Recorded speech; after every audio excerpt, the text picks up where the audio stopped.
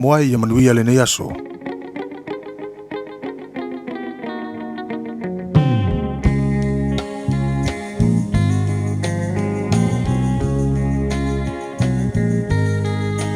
Tak usah moa e matalasi Ua sio mia elesami Atu mangalanu lawala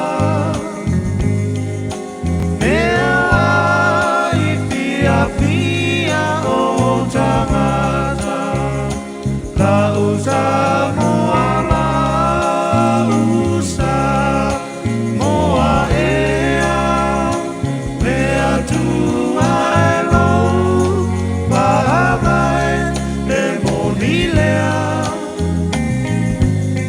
Lea oro malo tali ilangi Samoa e ai malo au whaatasi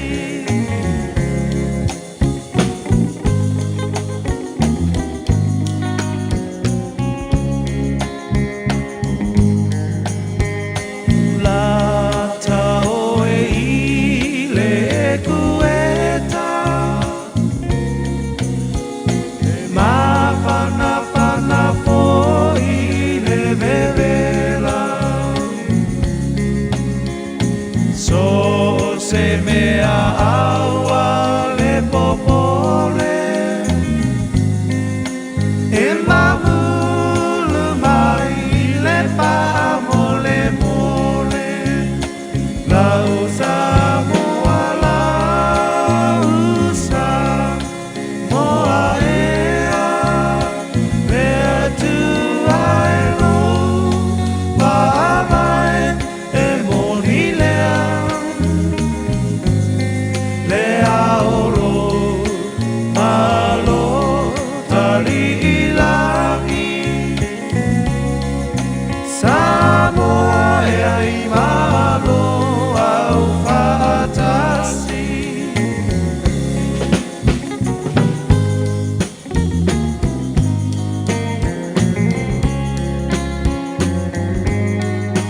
Mali e toa ua malo tau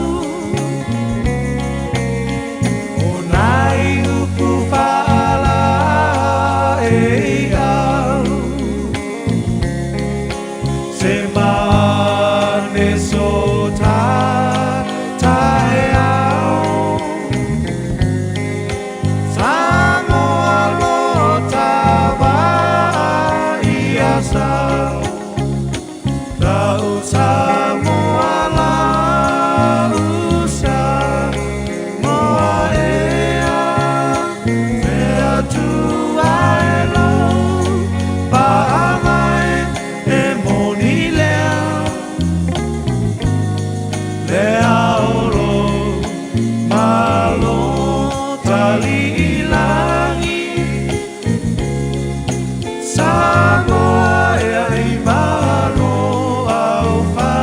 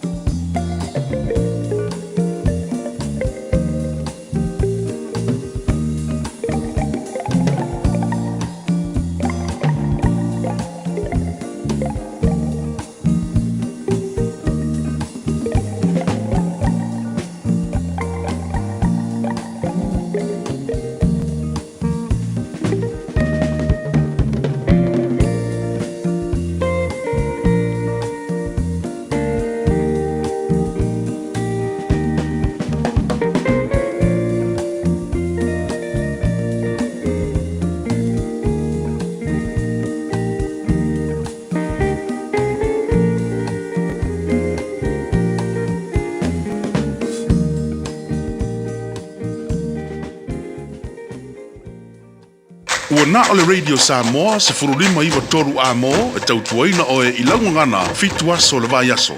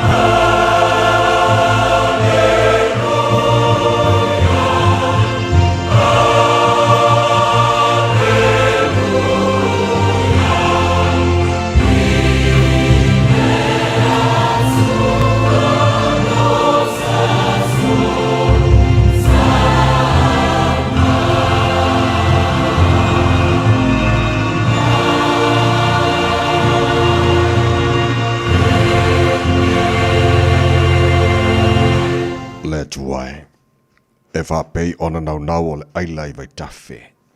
O lo whapea ona nau o lo wanganga i ate oe.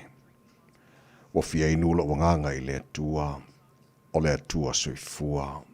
O a whea ea o te alua tuai i eiloa ia uluma o le atua. Lo wanganga e, sea e le mea e whanono ai. Ma e atua tu vale ai te tonu i ate au. Ia e whamoe moe i le atua. A wau te toi vivi i a te ia, o na o le whaolatanga, mai o na luma.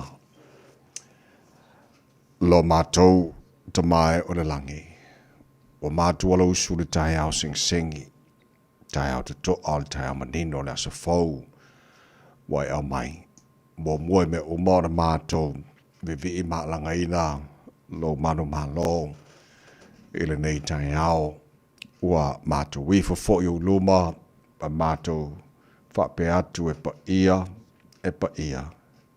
ia lava oe le atua au. O le atua silisili ese maramatau tia, o le atua mamalu, o le atua mamana, o le atua i fo uma iai o mena e whaia. O le atua oe malia i manao i melelei umalava, o oe lava o le whaipule o le atua malosi o le tupu o le whaavavau maleli o le file mū. O oe o le tua e soifua ma le vavau e o le whaavavau. O le tua lava oe la e le vi ingo le mamalu o le tua oe. Puru le matango fie. Ta maa whaaftaila o mea lofa o le fau mātou maua le nei fo i tai au. Whaaftaila o lofa o le fo o mamori ma te mai le fo launga le tino. Le nei aso fau ma le nei fo i vai aso fau o mātou sabalia. E whapopo nei aso lo lātou si fua mara mātou. Nei ola ua mātou au lia i fo le nei aso mafua. Waiva iai aso o mati o le wholaunga le nei tau sanga. Tua nai whai unga rava i aso le telefo o lava singa sa whengai ma le tano. Ia, le ngā te leo taimi fo ina mafutai a inga i kānesia. E osi le taulanga i ante oe ma tele e pēr o lava vii. Mātou malanga o le nei aso faulo mātou tua, mātou tu inatu o ao whamuna mone se tau tai. I al wholaunga o whai nei, a wali tia whaibala e whengai ma le tano. A matanga nei vai aso o mātou iai. Whamaria le tano pele i Samoa. Manuia te tai o le tano. Manuia nei o mātou a inga oma, nei o mātou te ngata. E le ngata i Samoa e whapena foi. Le lala mali pāmpa awa iso se vaenga. O le nei lalo langi. Mātou talo nei tai au lo whangia nei a mātou whanau. A matanga foi o a ongar ni vai aso. Malu tia ma leo ina la tau le polo o ao sa ili poto e ala iau. O nga whamuni e whaiva, lo whea ngai malim tamata e whaia angolo nga whamalawa o ina o na ia mātou whanau. Ia le, tapo inga foi mana tu manu mut pangara e mātou mātua tu asin sino na tunu i manu mātou malawara na yaso e mana tu a pēi la tau le mātou te talo ma whanwhana lo walofa te tolu waina i la tau. Ma wai pela lātou si fua laude le tino si te sili lava i le nganga me umalava o na whana mātou whaira nea sa fau e mailo mātou tua mātou whaia lava i na ia fo iatu na vi inga i ate oe. Tama, whamuni a maile tau tua, ale reidi samora na yaso a to o mātou wole mātou pala au i nei mea malabai ala al swafa mara malo Yesu Kiriso. Lo mātou ni, mara mātou whaola. Amen.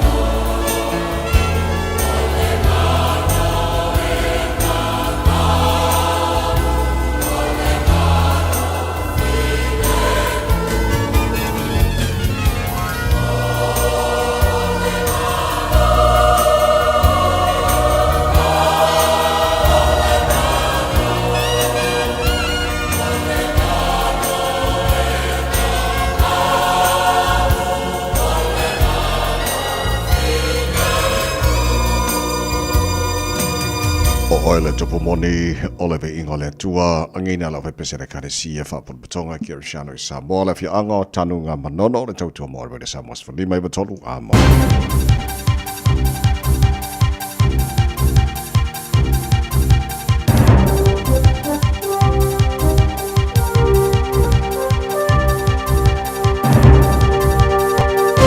In this update, retailers are warning they may need to hike prices if the conflict rages on in the Middle East. Retail NZ CEO Carolyn Young says key shipping corridors are closed and oil supply chains disrupted, so businesses will face increased freight and fuel prices. She says the conflict's a major concern for retailers, given a tough trading environment over the last few years.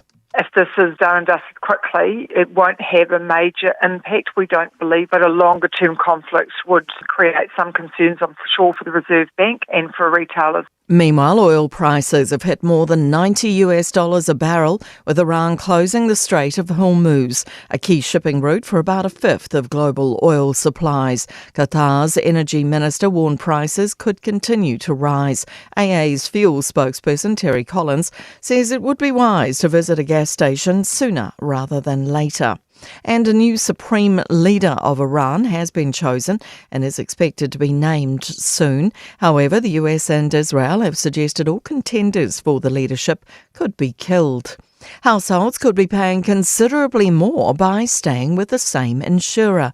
Data from insurance comparison platform Quashed suggests shopping around can save households up to a third of their insurance costs. With more, business reporter Michael Sergel. Some insurers quoted almost twice as much as others for comprehensive cover for a 2020 Toyota Corolla in Auckland. Changing insurer may not be an option for everyone though. 1% of respondents in a recent Consumer NZ survey say they can't switch because other companies won't insure them. A number of new Wellington locations of interest have been identified linked to a measles case in an overseas traveller. They include several train trips on February 23 and 24, a parliament tour on February 26th and a cable car trip the same day. The relevant times are available on Health NZ's website. That's news. In sport, New Zealand's bowlers have been shellacked by India in the opening innings of the T20 World Cup cricket final at Ahmedabad. The host posted 255 for 5 in a seamless highlights reel. The Black Caps are 69 for 3 in the 8th over of their reply. Engine issues have cost Liam Lawson a chance at points to start the Formula One season at the Australian Grand Prix. The Racing Bulls driver struggled to accelerate off the line in Melbourne, dropping him from 7th into the back 4 in an instant before finishing 13th. George Russell claimed the win from pole. 6 drivers failed to finish. Round 1 is complete in League's NRL with the Rabbitohs beating the Dolphins 40-30. That's sport. I'm Jody Gill. Ua na ole Radio Samoa se furulima iwa toru amo e tautuaina o e ilaungangana fitua so le vai aso. Ele swafa marmalolo tātua ri whalo Yusu Kiriso e mo mona o whāta lofa mo wha wheloa e mo whātu li mai whohi le te le lava mara minga hauri tau wai sa mona tunu pele e le pa ia mana mamalo lo whāwhonga anga le nei whoi tai a whau malola mara sui fua manuia. Ia wha malo fo le tunu wholau. Wha mo moi sa manuia le wha ungara namba yaso le lofa mana anga le lei o le tātu matai le langi. Ia ae tātu a veile vi inga mana wha sangi le tātu tupusi sili le langi o lona lava lofa o wha penāru tātu o lia ne yaso le hasa o whaiele tua tātu te ori ori. Ia ma tātu fia iai pana patia le anga le lei o tātu tapa o sili le langi. Ia oa tu nae ia le wha unga nawa yaso le tero lava singa sa whengai mana tino o leo moni mero tō sui fua mana mātu ola. Ia o tātu sili whai manua le o mana nei tai au. Ia mavi ia lona swafa o le foto e whaawau le tātu pokalame talu tu o mai le whaiunga o le nā fo i yaso. Ia alofa mai le tua tau tai tāra fo lau ngara nefo yaso m tātu fo lau le laulo na lofa o tātu. Ia le nefo yaso mo fua o iwa ia yaso mate o le tāra fo lau ngara lua afe lua se folu ma le ono usi mai la whaafonga o le pokalame malo le tai au. Ar Radio Samoa Sfalima iwa tolu a mono to ona nei ta mai meni. So sa mai insini o tātu Facebook ma le YouTube o Radio Samoa Sarah au tasi patea ma le whenga pesta au telo sio. Ma tu ona nei te vai meni tu tuina ai se pai ele tu la e se fulu e le tai au nei. Ia, mole amtaina o le tātou porkalai mo le nei fo i tai au fau mana matanga o le nei fo i asa fau mana nei masa fau o si i mailo mai momana whaafonga o le lui tau mo le asa.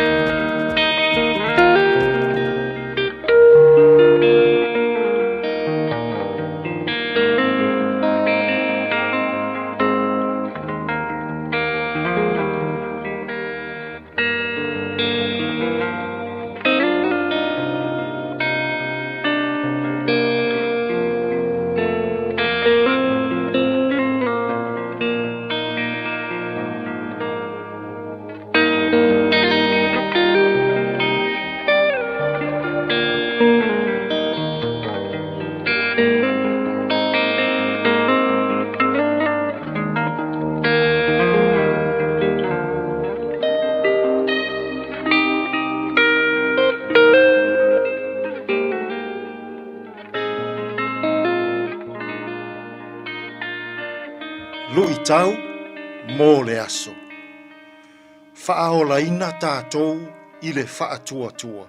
Saved by faith. Ioane, lona mata upo e tolu, o le foi upu e se fulu ma le ono. A wā ua whaapea lava o nā lofa mai o le atua i le lalolangi. Ua ia au mai ailo nā talii e toa tasi. Ina ia le whano se tasi e whaatua i a te ia. A ia maua e ia le ola e whaavavau. Whaaola ina tātou i le whaatua. Saved by faith. O le whaamamafa tā ua lea a Ioane i lana tusi. E whaaola ina le tangata angasala. E ala i lona whaatua. O lou talitonu wina. O Yesu o le Mesia. O Yesu o le alo o le atua soifua. Ma e whaatua i a teia. O na whaaola ina lea o oe. I le mālo o le atua. O le whea au tāua lea nā fio mai a Yesu i le lalolangi. Ia whaaola ina tangata anga sala uma. E ala i lo la tau whaatua. I le maliu ma le toe tū manu mālo o Yesu Keriso. E fina ngalo le atua. Taua ina ia tātou talitonu. Ma whaatua. Na maliu Yesu mo le whaamangalo ina o a tātou wangasala. Ona whaaola ina lea o i tātou. I le mālo o le atua. Samoai. O le vai taule nei le kā lena ale au kerisiano. Ua wha ingoa ina o le leni, Lent. O le whaitawina o aso e whasa fulu na amata mai le aso lulu o le lefu. Tātou tau nuu lea. I le whaamanatuina o le maliu, ma le toe tū manu mālo mai o Yesu i le oti, ma le tuunga mau. Toe tolu vai aso. Tātou la asia. Lea aso whaamanatu tā ua. Whai mai o ane i lana tusi.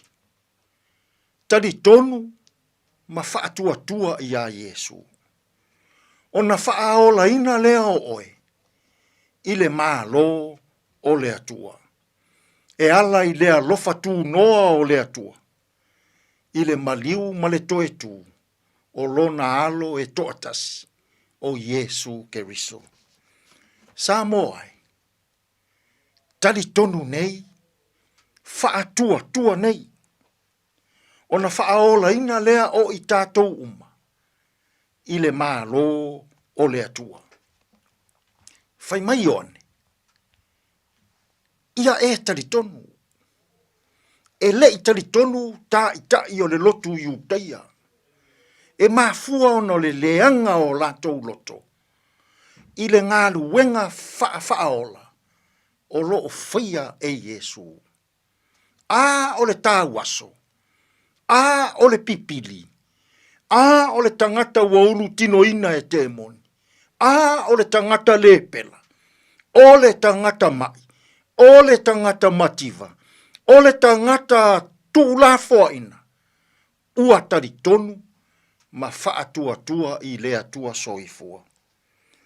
Samoai. Whai mai oane. A wā ua whaapea lava o nā lofa mai o le atua i le lalolangi. Wa ia au mai ailo nā tali i pele e toa tasi. Ina ia le whano se tasi e whaatua i a te ia. A ia maua e ia le ola e whaavavau. Ai a pe a sei e tali tonu ia. Ma whaatua ia i a Yesu. E whaaola ina tātou. I le mālo o le atua. Tātou te tāru. Le atua mamānai. A o maia i mātou. Ia o mātou taritonu. ma whaatua i la ua fio. Pau lea o le auala, whaaola i nai i mātou, i lou mā lo e whaavavau. Fe soa ni maia i a mātou fe au mga luenga o le nei aso, e manu i ai mea umma. Lou lava suafa Yesu lo mātou walii, ma lo mātou whaaola, ua mātou tatalo atua i nei. Amen.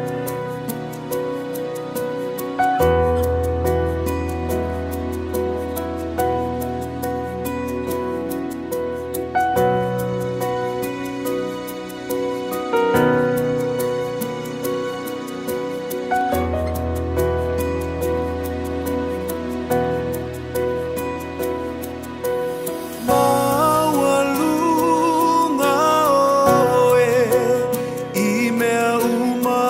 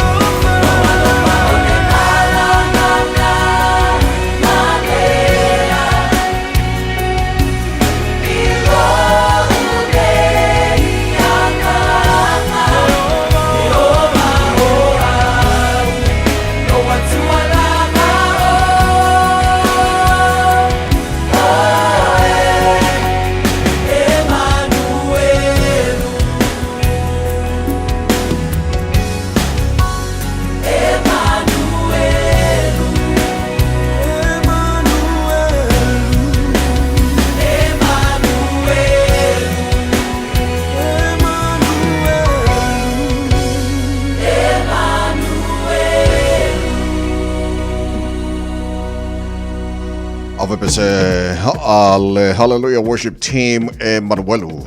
It was a full believer of what you July on the Port Club and Manuel Town Radio Samos Falima, Eba Total Amo Abnato, Falonga, Arrow Memorials, Maltani, Cars, and I mean, Ia on a Faba Ono, Tado Musico, the Taya, Fafi Oi. Therefore, Taya, Madame Tanga de Basso, Tatu Yai. Ya ma fa mala sa fo le tino na lo ju tu manga wenga ya matel tatu fa yaso fa malosi am kan fa yaso umolo fo da so fo ya pe fo lo so la kul fa yaso antwana to to kwata fitu le town day fa a no mo so taimi mo tano kala me a reto le ola to pena ba de sunga ya pasta la fa kopa fa de nam tatu malu le ta fa de gaga bo de fo yaso fo o tatu ri today in history tatu ba pa mena to pule so ibo mati ile telo to sanga ba le taina ia le fitu ile town e mo fa pongo telefone le gal pro nia pe tala fitu ele tayo nei o tala porkala mena matel taru tayo ka makule final T20 kirikiki pe va pe o ki fi kirikiki ele nga malo iskama malo inkia ya ni usila le nga final nei tayo e ko mo ngeia ka lo fai e ale le bo nei tayo tala va vai po mai lu wala wala taru le po chama chama wala nei tayo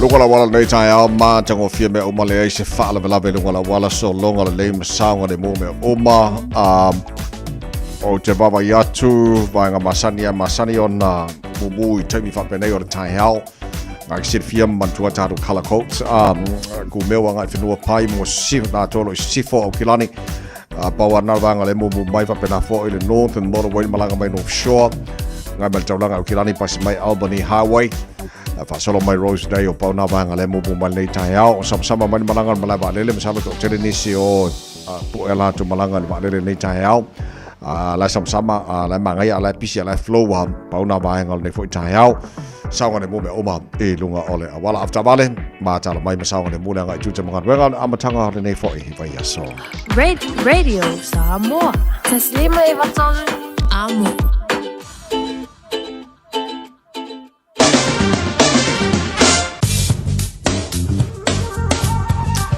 Vai ka batal talo tawra nei foi tai au fo tama ki ma kauro au ki lani no fanga no fa sala langa radio sa mas fulono o ele malu le air ele nei taimi ole tai au fo winga fa ma winno tau mo le so a pong sa pe fa fo le mala mai fa fo nei taimi o tai au o swinga fo yo le tau nei vai tau tu sanga wa ta tu ye ola langi le tau le telo wanga au ki lani lai titi al taimi awa o ila o uli le telo taimi ole a sul mata ngo file layangi maria masabidi mai sau te sifo Dua sumber tono le maunga na ole bela fa mawina mo kilani. Ore nei so forceful file on ma wala lon tai pe audio la fason awa walang de lei ni so taimi to sa le bela fa mawina mo kilani le so ma tai audio so toru lona ma lunga. Ore venga yo tuato la fason awa alang de lei la so lulu. Fason fa lang de lei la stoffi, fason lang de lei la for raile. Awa pa utimo la sto nai lang de lei ia le aso sa. Le mana il bafon fana le vai so atoa bavatuna le so lulua le pe ka pa ora kiki lalo le maru e los fulu ne va so atoa lo su tolo nei matai ao lo su fala coffee lo su lima las falele lo su fala ko la sheki akako le mangaya fa mamonga na la vai tau tu na mai ne foi taimi ole tai ao afanga solo le pokala me malu le tai ao le samo Ola vai tara pa pai tulanga ele tau tiro si vai ngori sila fa pena fa tau sa mo mani so vai ngori ke lope luo se furu mo tolo chale tulai ono perino tia fau sa o sa vali tala ina fa fera le sa mo ne fa tai fo da tino vai tu te mangan wenga o le tai ao mana tanga va yaso fa malo si mai maria fa ne so se le mo so vale eso esa te ai na sei tina manu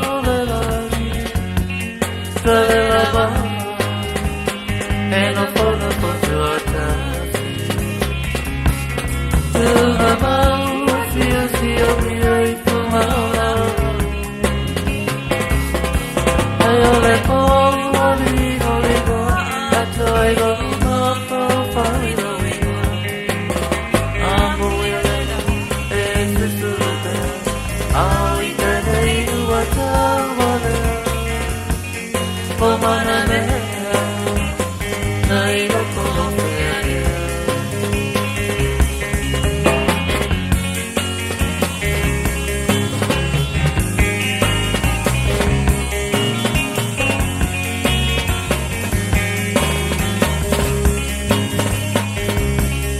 Le masina wana petata wana mole ayo fanai airo te le piamo o ta fia solo tu ma mau sio mi ai tu maula o e ko ni no no atoi no ma ko fai no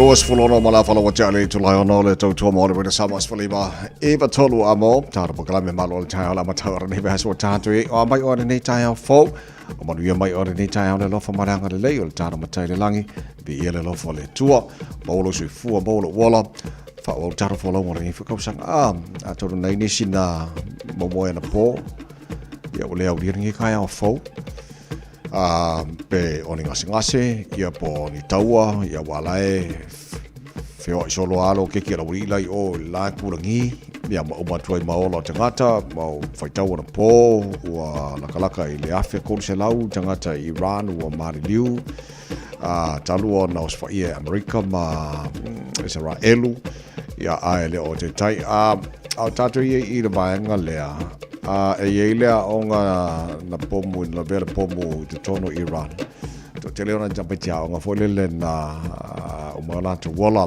so o foi tau i le afianga o nei whanau pa wale o le vaenga folele whanau no le loto o le afianga o nei whanau a onga ya o ele onga le no titilo na po i li poti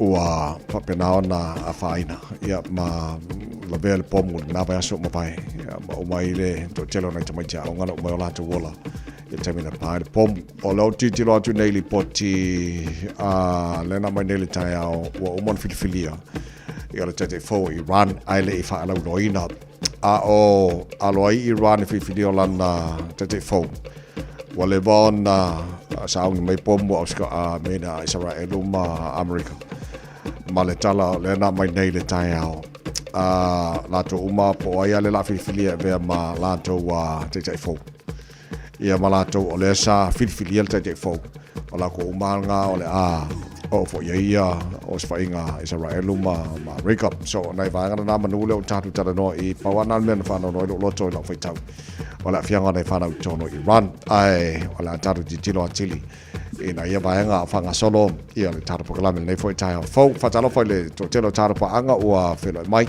ia fatalo foi mai do on tato Facebook mari YouTube ro sa mor nei foi tai fo This is a from Bailtan to Walla Leo Samo, FM 106.1. Malosi from Real and Efoi Time Fo, Maulolo Jali Ai. Good morning, Malosi from Real. Life from my Oya Fenga Samo, Malosi from Natime Fo. Christina Janwasa, Melpone, Malola Valella, Poor Money Time out, Tana Pukalame, Ellen Efoi Time Fo, Tanoa A Talam. Lai atau samu Samalu Malosi for Natime for Telfatis My Simeona Suena Caroline Twala Malosi for Natime out Maltotelo Tarupa Angaba Chino Papa Malosi for Christina Lai O Melpone Auto tight Malosi for Maria Natime out Papakura all of our former Natime out ia fa la vela ngo kiki loko weekend tu mai papukuro ala fa lo tele stemi o moli mai ino kailani moi mai good morning malosi for me ni for time out of time fa for mai man fa fa mai I la lo for mai mo na yo ai ngo mai sa mo ya le na mi wa fa mosa ya to tele na ta pa anga fa ta for mai le ni for time out malo la versi for me ya fa tele no for le tu ta to mo ne fe lo inga le ni for time out ya mana matanga ni va so ta to yai o jelo le tala mo mo ma tel ta ta ya o le fa ma venga alle te fono la capisa mo le sunga tu la pasa le mo le ngoi pe ona ma wel ta kala mel fa ongora na fo va yaso so o le fa ongora va yaso le o alo iai il fa ma venga alle te fono ya po le gemen la capisa mo to see the pot chip on Mawel Talapalame Ale Radio New Zealand till upper steps down from Lakapisa Mo so on alo Ilfa Unga ole Vayasolente atu nei lo titilatu ole sunga ia Namala Ulu Samilota will serve as interim chairman ole te fono ringo yele la tawa venal toffee te fono mo le time nei ena ua fa ma vai le telefono e le sunga ya te pa marile ngoi lo pese ai marile ngoi ya pe ona ma wal tar kala me so va ngana pe ona le el ta to so inga sa mo par sur ta ready samo EPM ala fa lo tele mai na va ngana na ma wal tar kala me ele poti ale radio silam tele to pe Australia le olo fa nganga mo la pi el ta Pacifica ele be ai tonga fiti ya ma sa mo sa lauri mas fulu miliona Samoa la pawale o le safa del tali ele saini Samoa ya ono te lope o vaenga yo le na profesa sa no ile te tai o tatu marole fionga le pandemia e ia vaenga tau ona fa tau no ina mombo a le saini ya le sosani le Australia tonga mafiti already wa umor saini mala fa del tali ya Samoa yo le ala wa mo te lo tasi le vaenga sa tau fa moriina ya pera ma wai tatu ni poti dava yaso mai le parmia le fionga le fionga la audio male to le wotea polata ba forces met e tau ona yesuinga bombo po ol melo tele mo tino le wa le was step down la te fondo por mea mana bia le fa ma vai uma o le committee ro il nei taimi te fondo ma la to uma lo yai ya ona failan fa nga soloma alu lumale la kapia Samoa ya bishop sosani Australia te lo se fa lo tele tarf so inga Samoa ya mana ba ngomro ya al talana te lo matal taru tayao so al fasili ye sela sanga le lei mo la kapia Samoa mo lo mana one of the good things la wa tilo ole mafai on sainil malo ma batu sosani Australia aja ila kapi mo lima tau sanga lo manai selau 50 miliona mo atunu e tolu alo ringa foringa mai 50 miliona le atunu sa mo tonga fiti mo le lima tau sanga lo manai atina ina ila kapi ia te lo alta sina vaenga le lei to fot pulo le sunga ia to le pa lo pesori ai se le malele ngoi tele tau sanga tu la te fono ia malona foi vai taimi ma tu langa sa iai wa lo te va vai atu Reporter Radio New Zealand telling us about the laser uni la kapia Samoa e lona foi tu la mail tele fono ya o seasons e taimi o mo foi le tu langa o lona tu le mai ia fa mo o la bala tu le mai tau avele sui o le te fono ia po le chairman of the board ia ale la pisa mo ia fa mo la fa penana aveina ta to la kapi sesi stepu ma sesi le leilu manai ia mo tamata alo tala noi tamata alo pa talo na fi tulang o tamata alo titilo tono New Zealand ma ia ko kele la kapi all commitment e tamata alo la ai e matuai ato tona le lei o le fisili aisea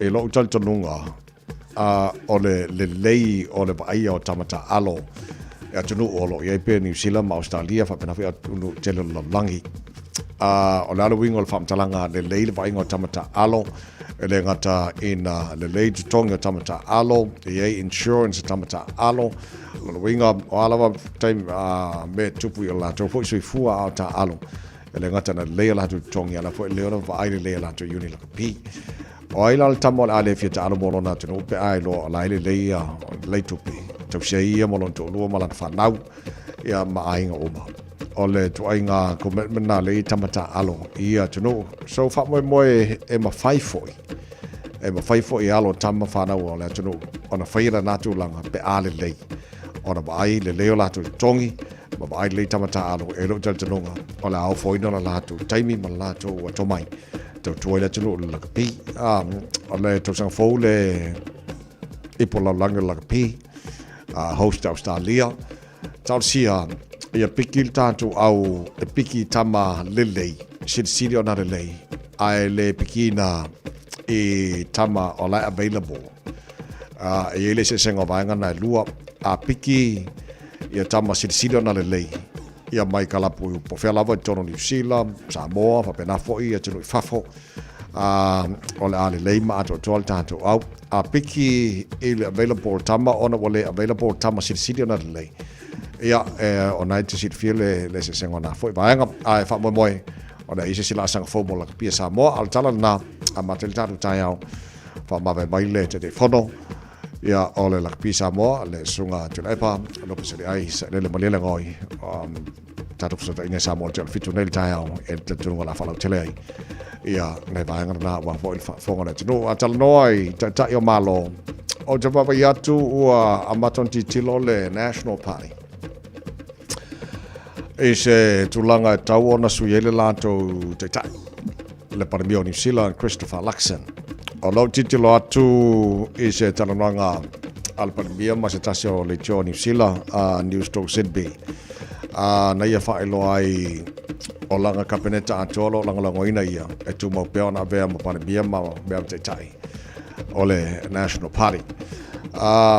O mafua le tulanga ona ole suenga le na beutela na batu tala proklame vasem tatu nei ole vaenga le taxpayer union in Curipol na maua le mawalalo tele support mo national time in the was full 1.4 down 3 points ia le support la tau mai masina le tatu nei so o party to tona io New Zealand mawalalo lo support ia mai sa opponent ia fanga solo na pawana vaenga te tino ele party o le sio lato te tai na happen i le national i te sanga babai na happen i Labour Party te sanga babai so o te tonu o te langa na le ia Labour Party so far to say ma le latest taxpayers union in Curipol total so far tes ma fa percent fatasi ma le Greens o le ACT te party mori o lena support alu dunga la to support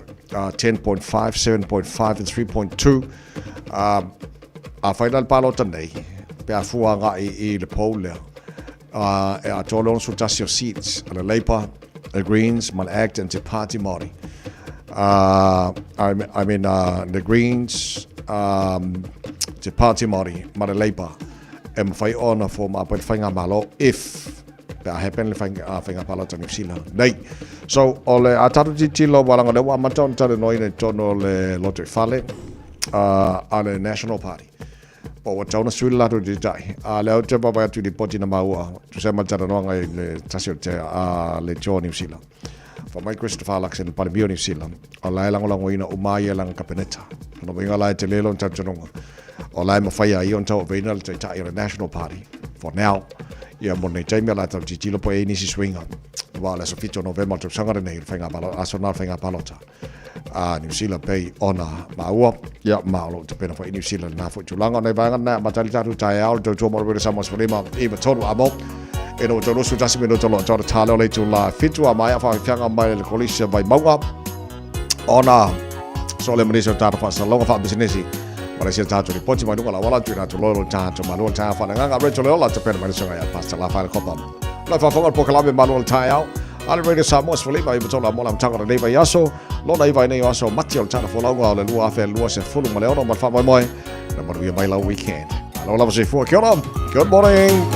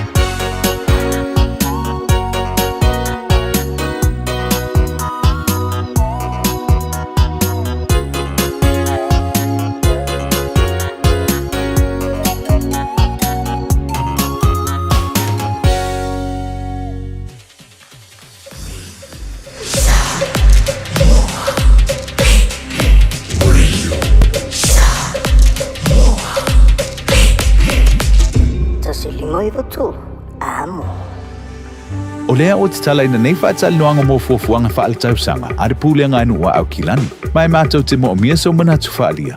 Ia mautinoa ai, o lo mātou wia ala sao. Anga ia nei le akhaveyourSay.co.nz/our plan. E whai lo mai eiso whinangalo, ai le iau lia le aso lua I Raumati. Tamaki Turiki, altogether Auckland. Fire and Emergency New Zealand advises that paid firefighters will stop work for 1 hour from 12 p.m. to 1 p.m. today. During this hour, fire and emergencies response in some towns and cities will be delayed.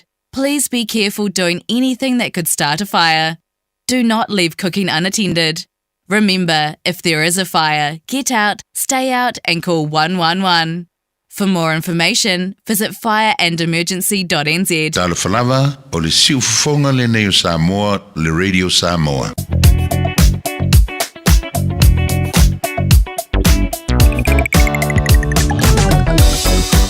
So isi vai ngā wala wala nei tai mara tai o e vanga leo te tilo atu ua whaisi polokana nei vanga na tai au tātou la malanga mai si sifo o lo tō maura polokana vāku mea wangai whenua pai whaasolo mai lene highways fu maleono pasi mai Westgate life low le mai whaisi pisi lai titi lava na pasi mai Royal Road anga Lincoln Road on ramp anga jara tu like titi asi manga lai polokala nei tai mara tai au alai flow wa lau pisi alai flow un teimi lene tai au tātou polokala ba the city balance full on around Morningside Western Springs vanga na lo polokala nei vanga tai au highway no se fulu pasi mai le tano alai flow le around Mount Roscoe Dominion Road on ramp anga e Hillsborough lai polokala nei vanga tai au pasi mai loa o ne hanga ma ngai lunga la wala la papa lai pisi a lai flow wale malanga malama le los fulu afa wa mal los fulu seki balangi ta tol nei vanga tai au city bound state highway 1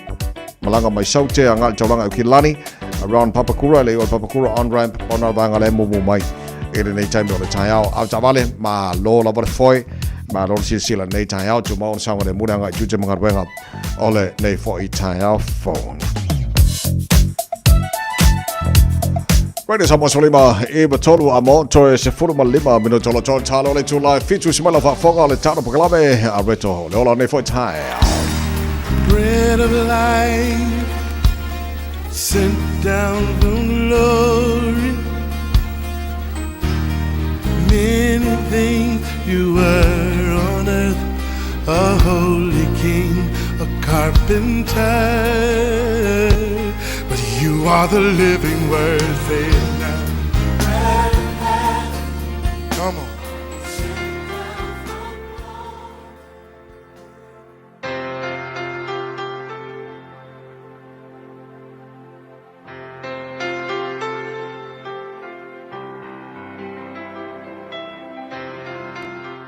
O te fia ile dei aso te whawhinoa il tatou tenu ia mai il tatou polkalame masani fo i aso te tasi al vai aso o le a reto leona o le tusia ia kopo e wha al whai upu mua e whapea e mai whea taua ma misa o ia te outou e leo le nei ea mai o outou mana o le anga o lo o tau i to tonu i o outou tino uma o le upu mua o le aso le nei whautuina whapea o le pongai o taua mamisa. O iloa o mafua anga o mene yo taua mamisa. O le melea o le mana o ngaleanga o lo onofo i to tonu o le takata. A wapete whai tau le leile si o manga o le tusi le nei. E atangi ai o le mafua anga au tua ngei me o taua mamisa. O le mele tau o le ufa pertani o le selfishness. Selfishness, manatu selfish o le tangata. O le mea whaile o le tangata mga kuifo mō longa lava le lei. Selfishness la. A ele whai tete iai. Ma le ai sau whainga e ke whaia iai. E o inga a mea ma mea o ona i te tonu i te oi. A e o ono le level le mele o le selfishness le mele o le ua o ona i te tonu i ki oi. O le mea kupu nga o lo fia wha misa. Ua o i le level whaile o e mga pau a le mea ua ki kilo iai. Ia kingo mai le mele ke mga o iai. Ua e le koe kea i manatu o isi te ngata. E le kea i le fisoso ani mai o le nganga o le tua. A ua e mga oa. So sofa lo se mea ua e mana o iai. A iai la se se wha lave le mele ua e mga o iai. O le me kupu. Ia nga o misa ma whetaua inga le me tupuai. A ewa ai le tuispa ia. O lo ta ua ia ko pofai mai. O le mafua anga, e lua mafua anga mai. O le mafua anga e tupu ai la menei. O mana o ngale anga i tutonu ia te oe whai mai. Ina ua outou le ole atu i le atua.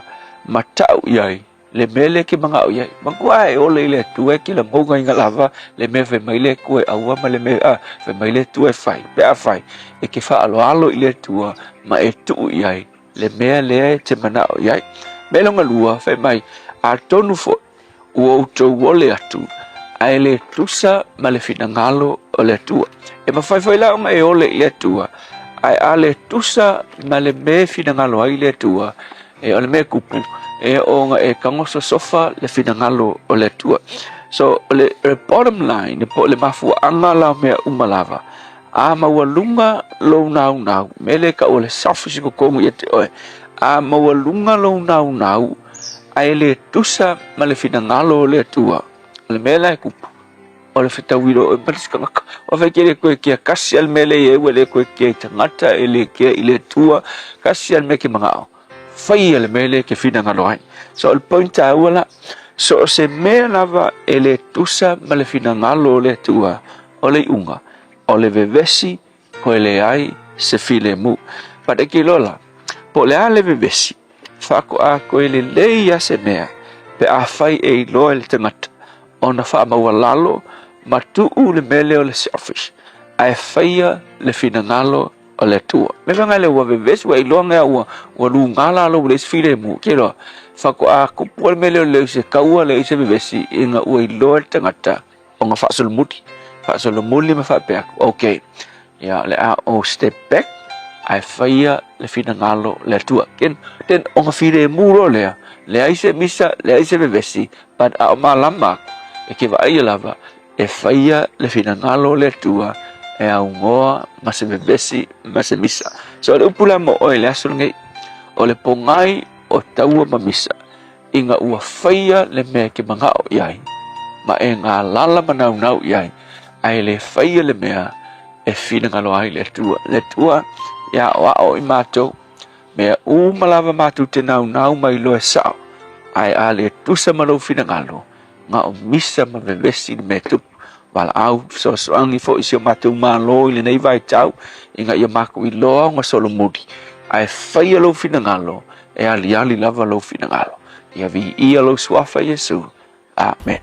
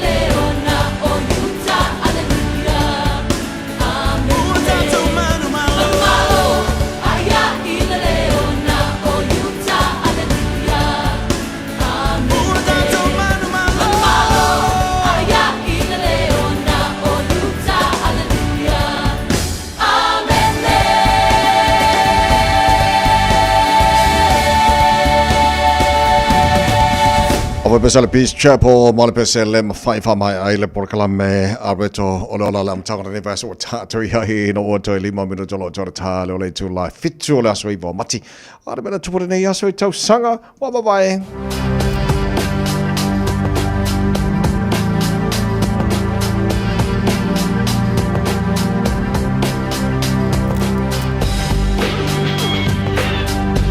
Aso lima mati o le tau sanga a feiva se lau valu se fulu maleiva o lo o wha mawina o le aso le nā o leo te tilo atu a feiva se lau valu se fulu maleiva o le tau sanga na te ena I le senate ia le nomination President George H.W. Bush Avea John Tower as Defense Secretary for the 2C. What we bring America na te ena the U.S. Senate ia le nomination a le President of America na taimi George H.W. Bush ina I whiwhiria John Tower e whaima Defense Secretary America Ile aso iwa o mati o te sanga a whewhi sala warasumana iwa. O la so iwa o mati o te sanga lua whi sumana lima.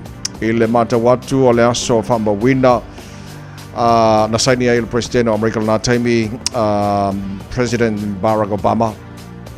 It order declare ai Venezuela a national security threat to the US.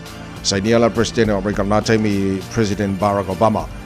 Ia peona ia la soiva o mati o tusanga luafe se fulu male lima o le asoiva o mati o tusanga luafe lua se fulu male lua ile baba yatu o le aso na whaamawina so kilo aku I le vaenga le I na whaamawina na so iva o mati luafe lua se fulu male lua. The Racy Awards, Winnie the Pooh, Blood and Honey, Worst Picture, and John Boyd, Worst Actor. Megan Fox, Worst Actress. Peon Famawina, Ila Saiba, Omatio Tusanga, Lua Fendu, Sumar Far, to Tobar with some of the Total Amo. In order to told me the Tolo to Life Fitu. That was telephonical Britannia per my for 5 stars. Money your time for a long of business later. And all of us from money. Don't let you alone. I learn a palai in the mall. Tamali let you do I know on the floor. Papena Satani, Ilona Timoto in the Lola. Out of my name, I was soon in the la la la, only a papa, only a mama, only a papa, only a mama, only a papa, only a mama, only a papa, only a mama.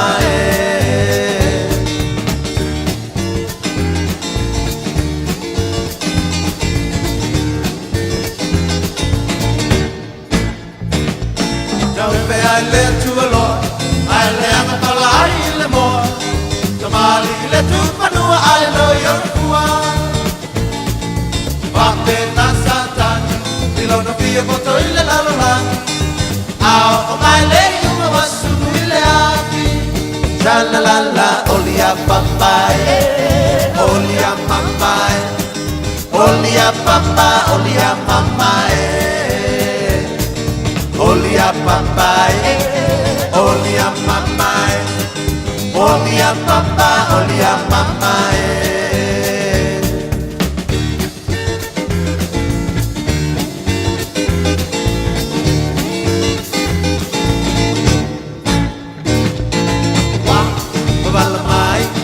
Babalamai, yo polina, hey, oh, Jepa, 11 to Malamasina, Uolato, Pepula, my Levani, Money, Molela.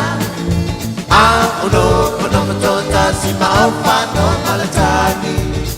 Talofa Samoa. E mawhairu so soani atu Dr. Chair ni ngasinga se ole maisoka, toto maulonga, ti ngale tino, whapa ui no pauna, maisela, mangeso malikanesa. Maua le tia whaamamai lo puta ma le paste mo nifotinga ma le whaamalongi no lo fufonga.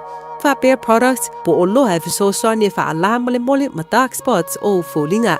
Ua tele ungali ua mawala tau pepe o nar sosoani a Dr. Chen.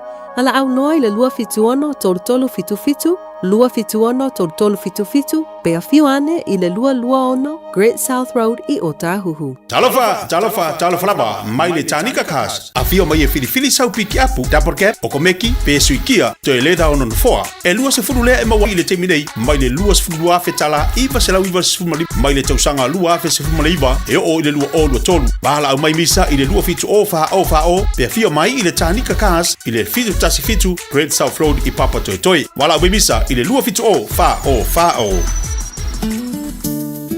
Le Shine Dental, lau fale fa inifo fa moina. La to te fa ia fofa tal no ango unifo. Ia so lulu tai tasi. Tele e wala me fa ona tutongi ai lau tong fitinga. A fio mai loa i le 5 fitu fa Great South Road Manukau. Bevili mai le lua fitu ono onu fa. Lua fitu ono onu fa. Mo le Shine Dental. E ia inga fa pito. Baby, lomaki! Hey!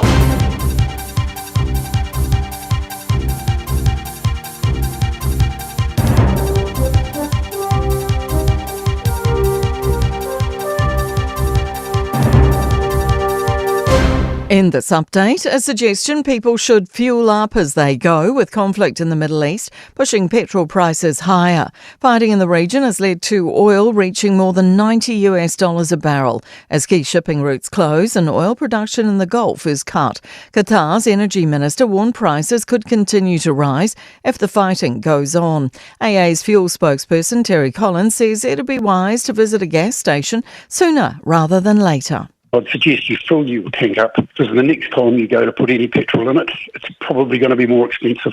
And there's still no word about Iran's new supreme leader, with the US and Israel vowing to target whoever it will be. Iran's state media has announced the Assembly of Experts has chosen that person, yet to be named. It comes as the US and Israel hit key economic targets in Iran, including an airport and oil facility in Tehran.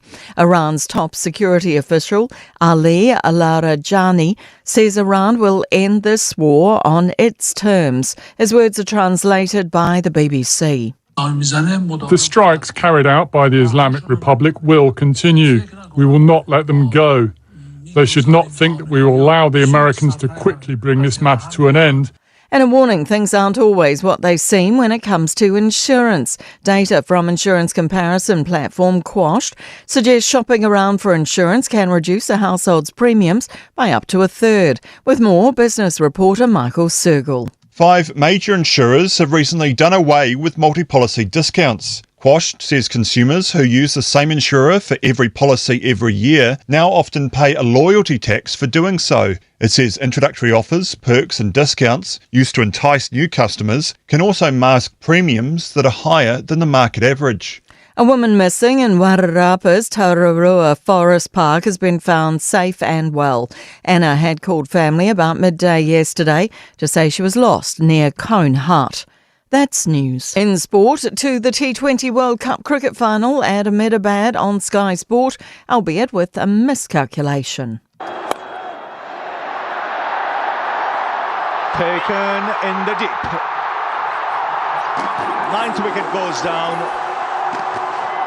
And it's all done, actually. It's India who win the World Cup. The hosts have secured victory for a third time. New Zealand were shellacked to the tune of 255 for 5 before losing by 96 runs. Round 1's complete in League's NRL with the Rabbitohs beating the Dolphins 40-30 and Liam Lawson has finished 13th at Formula One's Australian Grand Prix. That's sport. I'm Jodie Gill. Ua na ole Radio Samoa se furulima iwa toru a mo e tautuaina o e ilaungangana fitua so le vai aso.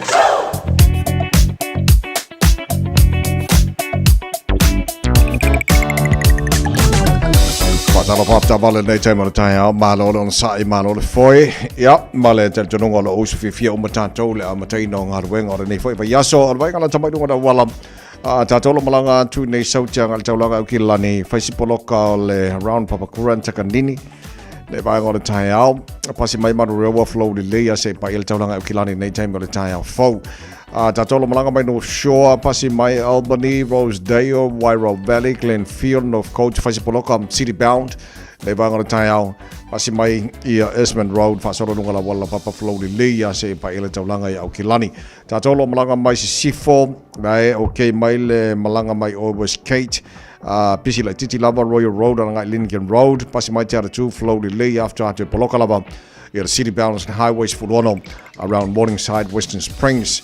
Fasa South Fulono tel taulanga i Aukilani ai pi o mai ele highway Lucy Fulu pasi mai Tano live flow delay Whaisipoloka around Mount Roscoe Dominion Road on Rambanga Hillsborough pasi mai Hillsborough on hanga flow delay ya afer malai ba lele Lucy Fulu lai pisi live flow delay fa wa mai Lucy Fulu flow delay ne bang on tai out lunga na la wala tarfia le se fala lave o tu na mai leo ele ne foi bang on tai out after vale malo foi ya matala tatou sanga luel pona po ya o le amalanga fo I fale nei tai au sanga le mo ya matala le ele to taliu ai nga nei fo tai au fa se malo longa le au le to taliu nga wenga o le fia na nei tu longa na lo I longa la bala ele nei tai mi o le tai au to mo be samo fo le mai botoru amo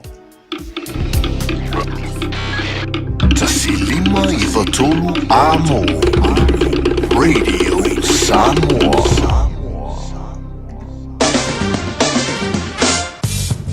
Ole bainga la tamade nei le tala le tawara nei fo I taia fo feo ia I le kako kala le kau ia o le lake tato ama tamai Samoa nei bainga le taia au where we are okay good lua se fulu lo ile mafanfana le Samoa nei bainga le taia au ele vavaiatu foringa mai o le whaasolo ina lai mana mai le langi le leo le tau Samoa ele nei vaenga o le tai au fau pe ona whaamawina ele nei vaenga o le tai au ele vavaiatu o le whaasolo langi le leo le tau awa o Samoa nei fo asonga fua o tātu iai tolu se fulu anga le tolu tasi degrees Celsius morunga o le vevela whaamawina mo Samoa nei asonga fua lua suma lima lona mawalalo leo te mauna taro fso tai le Samoa le sui o le taro redi Samoa I pia ia mai fo ile o te lenga whalo te leni se melo tuku Samoa ia mai se fo o le talala ta maila mai tau alwa wha atu na tulanga ili tau I Samoa mai whampa o timu ni so taimi I Samoa nei fo I tai au fau ia paanga le taro pakalame o le whaina mai monfa wha mai lunga Facebook mari YouTube o le Samoa ma pena fo I le FM 106.1 I Samoa malo si fo moria ia le atu fo I mai Amerika Samoa fatala fatu ele nei taimi o le tai au se mai talo tau tono New Zealand nei ele vava atu telo vaenga o New Zealand motu I saute fa solo na awa o pa utimo ni so taimi Alexandra sfulu ono morunga maru lu langi de lei ele awa uli mala fefia na nei sfulu fitu morunga maru lu le Blenheim fa solo na awa o pa utimo ele nei fo yaso telo vaenga yai ia Invercargill la fa solo na langi de lei le tau sfulu fa morunga maru lu kai Cora Wala fasolo na awa oe pa utimu sifufitu morunga na marulu fa mawina mora nei fo Yaso Nelson fasolo na awa oe pa utimu lua sifufitu morunga na mafana fana ele tela vaenga Queenstown langi le leili tau sifufitu morunga na marulu timaru pa utimu sifufitu morunga na marulu Wanaka langi le leili tau sifufitu morunga na marulu fasolo na awa oe pa utimu tela vaenga Westport lua sifufitu morunga na mafana fana fa mawina mo Westport le so Dunedin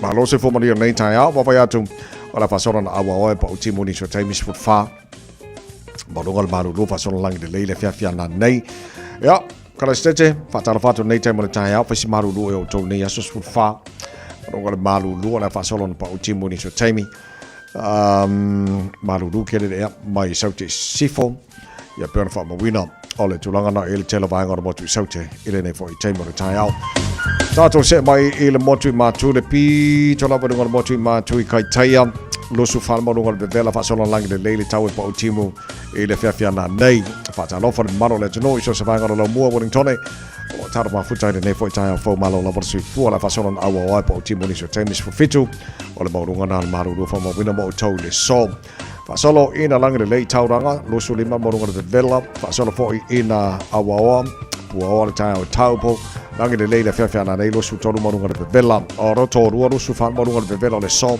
Pasolo na awa lang the daily tau mo tau nei for Yaso Palmerston North for the weave on Morunga Maru e awa pa Timo e ni so Tammy no so tasi Morunga Mafanfano ni Plymouth awa lang the lei foi e Mornea so for nei pia lang the daily tau mo tau le so lusu fa Morunga de Bella Masterton for no Morunga Maru lu fa so na awa pa Timo e ni so Tammy le so the bin awa pa Timo for weave on Morunga Maru e fa Morwina Mornea for Yaso telo ba nga ye Hastings lang the daily tau lusu fa Morunga de Bella Gisborne lang the daily tau lusu do Morunga ma fa fana kiri no malo se fomri nei tai au pa solo ina awa le tai au lang the lei la o di me le fefa na nei lusu fa Morunga na de Bella fa Morwina mo kiri do le so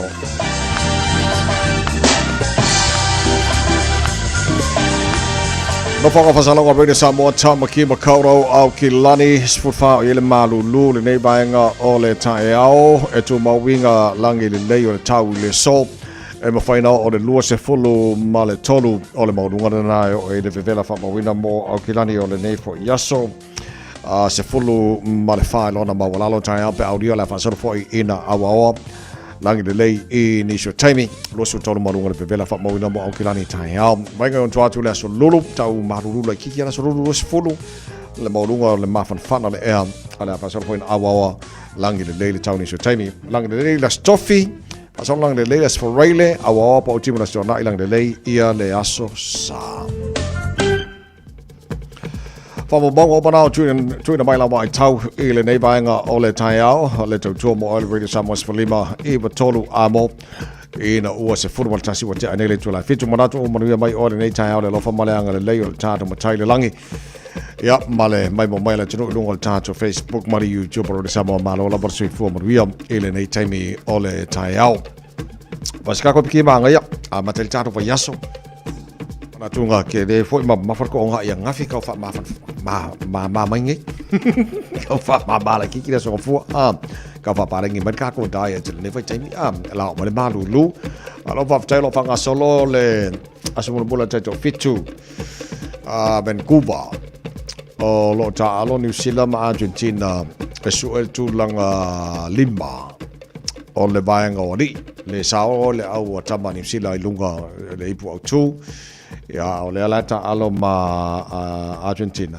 ya le o marka alo ma Argentina lo su fa lo su kas o New Zealand o ngala tu lima la Argentina atu o New Zealand baenga o baenga o tamatai ya wa foi pa wala au New Zealand le kai fo ile la fo sao la tu automatic semi finals time mo mai nei tai au ya lo mai atu ta longa New Zealand Argentina so engol ku lima mo ku wong e la ua bang malo e Argentina lo su fa lo su tasi ban malo in tia le so e no le Sampingi T20 kirikiki e wala voi aka lo kiki o inkia se yo porque por la capilla yang le foi le New Zealand ala mana ya pa tai le au kiriki New Zealand lang sao le final ya too good ke le au inkia so coffee fe ke inkia le mo ka kia o ka manga le nga fa ya ko le final ngai fa ke ai inkia mo ka kia le kere fa ke in kia le nga malo ni la tu au ya tu ranga na e sola la in tia mar champini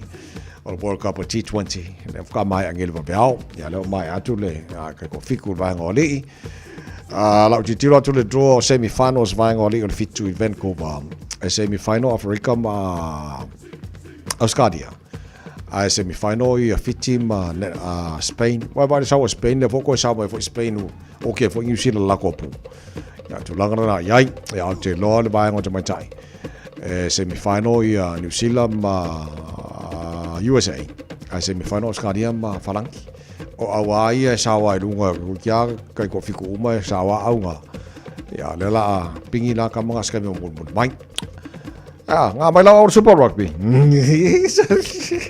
ba ga yo ya Super Rugby ba dia la ka pure Super Rugby di ya le lei ma vai atu ole ta longa le Brumbies le ta alo i male Reds so le maga ya mo ya ka longa le maka ile replay sole ona mo ka maga ya fokor fi ngau or ka longa ko si ko ale Reds sole se penga knock forward el polo le si kama Reds a fa melo for di o polo le ngadu ko polo Ya le ngabo la kuskore malo ai.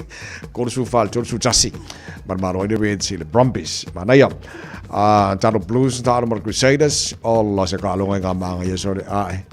E tu sa la kilo. Langa lenga ta ul vaso ta tu nei ave foi ai pe ki ko final au yelu. Ole Blues mar Crusaders e kusala ole mele Blues lenga fa le Crusader. La wata u yai. Ia o ngā ua sasa whamaingi o kou sa lima. E ka longa leng whaila stona i wai man malo le Blues luas furu ivas futon. Ave le ta morsanga a ka koe fo i mai koe whaino. Ia long winga la sasa la o kou sa ilu fuspa. Ai malo la le Blues luas furu ivas futon le Crusaders. Highlanders mar malo le Force todos furu ivas todos futasi. Waratahs and Talaman Hurricanes. I'm quite big fan of the Hurricanes. The Waratahs la tau so taru ta longa na. Ia pena yai ia malo si fil moana so que fa ko le pinging ar squa furi le si fieri e fa ma ingil pa o moana ri. Ia taru ta longa na pena yai il Super Rugby. Ia marka ko riki so le ma ga ia foi ka longa riki ri. Okay for the Broncos so Broncos so ia ka sel me fa pe nga fa pe foi na le Broncos ka sang le ka ngai. Fa ia inga foi ia le amtanga. Ia o mo foi. Ia foi nga champing ia le le ka longa nga. Mai malo le Warriors so. Mai malo le Warriors. Kwa ma ia malo ia le foi le Warriors ka sang ka ngai nga o so foi ia alu male ako. Ia o no foi kai mi o foi kai business the money side of things. Ia Garcia. Ai ma ia mo ia o le Warriors so. Wa ma ia mo ia o Warriors magu malo le Roosters so. Karo fai de koari whatever vingi de koari singeri fenga de Warriors City ya taru talonga na pone ia le fai unga pa so ole taru fai tali si talonga ya 77 kuba la fanga solo le foi time le tai out sfulo no tele to la fitua mai fa fianga fa na Jerome Gray pa ponga mata nei vai so por kala mengal por tania think a minute on taru so tai le sa mo le foi so fo Iba ai awele alofa ua tau aso I le masiasi Na ole tiu wha matala o talu le alofa ua ato atoa pele e Le inalo I tai sau whasoa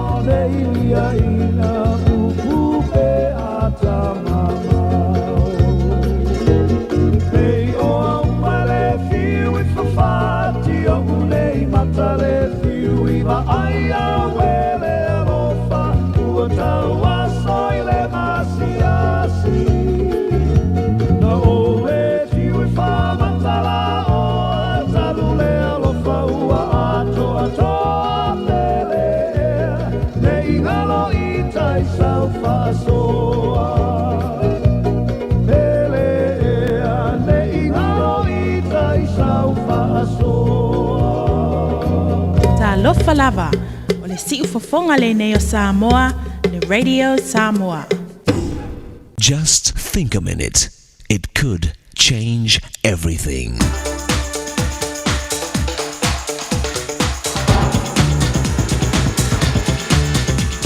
Think a minute. In the year 1830, Joe moved into a small community in Massachusetts, USA.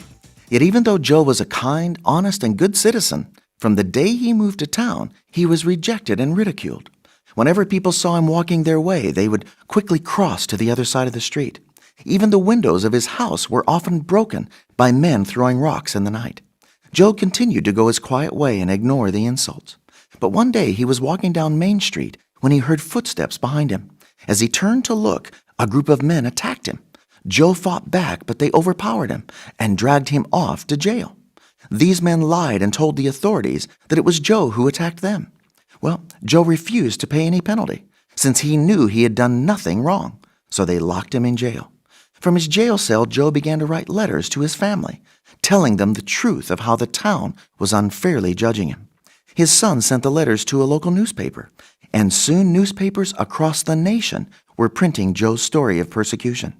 The pressure from public opinion finally forced the town leaders to set Joe free. Interestingly, years later, Joe lived to see 2 U.S. presidents and men all over America do the exact same thing he had been wrongly judged and persecuted for. You see, during that time in America, people believed that all respectable men were clean-shaven, and Joe Palmer had dared to wear a beard. It's so true. You can't judge a book by its cover. Unfortunately, some people's beliefs go only skin deep. They just follow what others tell them is right and wrong, instead of thinking for themselves and looking deeper for what's really true and important in life. Joe's town was a perfect example of the blind leading the blind. But fortunately, Joe knew better, and that the beard on his face was not the real person he was in his heart and character. Don't let other people rent space in your head. Never let others rob you of your freedom to think for yourself and choose what you believe is the right way to live. In fact, it's not just your right, it's your responsibility. We each are made in God's likeness with a mind and conscience to think and a will to choose. So won't you take the time now to think through all the evidence of Jesus' life, teaching, miracles, and resurrection, and see that it makes sense to live your Maker's way? Just think a minute. If you'd like a free CD of our top 40 programs, write to us on the internet at www.thinkaminute.com and catch us tomorrow at this same time when we stop and think a minute. Radio Samoa, tasilima ibatolu, amo. Radio Samoa. Tasilima ibatolu, amo.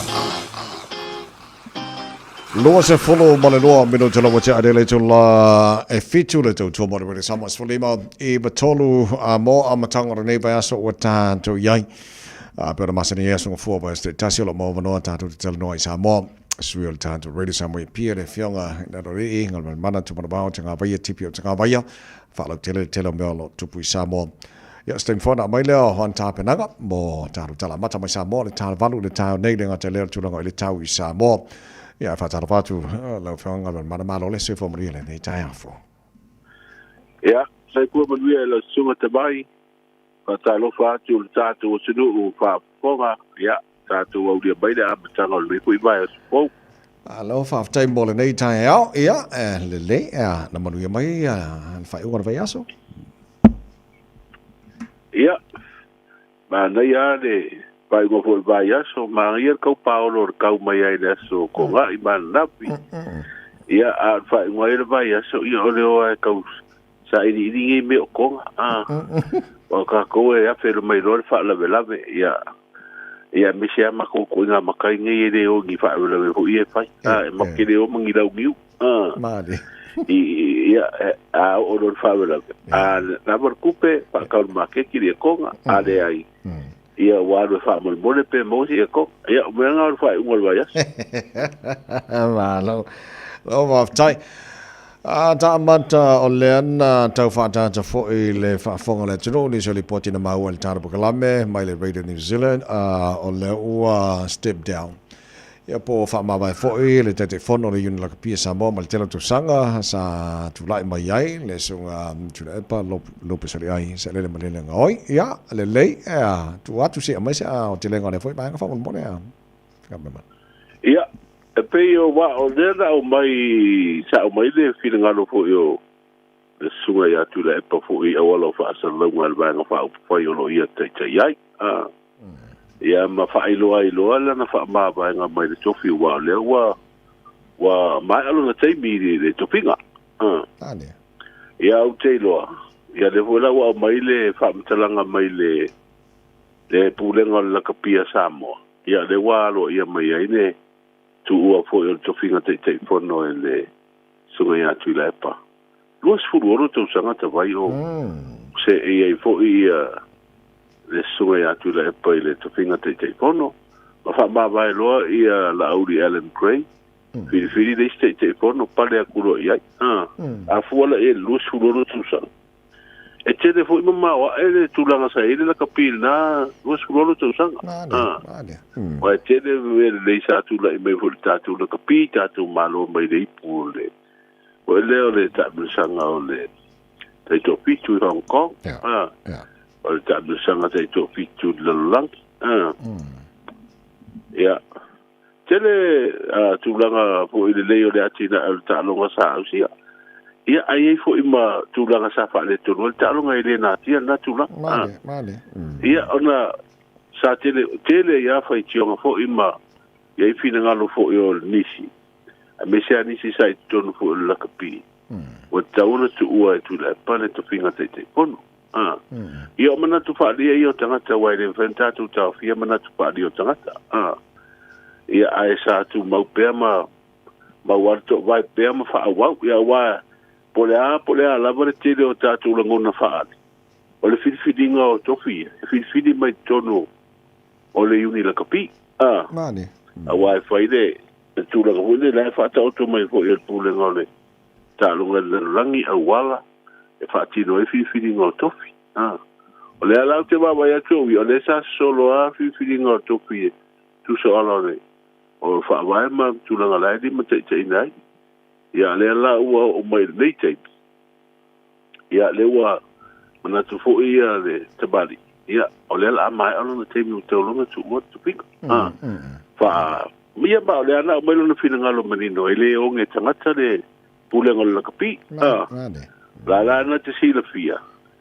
E le na o yes tangata fo ia nga waa ia le tu pinga te fono to te le isi la nga waa. Ia o le atatu talia po ina pinfini. E vea te fono fo o le komiti whaafua le lakapi. Ia le tala melena. Tau su lima tau sanga o lo torotoi al tabali i po i le taronga le atinae.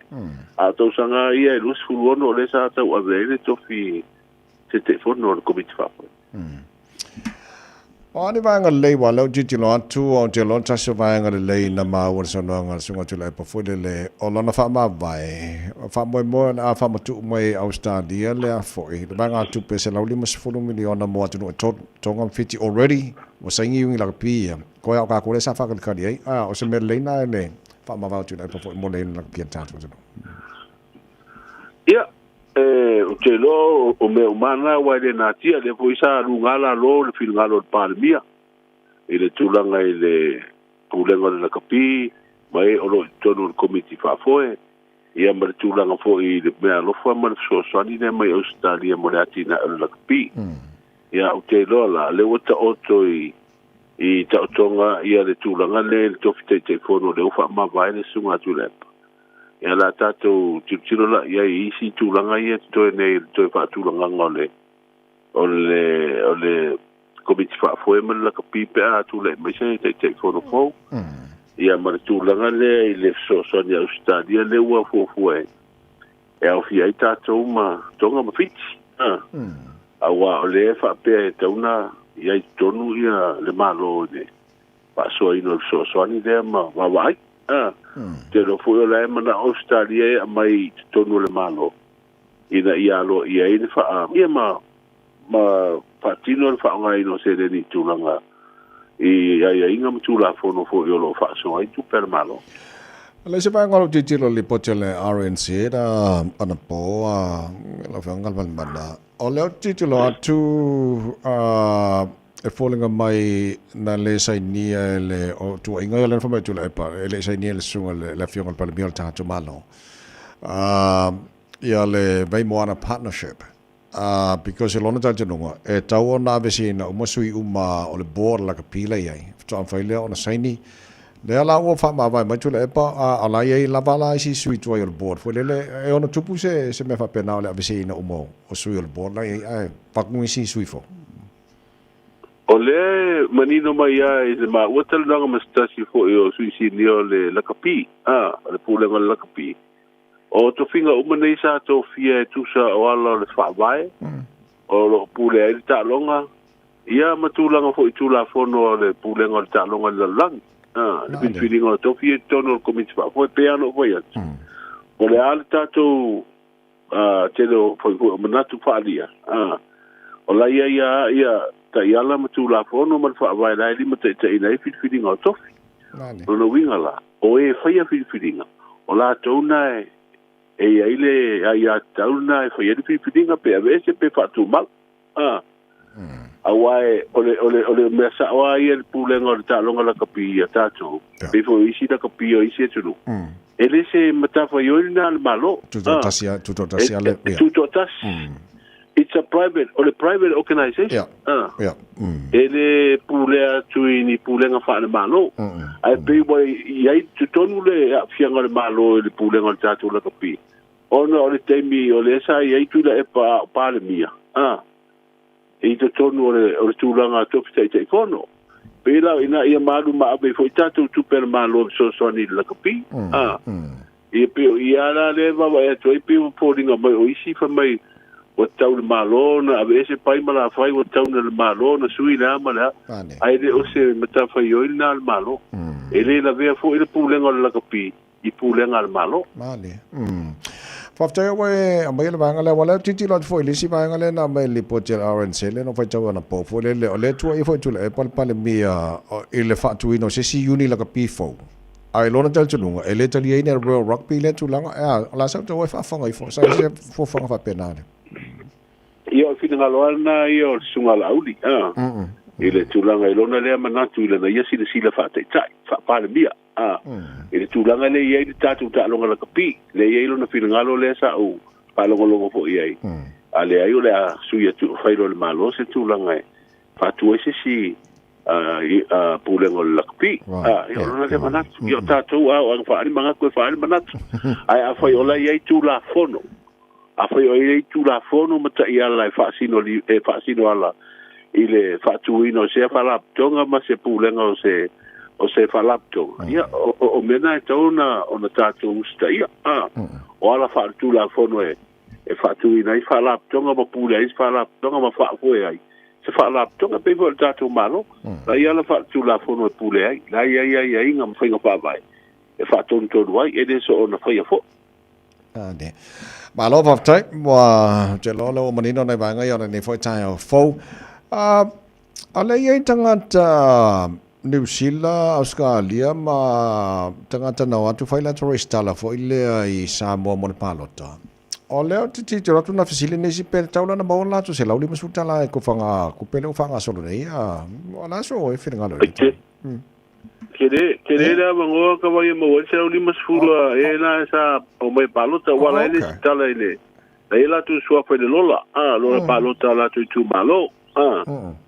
Ai ingala le se ilonga wa foi mai Samoa foi mai lai Samoa stendi ia na saule su o fon fa vai ala nei tu malo le na palota ia se akilo na suafa ia na avele io na se lauli masfu ai maua o fa mangana na o mai e maua o tatou la ia o le tatou la le fafo o la tangata nu Samoa ala la maui fafo ai le palota ia me kala ka me sorry as me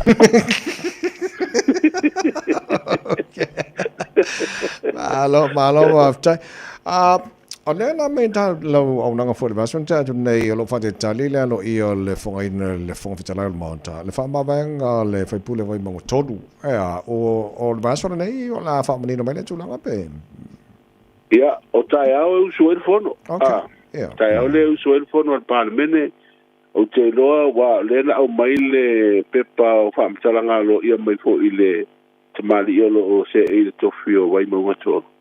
Le au whai loa le uwha maa wai mai le palemene, no winga lau ave o tōng te talai, o le fo lau wha maa wai mai le wainga wha upuwhai e pui pui a ia tau matangata.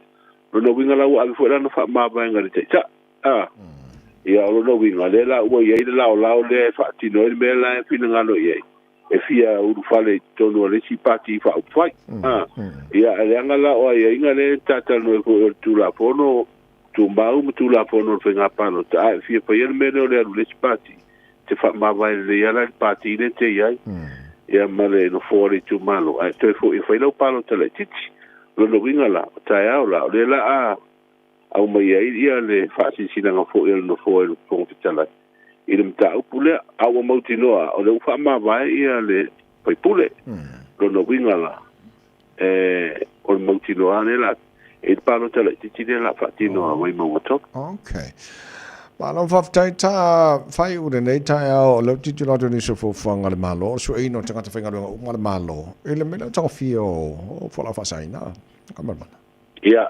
moni ole so le tu e amatai ale la no to o mai fala we tele fa ngol vai aso ele komisi fo ie pule tanga fanga lo ngala malo ole o to tolo o tolo po lo winga ini si ta penanga o lo fia fai am fa mai ale fa ti no ina wale na o mai fina lo le para mi por fe ngam tu stala la vaias sa fasili tu stala po ania ye ngo le ama wo tanga to finga lu nga mo fa ta inga a foi tu dole test ai mai fa ma ni nga le ye fo la fa sai na fa ya wa tu la nga ye le tu la fo so nga tu la fo a fa ba ni wa e tango fia fo la fa sai ye wo mo ri o le tu la fo a te do la le te pena lo te fa le commission o pure tanga finga lu nga malo i ta ya la po ni fa fa mai po ia fa tino atu nga ruanga ia ma faini au lape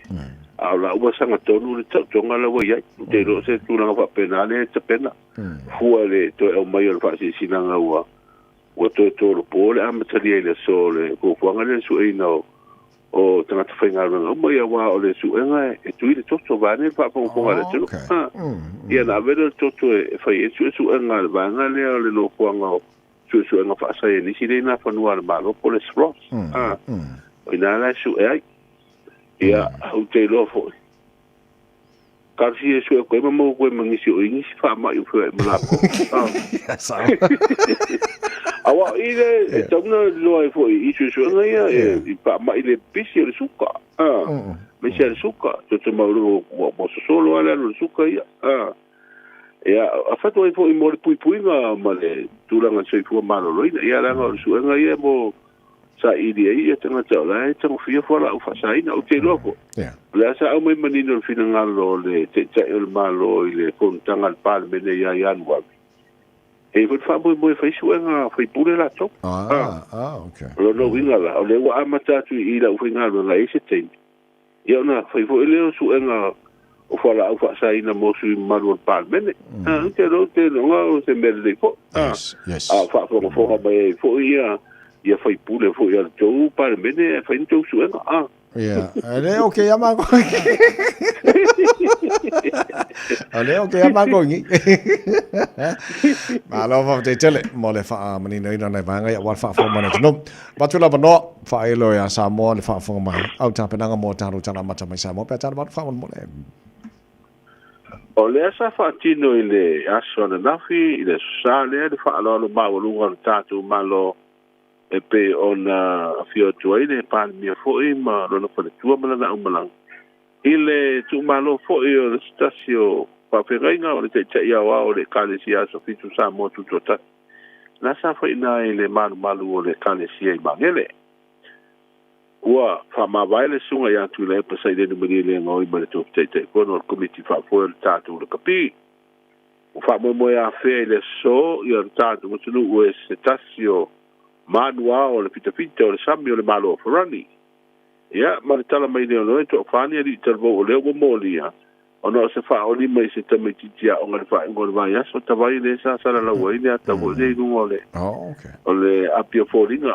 il fa o li mal na sa tu le mai pia ina se me o poi moso la tala ta tu o ile lo so a fo le a on ma o lungo por corisio ale kalesia Yesu Keriso la pa yo so ngata tele me tu pule vai tau tabai ai fa lau tele tatou tala alo tele tatou tala fo te masani ole ona ma no va ftai tu lo mai fa lau tele no taro tala na tala balu e le tau nei ya au mai ona tala to mai la vai tau na tuno na mtango nei vai aso alo fa marusia ile so fa tuanga mo timu ngoma mafa ile tuno ai obingo le tau mo le aso fua o suo vai to lau o vitia I pesa mo peita yo se vai ngo pe uma maule ea alo ta otto pe saute mai au mai timu fa pena I wila ma find tidia fi aida tunu inisio taimi alo vai nge tau mo polu mo se vai ile nei so fua to uva va so timu mai ma fa inisio taimi fa pena I wila ma find tidia yai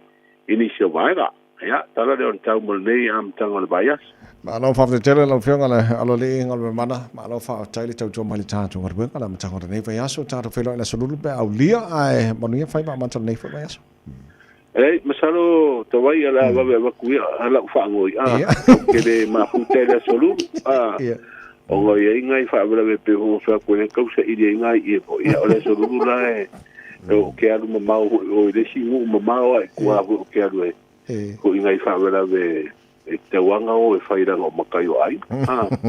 Ai, o ke wha angoi a koe lau suwe lau au sosuan. O leu wha mawinga roa. E whina ngalo mani. O nā kako mafuka la suani rea na solunu. Nā whai sin koma. Anaya. Ai, manuia le amtanga le vai aso. Te lawa la whātu mani a whaia, lene whai tahea o le tau tua mori reda Samoa Sfalima Eva Tolu Amo. Ia mataro so ta inga mana sui o tātou redi Samoa pia a matanga rei vasa o tātou iai. Tau tomo redi Samoa Sfalima Eva Tolu Amo, tātou whamneanga swana o rei fo I tai au, lesi semi final tulanga lima man tulanga ono, maenga o rikalo whanga solo, Great Britain ma whalangi.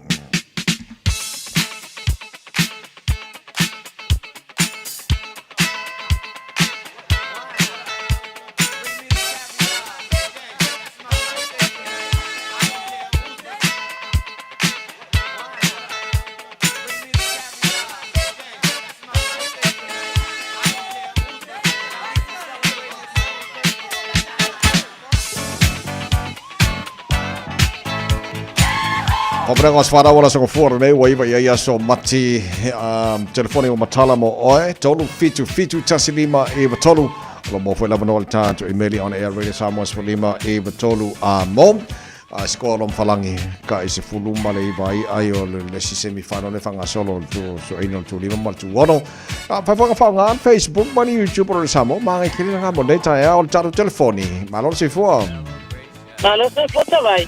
Malo si fua vai tino. Ya. Malo se fua la malo va vai fa mole. O bilia ku se fa mangwia la se fua se to lua. Va puni matangi papa. Ia ola so nei fa tai le tu wa dia mai ngolo wa pe.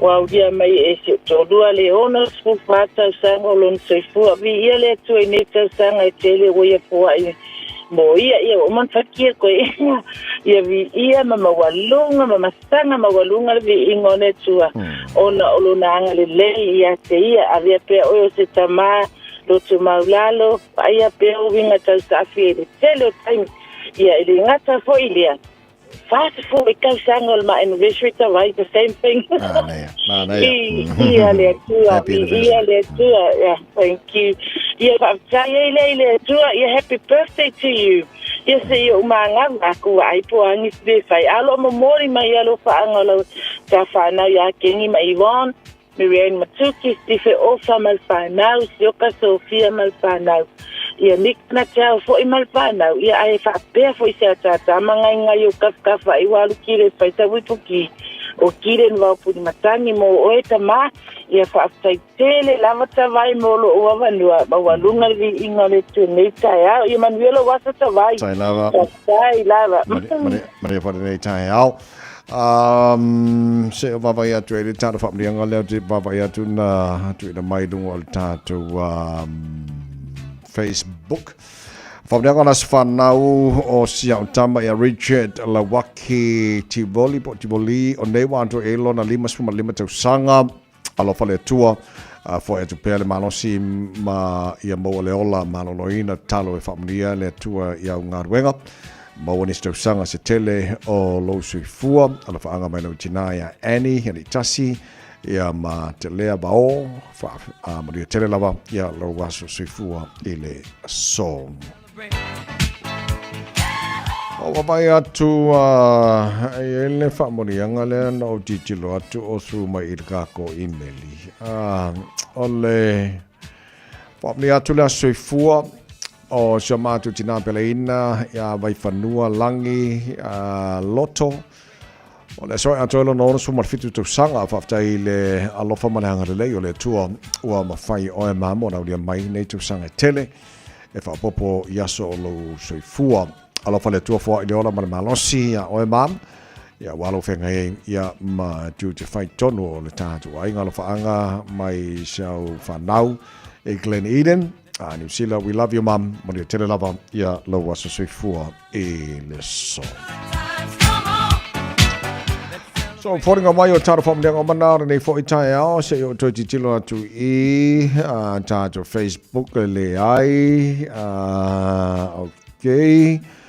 O tāra whamleanga o manara nei fo i tae ao fau le lei ea fo i whele peseleanga o manga o ka mo la tau nei. O le pesele whamni o tuale pūrenga mana whenga ruenga ale Radio Samoa. Ia maltara bakalame maa lua le tae au. Mo oi pia whape olo wa nei roa sa whanau. Pi ele lo le tua. Ni te usanga fo ina mo tau. Mo ria tele lava. No whamana. Nei o le tala matai le langi. Toi se fulu ma le wha.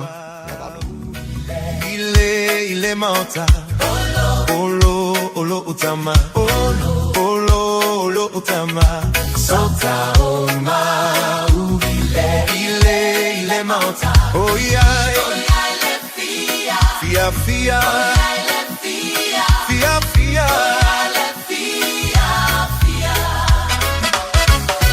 Ile meuma. Ile mauta. Olo utama. Olo utama. Ile meuma. Ile mauta. Oh yeah. Fia.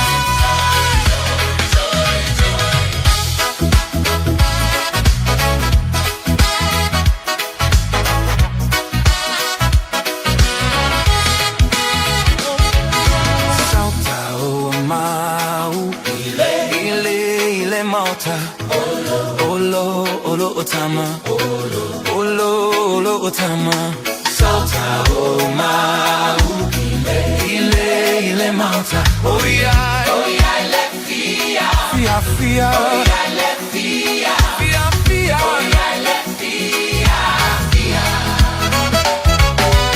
ele meuma ile mauta olo utama olo utama ele meuma ile mauta oh yeah let fia fia oh yeah let fia fia oh yeah let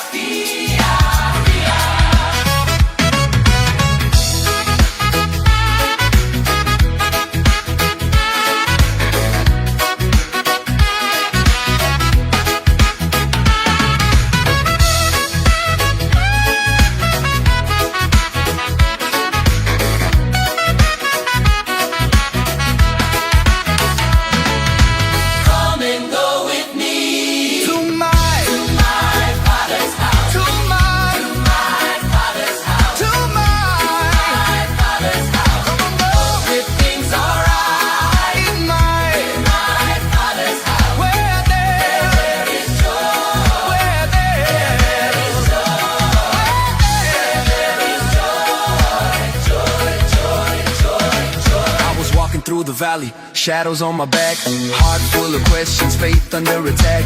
Bills stack high, friends act strange, storms in my life feel the wind and the rain. But I heard a voice say, child, don't you worry, peace in the middle of the rush and the hurry. Door wide open, love never runs out. Step through the word, that's what faith's about. Prodigal child, but he welcomed me home. Put a ring on my hand, said you're never alone. Table set heavy with mercy and grace. Tears wiped clean when I look at his face. Everything is alright in my Father's house. No more fear, no doubt. We gon' sing it loud. Everything is alright in my Father's house. Praise poured out. Let me hear you shout. Everything's alright in my Father's house. In my Father's house. In my Father's house. Everything's alright in my Father's house. Where there is joy. Where there is joy. Where there is joy. Joy, joy, joy, joy.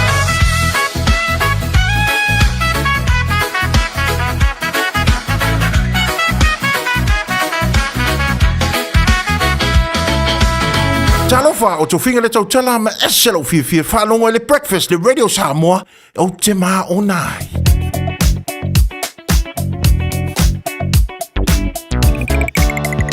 Mai kalata mai lunga o le awala ile nei teimi o le tai au. E nei highways ro faisi polokara nei vanga o le tai au. Mesi tanto o malanga mai North Shore. Mai lava Albany, Rosedale, Silverdale, Wairau Valley, Glenfield, a North Coast vanga polokara na ile nei vanga o le tai au. Pasi mai Esmond Road. Pasor mai lunga la wala papalanga le taulanga kilani seki. Dai o kei nei vanga o le tai au. Faisi polokara tato o malanga mai Sifo. Highway se fulu male valu pasi mai Green High. Le o mai whenua pai. Lai poloka mai nei vanga o le tai au. Pasolo mai around whenua pai, link mai Hobsonville. Pasolo mai link mai Westgate. Se fulu ono.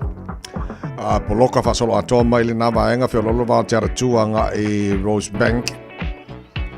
Point Chevalier, Morningside, Western Springs, City Bound.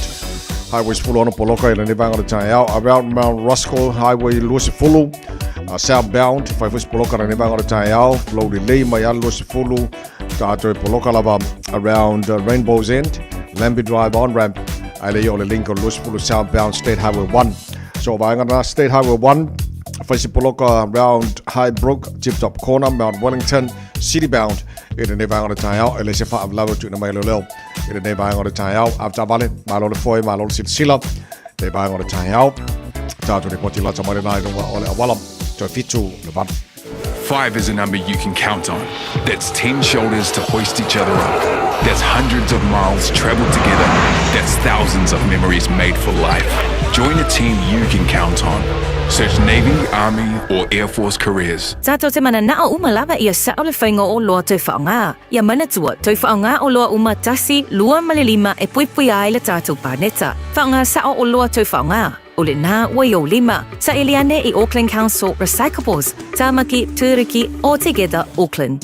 Le Aro Memorials le awaunanga wa o vāntu ma le tolu se folu tausanga o tautua mo o e malo wainga o maafa amarantu e ngau sia I le maamora e pito sili ona le lei. E mawhaiona lafo le maafa amarantu I Samoa. E tolu la e mawhaiona e asiasi I e whai e lau filifilinga ma ngele manukau mani ulen. Pe te tanga iane le aromemorials.co.nz. Mori si whamtalanga wala au le lua fitu ono fitu valu fitu fitu. Lua fitu ono fitu valu fitu fitu. Le Aro Memorials, ma whaamarantu I se tautongo fie e ngā osi ma le whaamaoni mo e pele I a te oe. Naya seafood boil. Matsango fiel ko kaino at au mafa mai sami. Maua maso, ula vai, ula sami, pa malona sosi au lele. Lau fale ainga I pule ala watanga te Samoa, talu mai talu sanga lua a filua lua. O te tala neile la la whao pupu I Penrose. Su mai malo a inga le Naya seafood boil. Telefoni ono lua lua ta si lua lima lua. Ono lua lua ta si lua lima lua. Tuatu si se fulofitu Bother Road Penrose. Po le tolu tasi Hill Street Onehanga.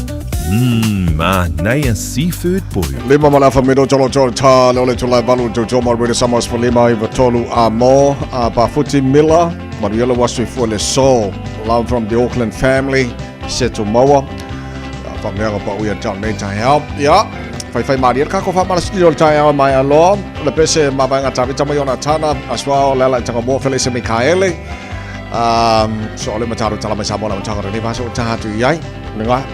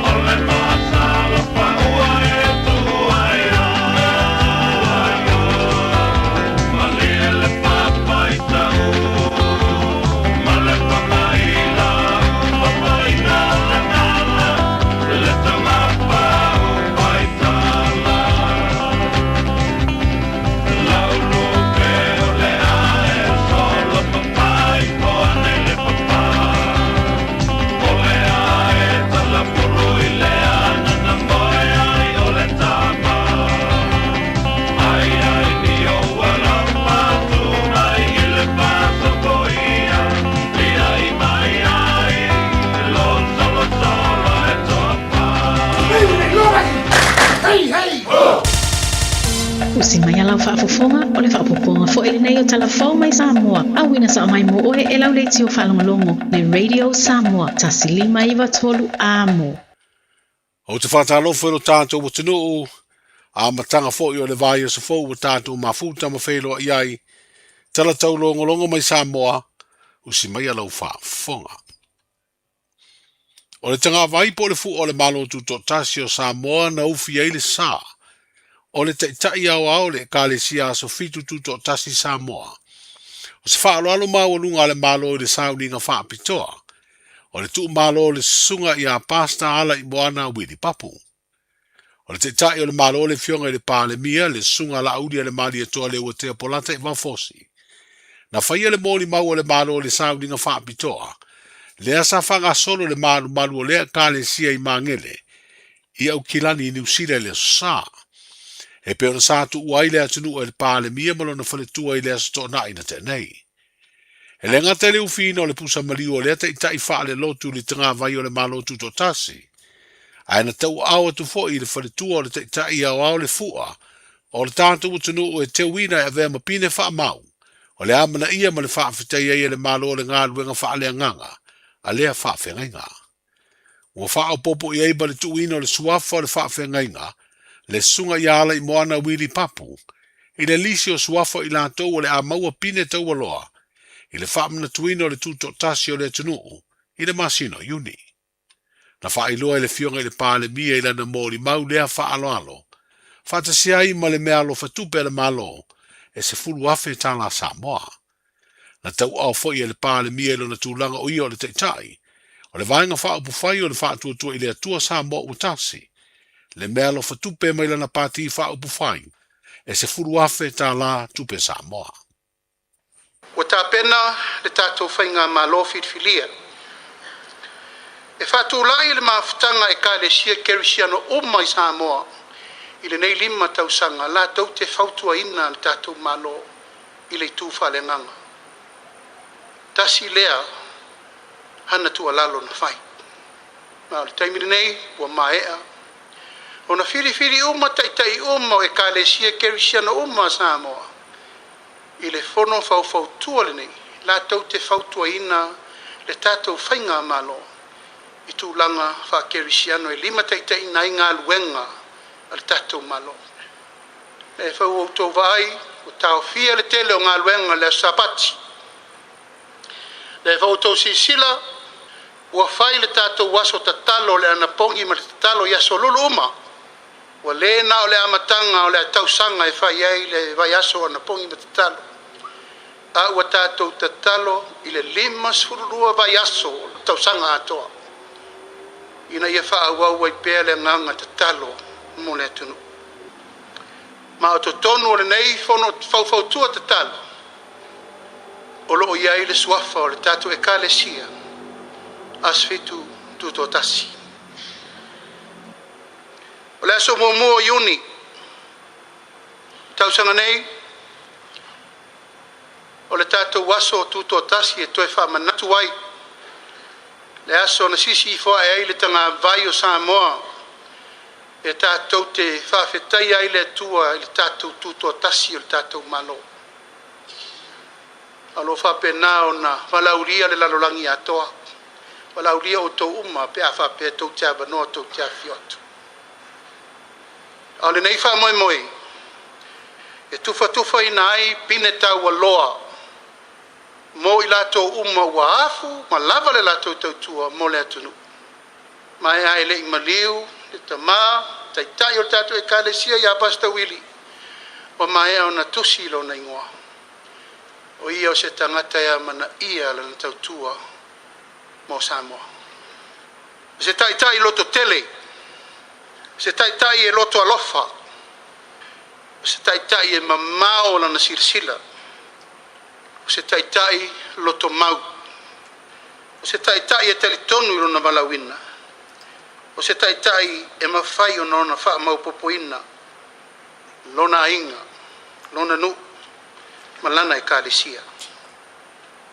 O se tai wha wina, se tai wha utua lelei, o se tai wha malo si au, o se tai fi nau malo, o se taitai o no sai ma le loto maulano.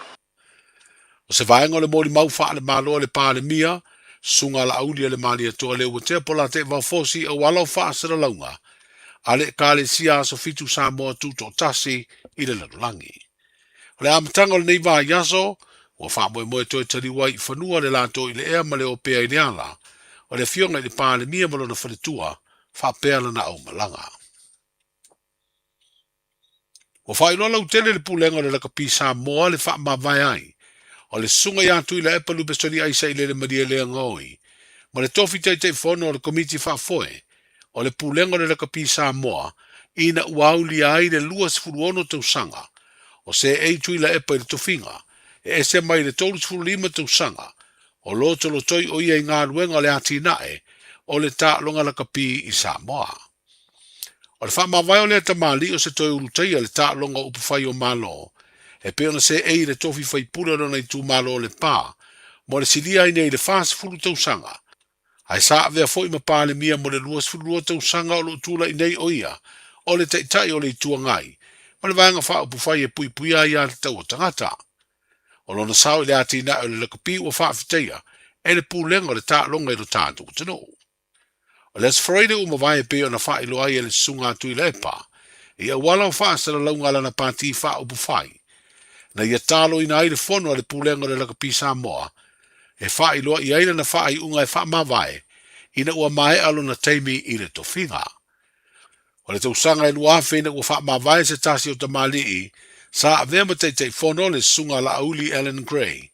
Na se e tuai tui le epa le tofinga. Ma o tausanga na tautuai o le teitei fono o le komiti whaafoe le lakapi. Na si tia maua nungai le tūlanga o Samoa i le lerolangi. I le nei tā longa na ausi ai e le au lakapi tere o le manu Samoa, le tūlanga fitu. Wa whailua le lakapi Samoa le se e atuai. O le sunga ia papali i nā mula ulu sami leota. O lo avea nei ma pele stende o le lakapi a Samoa. E tau ave le tofinga teitei fono mo se teimi. E tāli ai le filifilinga o se te fono fau. O le asongo fua nei vai aso wa feiro tātu utunu e se manuao, o se va asu e su e le fitafita o le sami, o le malo farani, e wha mautu le atunu o New Caledonia o se territorio le malo, i to tonu o le Pasifika.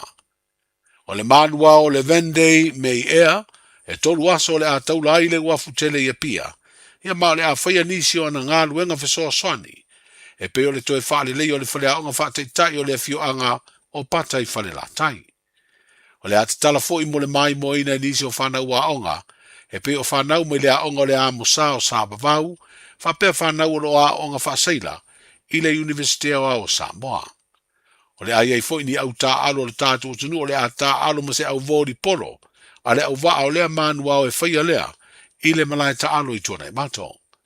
O whaeroa le ofisa o le malo o Farani e pia, o le awheo Samoa e lea manuao, o se vaenga o ana malanga asiasi, i atunu o le Pasifika. O le isi manuao o le fitafita o le sami o lea malo, o wha moe moe a wheo tātu o tunu i do o ngātu tonu, o le masina foua a perila.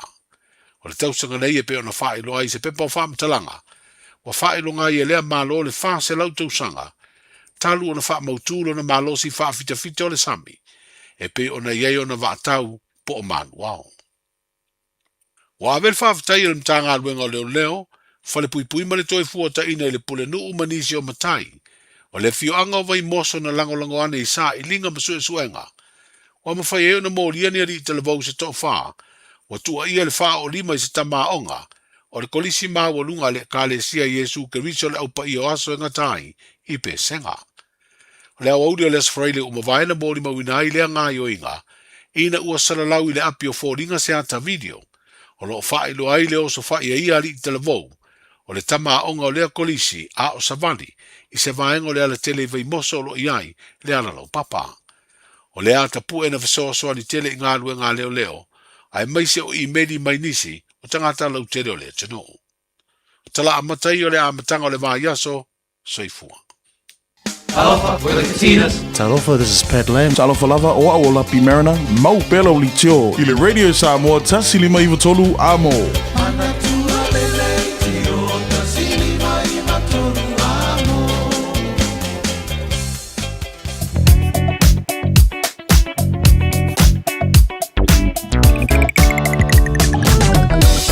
le whana lawe le patia mai leo northbound, bo the citybound State Highway 1, le bao Nika Road and Mio Road, o lo polokai ia nisho leina mo le northbound State Highway 1, so lo titi lotu le State Highway 1 faisi poloka tele, matatu lava I pasia to Te Irirangi Drive, fasalo tuai Stamaki Road on-ramp, around High Brook, Otahuhu, Tip Top Corner, Mount Wellington, Ellerslie, Penrose, Vanga Polokan, Salvo on the Fat of Lave, Nala, Lipitum, State Highway 1, Nevang on the Taya, Pona Fat of Lave, so Lungo State Highway 1, Fasi Poloka, Motato, Malanga, to South Yang, Talanga, Kilani, Fasi Poloka around Lemby Drive on ramp, Rainbow's End, Alayo on the link of State Highway, Lucifulu, southbound, Lincoln State Highway 1 southbound. Nale fasi poloka ne vanga tai fa pena fo around Mount Roscoe, Pasimaia le Tano, Point Chevalier, around Mayora Road on ramp, Dominion Road on ramp, and Hillsborough on ramp, around on Hangala Flow de Lea fa pena fo malanga bala balele. Fasi poloka tato malanga mai sifo, lai okay le ba Westgate anga Lincoln Road. Lincoln Road, Tiara 2, Rosebank, Fasi poloka ne vanga tai hao, fa pena fo around Morningside, Western Springs. Citybound State Highway se full maniono. Tatolo malanga mai State Highway full balu. Pasi mai Green Heights. Round Fenua Pai, leo mai Hobsonville off ramp. Fasi poloka ne fo ibanga o taia pena fo malanga mai North Shore. Angal taulanga o kilani banga pisi mana mal tele o sibanga la wala apta bale. Fa mon bole to all time malava on sa. Ya male fa mnatu masani al Radio Samoa. Vai fona fa na korosira wala ave fa mo mo tmait. Wala tu sanga le bo.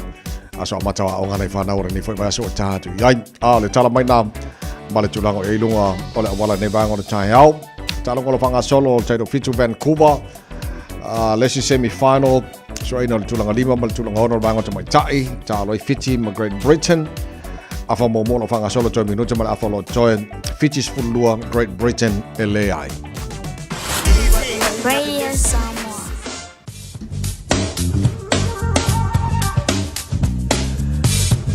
Malo fa tele tino la mai bomba la fa fonga ri banga o tai ole ba inga la tamari nei e le tala o le tau pa vai atu lua se fulman tolo iai le vela le sa more nei banga o tai o te balu sa mo e tu mawinga awa o le tau e langi le leini so taimi pa utimo ni so banga sa mo e le nei fo ia so fua o le te pa vai atu fa mai la vai tau tolo se fulanga tolo so mal tasi degrees Celsius il maurunga le vela le sa mo ele amatanga nei vai aso lua se fulma le lima e lona mawalalo ya to fa talo fatu pa angal tara pokalame Facebook mari YouTube ro Samoa nga ta break Samoa fa pena ho Samoa ya mal fa fonga ele tatu wala leo FM 106.1 Samoa lo to tele tatu lo fa fonga mai le tai hao male tai hao malo la vale soifu mon wia tatu kolosiatu le na va ngale vasa tsemeni Australia. Alola fa se fo manu Australia ne va ngora tai au tatu amata mai la mo fa si maru lo le mo ne va ngora tai se fulu degrees Celsius lo il maru le la mo Canberra ala fa solo na awa ora tau le so lo so mali mo lo le vela fa mo wina mo Canberra le so sputolu e lona mawalalo e le va ya Melbourne fa nga umal tala pokalami so se va nga Melbourne ma lo la verse fu mo wia sfulu no il malu ne va ngora tai au winga fa mo wino le tau mo Melbourne la fa so fo awa ora tau ni le so la titi temi langi le yai los fruiva o le mo le vela fa mo wino mo Melbourne ile ne fa yasos fuli mai lona mawalalo sine Australia ma lo si fo mo wia ka vela mai el kai au lo sulu mal luo lo ile vela ne va ngala tai fa so awa ora pa utimo ni so taimi los fulono mo le vela fa mo wino mo sine Australia los fulu lona mawalalo mo ne fa yaso fo o ta to Liam ele va tu Brisbane vela fo tai au los fu mal lo yai ne va ngala tai lo titilo atu lo yai lapta inga mota to Brisbane severe weather warning for heavy locally intense rainfall Miselava vaenga Queensland e ne vaenga tai au e lo e lapta inga mo lo longa ti mo ngam tai au los fu toru o mo lunga vela fa mo wina mo Brisbane los fu tasi e lona mawalalo a Perth Australia vela yo kai au los fu falo ye so kafefe winga le tau mo Perth Australia la matelen au ora tau tol se fulu degrees Celsius mo lunga vela los mo tasi lona mawalalo chelena vaenga Australia male tulanga ele tau mo ne fo ya so fu Sebal talo no whanga whasalonga Radio Samoa Tamaki Makaurau au kilani sifundimo o yele mālure ne vanga o le tae au. Tō mawinga le tau le soa mawai atu. Le langi le mai whafo e uina awawa ale mana suru mai o le la. O winga na le tau mora nea songa fua. Awawa langi le le aso atoa. Losu mal tolu maurunga le vela wha mawina mo au kilani. E le so lo sufufai lo na mawalalo tae au pe audio la whasofo ina awawa. Langi le leini so taimi pa utimu ni sa waenga au kilani.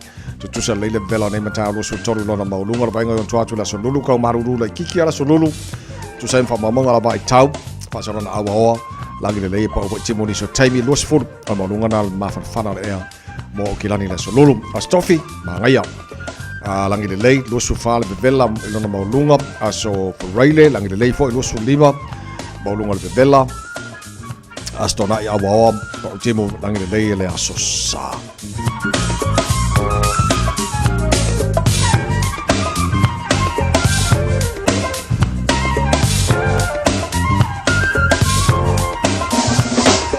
Whakabonga wana o tu ina mai la mai tau re pai ngā le tai au. La tunu o lana papa au ni sa mai ngā le lalo langi e le tunu o la moria mai le tau mo o tau e le neifo yaso. A whamuri o le talonga lo whanga solo fiti ma Great Britain. Semi-finals o ina le lima ma le ono le mai ngā te mai tai. Tu mau ai furulua fiti a whamomua le Great Britain. O taro talana mai sa mo mo le whakafo mai le tunu o le neifo i tai au fau. A whaina msia taro tala mai sa mo o le nei tai au ma la matanga rai yaso. Tu whasala wina mo e pe a tale tu lai se furu ma le lua le ure le so wala fitu le po ana nei moles fa ponga taru tala mai sa mo le tala balu le tai au na o fa fonga ya wa e sit fia foi tu langa e melo tupu i sa mo so tu langa na ya je lo tala le sa la urunga foi e melo tupu i sa mo ya o le step down por fa ma vai mai ya o te fono ya le uni la kapi por la kapi sa mo ya le sunga tele epa lupa se ai sa le molia le ngoi ya na fo mai ai ya tu sa dingo stasio te tai longa fo le kalisia sister as fitu o te fio mai pasta ale moana Willy Papu ya na fo fa fonga le tino ele sa fo tanto malo ya pero ele sa noanga fa toa le fionga le li para mia le fionga la uli le male toa le wotea plata e bao fo se schmet per fa fonga i nei fo i tai au fo ya o nei vai na lo tupu i Samoa wa fo fa fo mai le tiro nei fo i tai au le tu mo le Samoa sfalima e va tolu amo e na was futbalu te tu la balu se mai fa fonga fa ponga mata le vai aso tato ma fa Samoa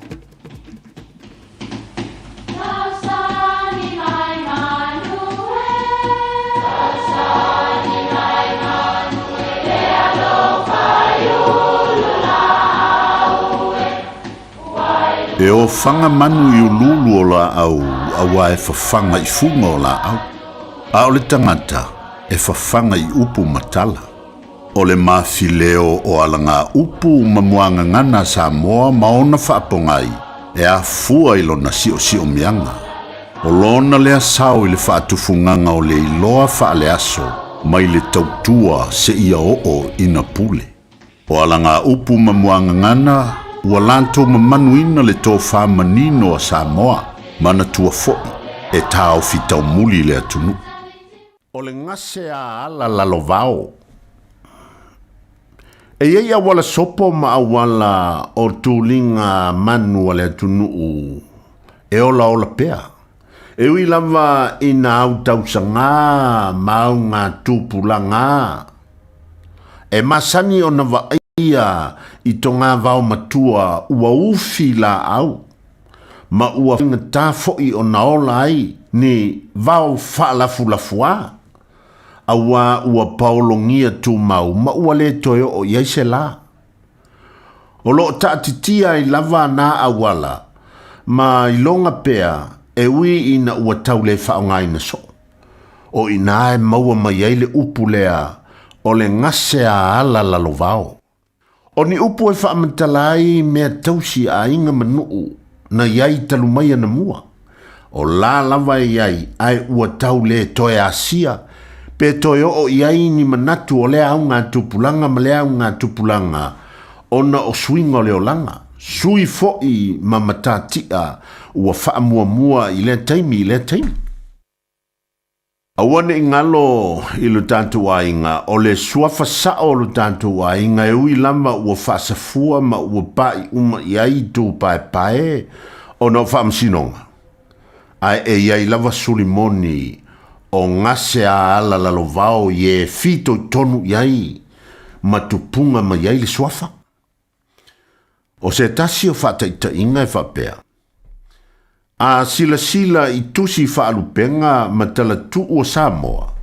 O lo iai se tasi o nuu i le vau whale lima ma whangawhau e tā ua o tā ua mai ana mua o si uvao. O le nuu ma vae mai ana mua peitai e iai se teimi nao ese ai tangata mano nofo i whangawhau ma sa mata e o mai lava i aso nei. Na o tūlanga whale ai ua solo atoa i le tonga vao. O si uvao ua ngase a ala lalo vao. Ua leo toi no foia ai loa lava ona o loo iai matai masudi o loo soi fuapea. O le ngase a awala lalo vao. Manuia lau fa songa Samoa. Yup, yup.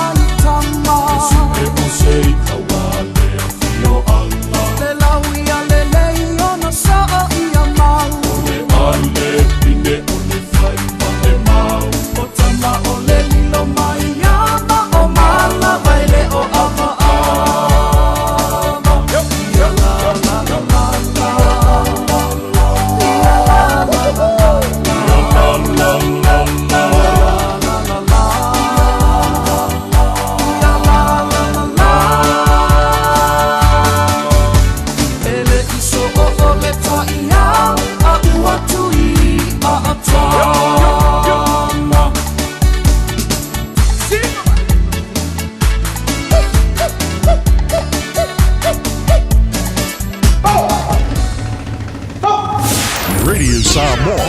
Tasilima iwa tolu amo. Ua whaeloa mai ala official le tine mu ma whalawalawe tutupu whaafuasei Fire and Emergency New Zealand o le a le ngā lulue mo le tasi le itu la sui tine mu mai le se fululuanga e le tasi le awoli i le awoli o le aso. Ona o lea tūlanga o le awa ai ai le whaatuai o le taliantu o sui o le ofisa i ni wala awe o mai o le whautuanga mo le tōtele i a whae tete o na whaatino ni vaenga e ono tūlai mai eini mu. Tautua nā ngā sesenga o mea taumafa i a awa le tūla fua ia mana tua a whai e tūlai mai se mu i a vave alu ese mai le fale ma vili le tasi. A siasiane le i tūlau o le Fire and Emergency.nz moni whaamatalanga e tūsai ma nei fuafuanga. Hey, don't be that guy. Or that auntie, ignoring a sore throat. This isn't just some drinks and lemon tea in your sweet situation. Untreated sore throats can lead to rheumatic fever. Nobody wants that for their family, eh? Go get your Pepe's sore throats checked at your GP, school nurse, or pharmacy. It's quick, easy, and most importantly, free. So come on, whānau. This summer, take care of your tamariki. Get it checked and get it treated. For more info, hit us up on socials at Stop Sore Throats or visit stopsorethroats.nz. A whaia mo o mia ni o tai ni whawhapi'i o le tali o le All Dentures. E whapitola mātou au nanga i so se tu ai ngā ni whawhapi'i. E awhia le plastic ma le metal dentures. Talia Wind Quotes ma le Afterpay. E le aise tutongi o whaatal noanga. Bala au mai loa le All Dentures i o tahu. O iwa, lua li maiva, whaafatas tasi. Papato toi le o iwa, lua fitu, lua tol, po pēmioa i le o iwa, lima lua fitu, lima. Mo tupe whamo moni Samoa, mana tua loa le Pacific Easy. O loo whawau pia le taru papitoa nao le lima tala tutongi pia whaunga aina le Pacific Easy app e whaatino ai au tupe whamo moni mai lau telefoni whebe ai. O loo awanofo le taru direct transfer ti posi mai ai au tupe le taru account ma whamani aina fasili lupa le telefoni ma whaatino la whaino lau tupe ai na whapitoa. Mo le tutongi ina o pidio le vai, mo li te ngā tupe so se whare tupe Samoa, pe tutongi ni nino no ngā tupe le numpi wha Samoa Housing Corporation, UTOS, Samoa Land, ma so se au nanga Samoa, o lo mawhaina whaatino uma i tātou au nanga o le Easy Pay. Mo le silafia, o whaasoporia so se vahenga ni usila i o tātou lala, o lo awano fo i o tātou ofisa i o taro mamangele, pe whaunga le Pacific Easy Mobile App, po le Direct Transfer, whaasawa i lo taimi, ai siri atu na whaasawa i nau tupe wa taunga tāle penisiri. Mo nisi whamtalanga bala au le telefoni o varse lau o tasi ono, po numero masani au kilani o le lua fitu ono fitu iwa fitu wha, ma le lua fitu ono fitu iwa varu wha, Pacific Easy o lau paanga mo tupe wha mo boli Samoa.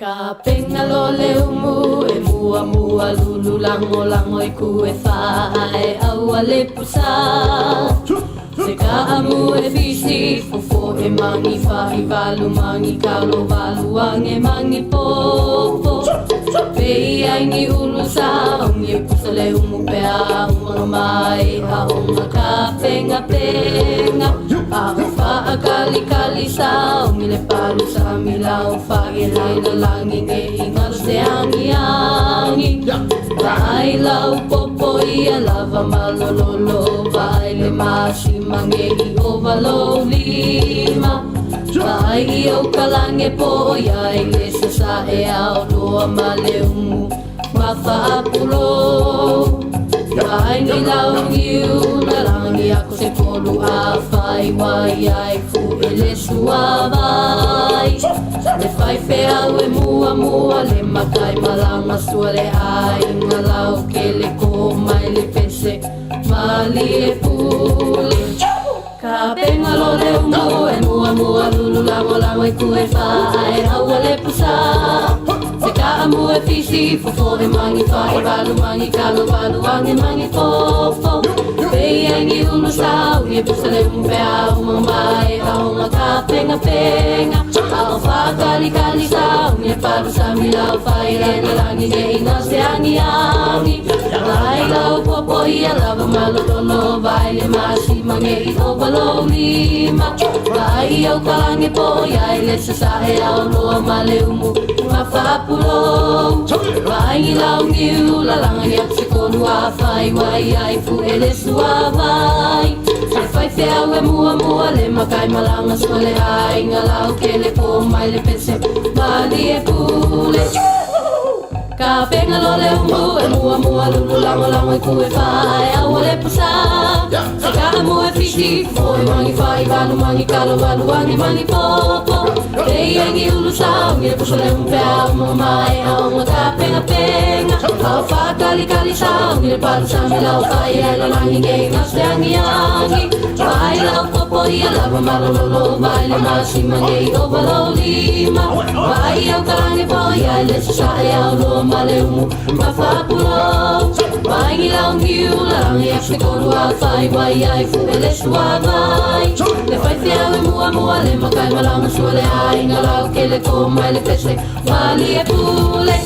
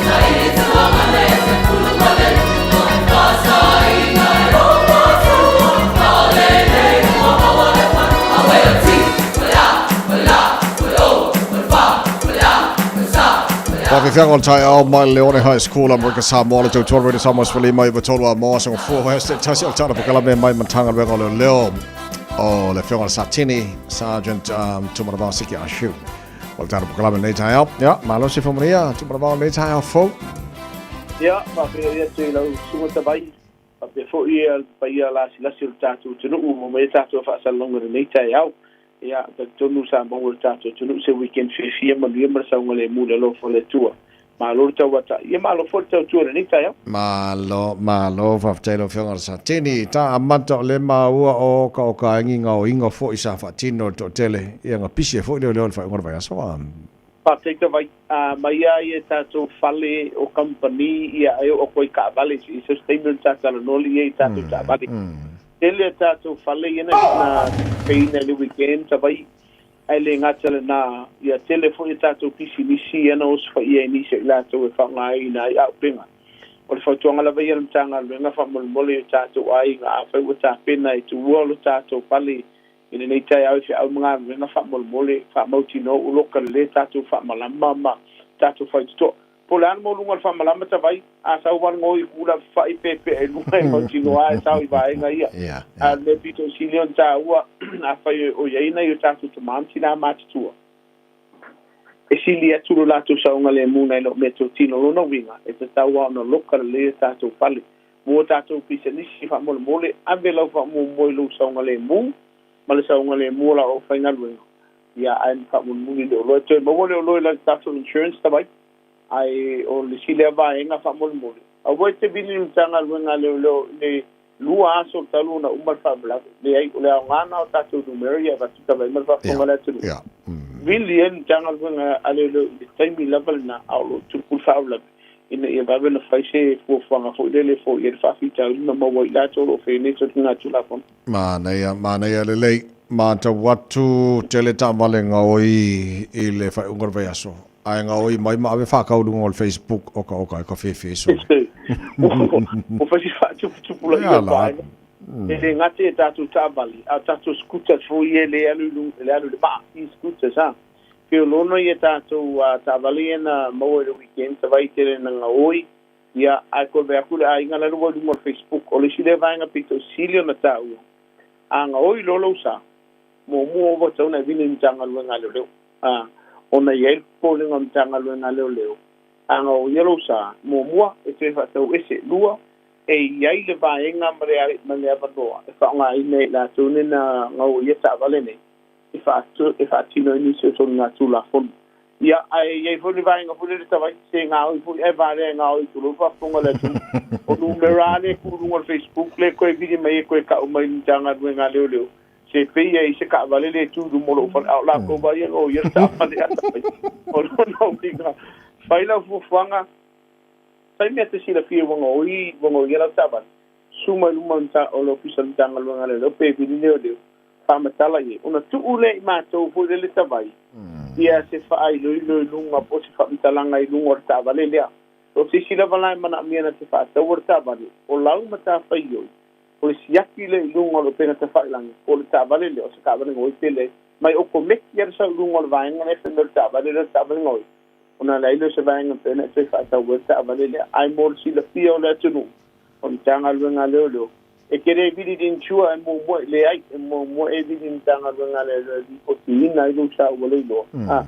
O na e vidi le lau insurance pai vaenga i whamon boni samu. Whanamana men tupurunga la wala whapena fuat whangaina la amalo so le si vaenga foi le sa pisi ia tō matanga ruenga le whaingon basa. Pai ti pisi o matanga ruenga ta vai ap tira aso le telo tatu ta vale la dea. Ai le si foi vaenga man tupo ni tata noa i nisi sa vale la wala ai la dea ta vale. O le telo te mita vai. Ia e whata mala le tatu tunu. Whamole mole. A whai e te si le fia e tele o kolosi i lungo o ni laina kolosi al malo. O longa winga. E sema se taimi e kilia e la wala whae anu. Ai le olo fia pule tatu o wala tu lolo whaponga le tunu. Ma e sa vadi peia o kākou e o ngara wala. Ai le o so kolosi. O leisi lea vaenga o lo la vede ai le tunu.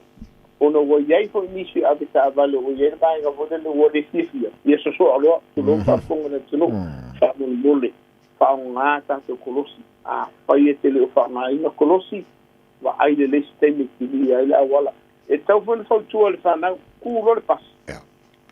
Awar kolosi roa, se i kilia se i aru ese le nei le pasi, ma wha kilia le awala, ona fatu akolo silo le whanau. Tile tatu ta avare la veo lo au fia ele sao. Ai mai se lava ila tō lo tangu fia lava malos. O le mātou tilo iei. Ele ngatalana la vea tabale. Awa whai mafusu anga i lunga la wala tawai. Tile vaenga o whaonga ina i mala au malos e la tō e whawhewhe i la tō.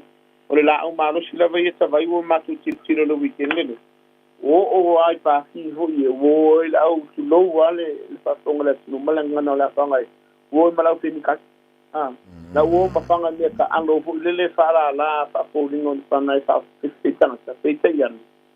E no mau lo so wa kai me ko ntanga luenga leo asa mala bangana e tulua le fanga o ntanga luenga leo mo le pui ngol la so sangole mu la te ia malo sa ke mo ta to sela fa mo le au vor tu lo sa o ai e fa te ke se sa o ngola wala ia fa la lo lisia ta vale onor to selo da to ni ta va yo lo pe wa mala au malo si ma pe nga fa tu poi fa le ya mai fo tōna mo tātou tunu ni tai ata vai. Ana ia, ana whianga sa tini ma lau whaafitai o la ta whai o holo whaafonga mai nei matua mole tu mai tila aonga le whautuanga il matanga ruenga ia mal tātou le jo nei saunga le mua nei whanau. O tai au. Mole te vai, mole sa moa a whai watu ai le whanau la aonga. Vaenga mo mua. O kusa sa inga le whanau. O le sile vaenga o le olo tala no mei te leo aonga ta vai whai aonga. O lo ova aia pēa le sau waina o nei tātou whanau.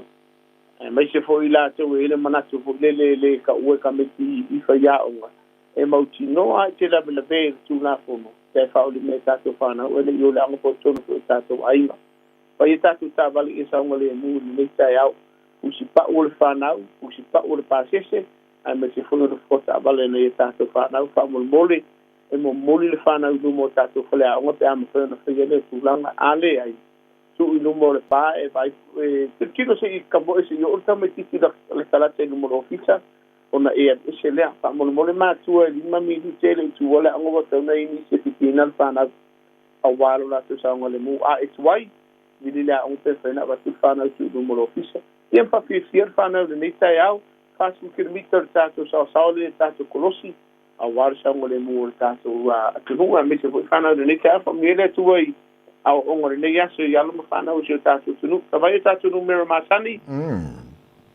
tas por tatu numero le ma won tangal ngale no isi fa ula fa fo sei o lo tupu te minne o lo tatu numero tasi o lima ma won tatu tangal wenga iso ula va se vai ngati fi tala no ai mali potia sa tupu yo lo tupu fo ai le o se fa ula fa fo sei o le oro tasi o valu pai va ko tiki a umarka ko ta vai o to sa uma ka o re ko la mori o ko ela mo por ko in tal no ai o hani vai nga fi so swani I te mana mi so sani mtanga lenga e mo so stay te vai pa marulule tunu sa bala mai le telefoni o no fa isi bis ya ale la te fa fo te bala o le ta ya Nile tua I au kupango ne yaso ma le yaso tavai mai sisi tato watu no pele ma wal tato tunu te vai yaso fia sanga le mu bal file mu le lo fole tua fa manga ko that please e unanga wole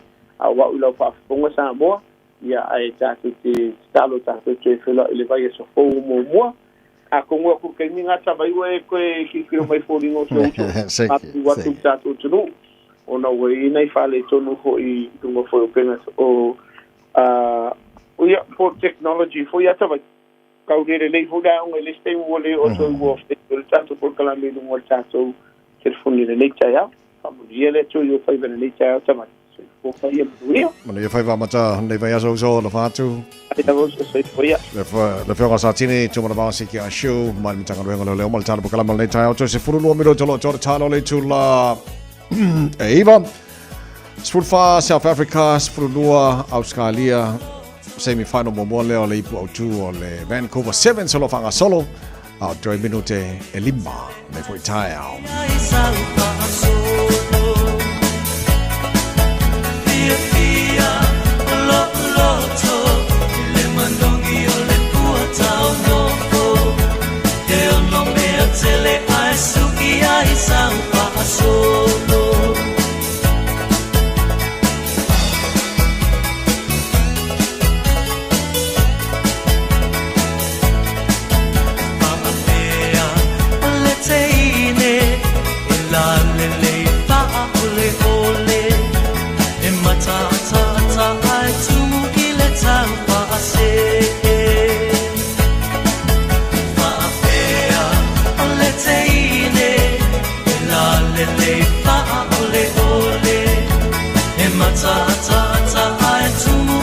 tau paase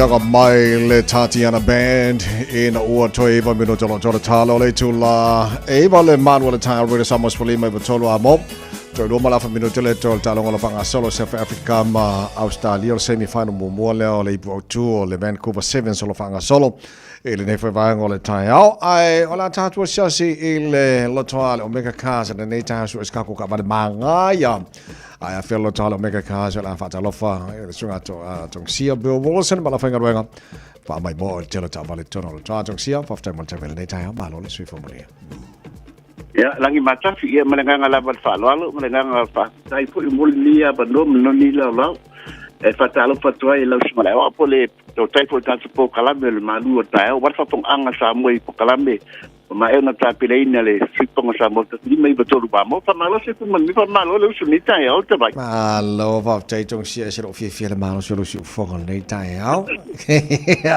ang manguya mai le weekend e manguya la weekend ke danga ko danga le aso le li langa weekend o tanga la to o mo tanga sa ale tu la to le la vale tu la to ia tu po la swana na sia e na tu le si ata ma e va mal fatu anga o tu pula na sala me funga mo ka ko pa pe ta yang sala me le style le por la le yo ya pa tai ta vai on man uta tai pa tai ke la mo ma to no fa au le ni tu la le tai fa ta lo fa fong anga sambo pa ma lo se fu mia pa ma lo le ta wa tai fa ma lo fo ile on sai ya mala tabla mana fa na tu la ba tong sia tu fa ta ba al ta tu fa le ta vale mana tu socialization ni ta yeina o fo ya e le in le sene fa ngane pa po de fa yela tu ta sanga mo le na lua o le ma fai ona ta tu ta vale pra tong ngi ai bi sa mo le ta vale yo e pa ma fai sa le fai mo e le la mo le e finance ma tu ngal mu fa tasi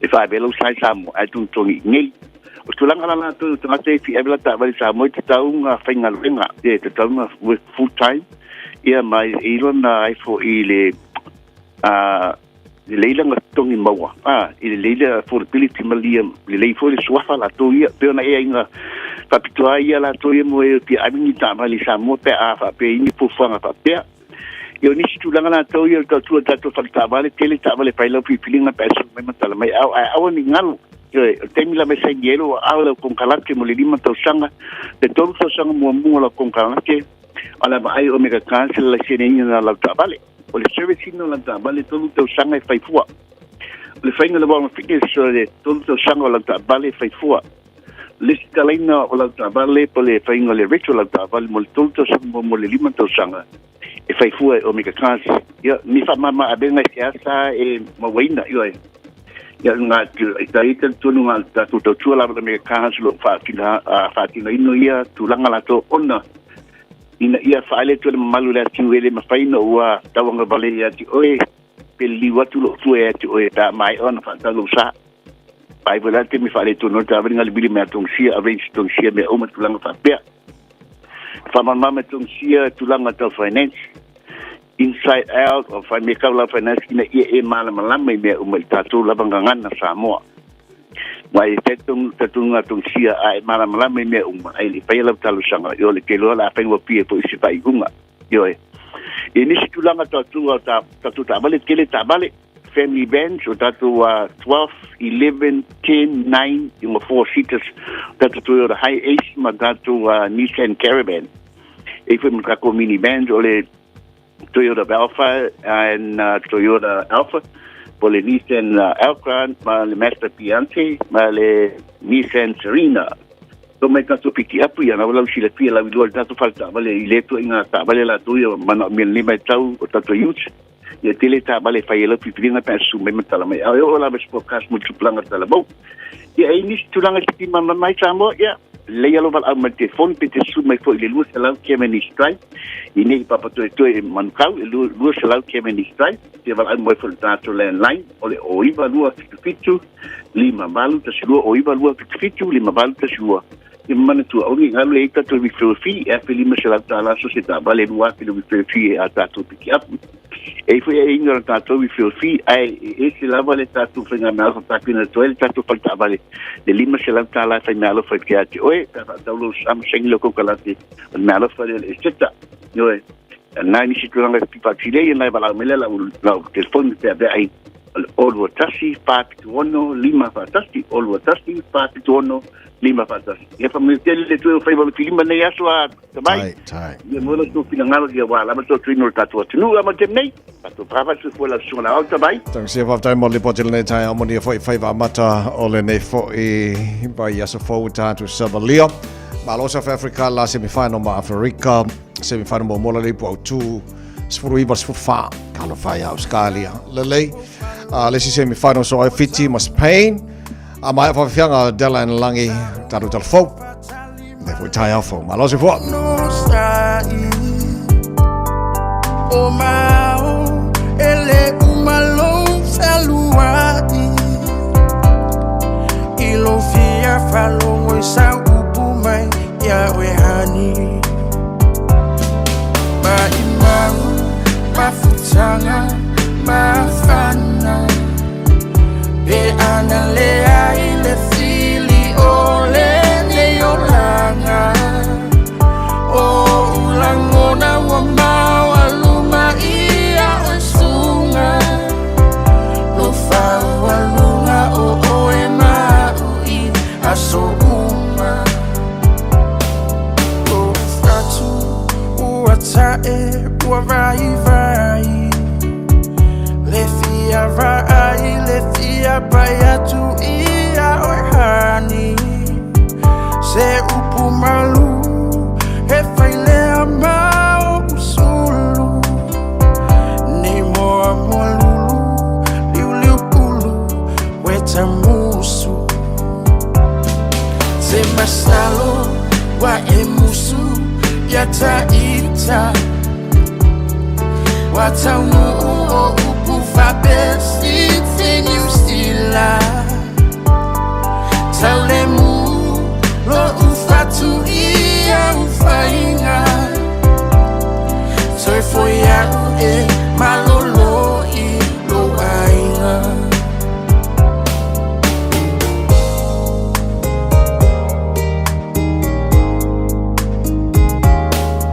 O te fia fai atu masongi yo fofonga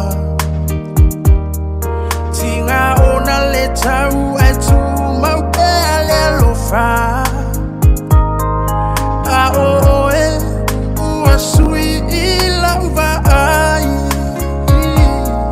Sina upu se tasi o te fie ai Always crying time again You're gonna leave me I can see that far away look in your eyes I can tell by the way you hold me darling That it won't be long before it's crying time Oye we wali wane leva yo sina Bele e apule oe ila Atawia ina ia manuia lau tau mafainga Aile faina Kalo atunai o folinga Te mastalo wa emusu Yata ita Wa taunu o upu fapesi Tinu sila Taulemu lo ufatu ia ufainga Turfo ya ue malolo i lo ainga Turfo ya ue malolo i lo ainga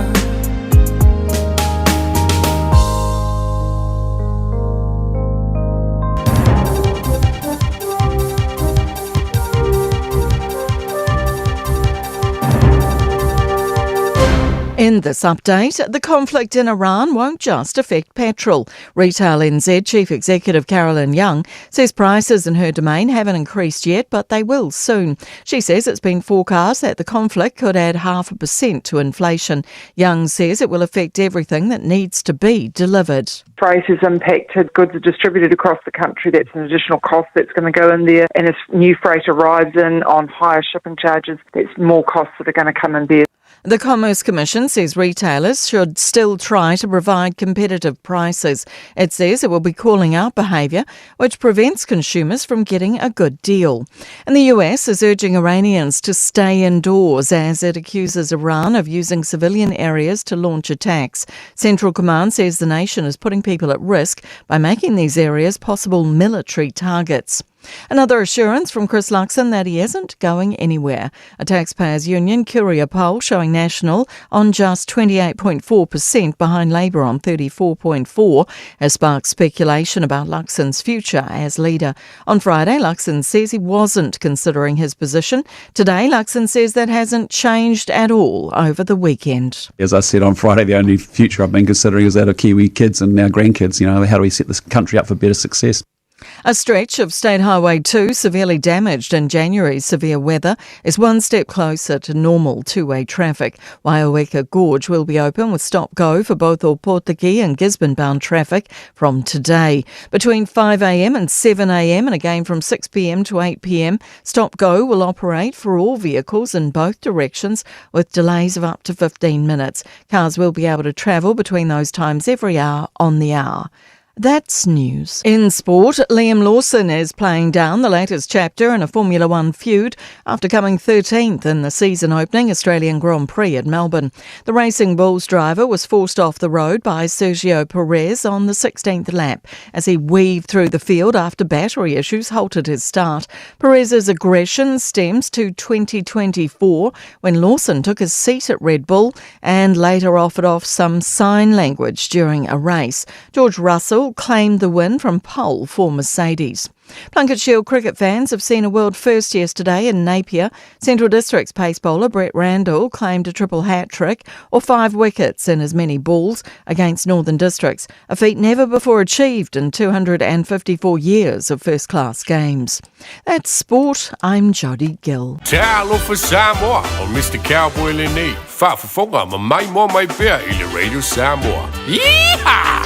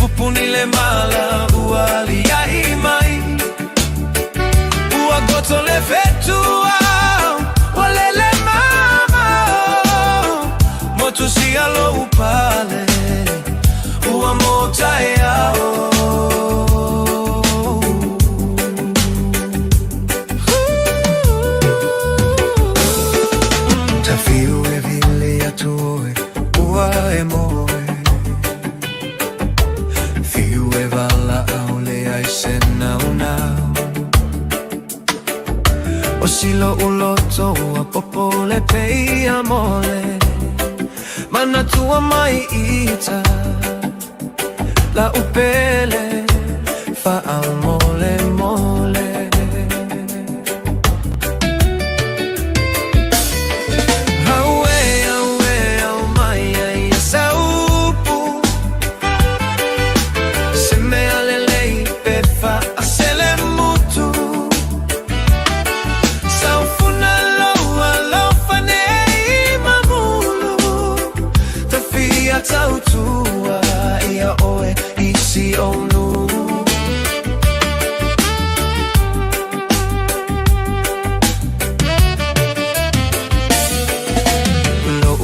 Fia e petua I fea O pusata fai po o fea ua fai ai Ae popole lo uloto ne isatia lo loto Ne ililo le alofa Ae fotua I se vai o ona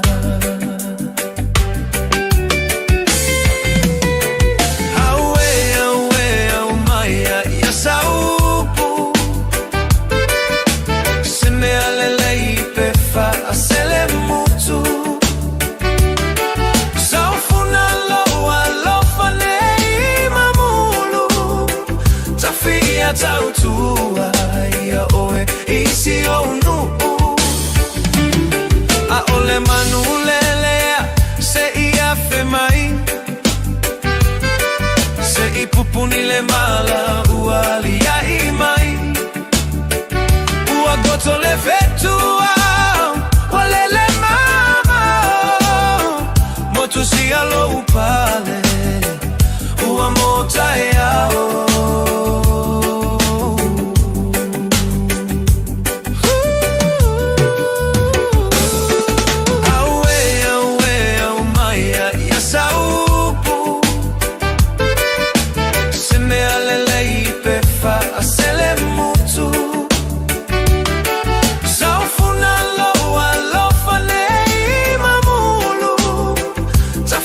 tautua ia oe isi onu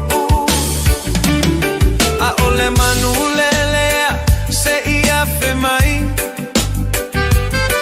se I pupuni le mala uali ai mai ua goto le vetua wale le mama motu si alo upale ua mota e ao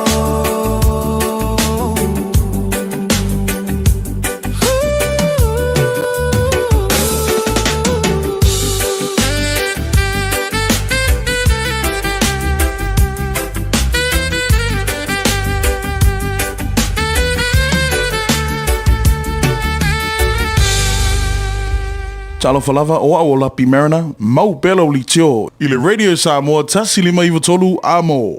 Le Aro Memorials le awaunanga wa o vantu ma le tolu se fulu tausanga o tautua mo o e malo wainga o maafa amaratu e ngau sia I le maamora e pito sili ona le lei. E mawhaiona lafo le maafa amaratu I Samoa. E tolu la e mawhaiona e asiasi ia I e whai e lau filifilinga. Ma ngele manukau mani ulen. Pe te tanga iane le aromemorials.co.nz.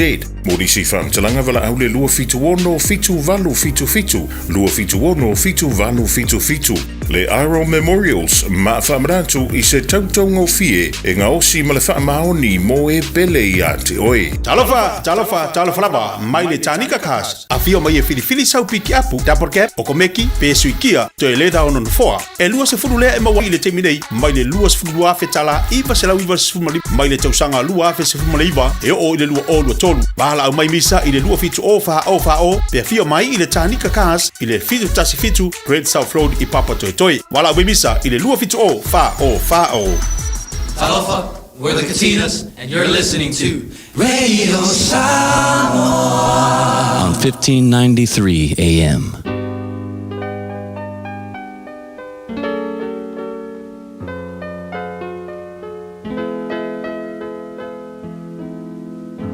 Faitauina le upo le poto no le tautua matavela linga fusi and Sons Funeral Services I Mangele ma Samoa. I taimi o mawhatianga ma whaanoanoanga ona o le maliu. Mana tualingalinga Fusi and Sons malana au nanga o le a whaamama avenga atu mo oe ma le a inga. Wala au I le telefoni lua fitu lima tolu tolu o fitu.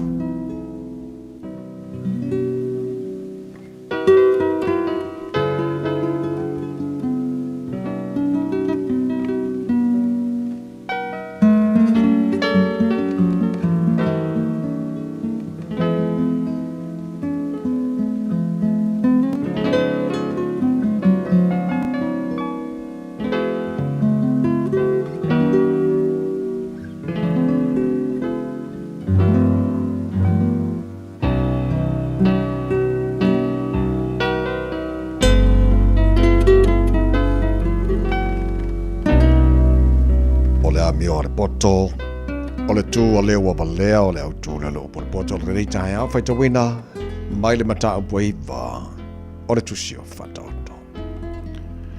O le poto o whaia I alo na whale wa ia talai o na pou e fitu wana whasia na manu wana suia lana waina wana laulau atu fo I mea I lana lao ai. Wa ia au nā tū lona ngaruteine wa tala I mea mauru lunga o lea ai. Ai se whai ngofia I awhi mai o I nei. O le I sona mawhauwhau. Wa ia whape atu I ai. O mai a ina aila o areto. Mai ino I la o waina o suia. Ia o tautu la whai atu I e vale lea. Tau te o lai. Mai o tau I atu I le ala e ata mai ai. O le na te a I atu I le ta wemu e maua ia le whamaina. Ma le la te whinau ma te ngata amio leanga e maua e ia leila. Awane ia o iatu I le ta wemu, ne inusia oe e ia. Awa iatu I le wapoto, o na alofa mai lea o ia te oe. Awa watu I le wapoto e ati li poto ai o ia. Awa watu I le wa mio tonu e tupu ai pealo na poto. O le matau I le I o le matanga o le poto lea. Ia I loa fo I le pa ia, o le ata maila pa lea. Awa ue whaatele I nai o waso, e whaapopo I nai fo I tausanga I lo wolanga. A whai e te poto, mo o e lava te poto ai. A whai te tau e mu, na o e lava e nofo salai. O le whawhine valea o leo ala pa ia. E whai ngō fie lava o ia na te leilo se mea. Wa nofo o ia le whai te toa o lona whale, I lunga lava nofoa I mea mau lunga I lea ai. Ina ia wala au I e uiane I le ala, o e sawa varitoni o lanto wala. O se whai ngō fie, I awhia mai o ia I nei. O le isona mawhauwha, o ia whapeatu I ai. E sua maliele vai wangao ia, e manongi fo I le areto wana tia. A wale iloa ia, o I lea mea nganga o e woti. Wa I mea maulalo se oli, e wa wala wina e ia. Ua awina atu le upu o le poto I le nei aso o no le langolango mai a linga Fusi and Sons Funeral Services. Ua mawhai o na tu whatasia ua unanga tala whea ngai I ni tautau ngō fia tele. E fso soni atu ai, a o whea ngai oe ma le popole ma le whememea. E mori whatasia atu ai ma wha mai senga, ma wha mawhana whananga mai a linga Fusi and Sons mo a inga uma o Samoa ua whea le maliu ma le oti. Malau mai loa ia lingalinga Philip Fusi lingalinga, to ia whaapo lingalinga, to ngia si ulavea, pesusu mai I le luas fulvalu Canning Crescent I Mangele.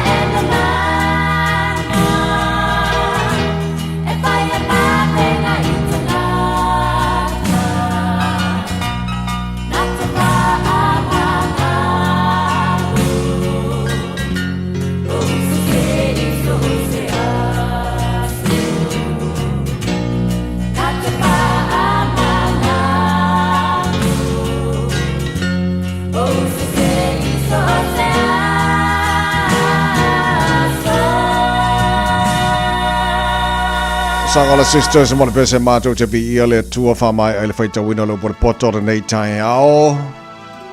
Manato mo yo el tai ao le lo fa malanga le el tara matai le langi nei matua sa pisia el tai ao ta pena ta maiti. Pese la le mo oi mal punya lava yo a faia o se matua lo fa ta pena le fa nau.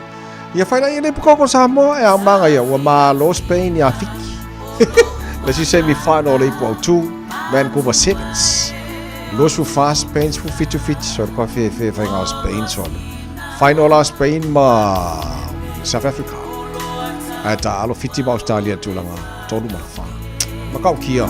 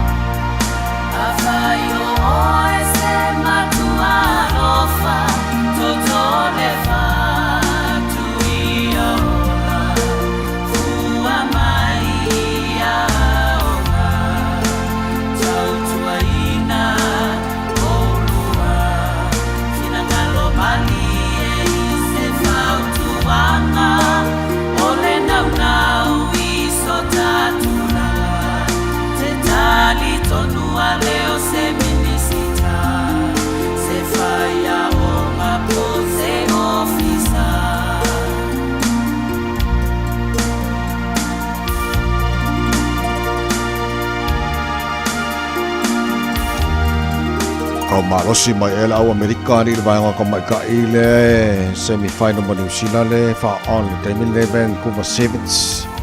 Ya le lau mo wala ayu New Zealand le score la ko kenge le o George Miller le o lima i le ai wa sa wa Amerika le sa wa so le fa ngofia ni la o kenge Amerika ni. Ma ngai semi-final lo fa ngasolo le time mai le so le mar semi-final. Australia ma falani vai ngon tama chai ngai lo foi le poi la final al vai ngai oli i final ia Spain ma South Africa ma ia mo ia ma la Spain so le fa fi fiang al chai fa no fi mari foi la fa fonga wala mai bo por kala be balon chai au me de sa mas fali mai to la bo ta drill de so fo oi vai ia so mati ta do follow ngor de fo so sanga lua fe lua se fulu ma le ono pe wa ko e lu su fi ko sanga radio sa bo ri pe Tatele pia mana tua le api api o le asonga fu na pa mai ai o le alanga ua ta ape ape papa ua ta fea o le tau o ua ngā solo solo ao le vine ura o lo ua whaano Tore wa momoe Lea whai tūlani Watangi mai alae La upuni matangi O lea ua solae Wangotole petu au Lea u o le vasae Wamotu sia lohu sa o tiwai ia pia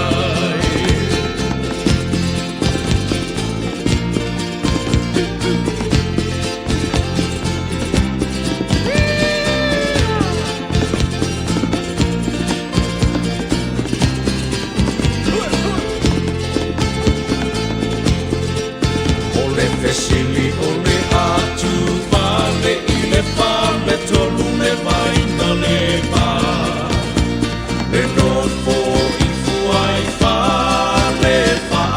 se umanu tafa Wale tau osia ute pa ile fili fili olo olo uanga E moni e awa malanga atu Ile malo si o i tonga tapu Lea whai tūrangi Watangi mai ala Matangi Ola ua sola Wangoto me petu au Me au ole vasai Wamotu sia rau pale sa o tiwai ia pia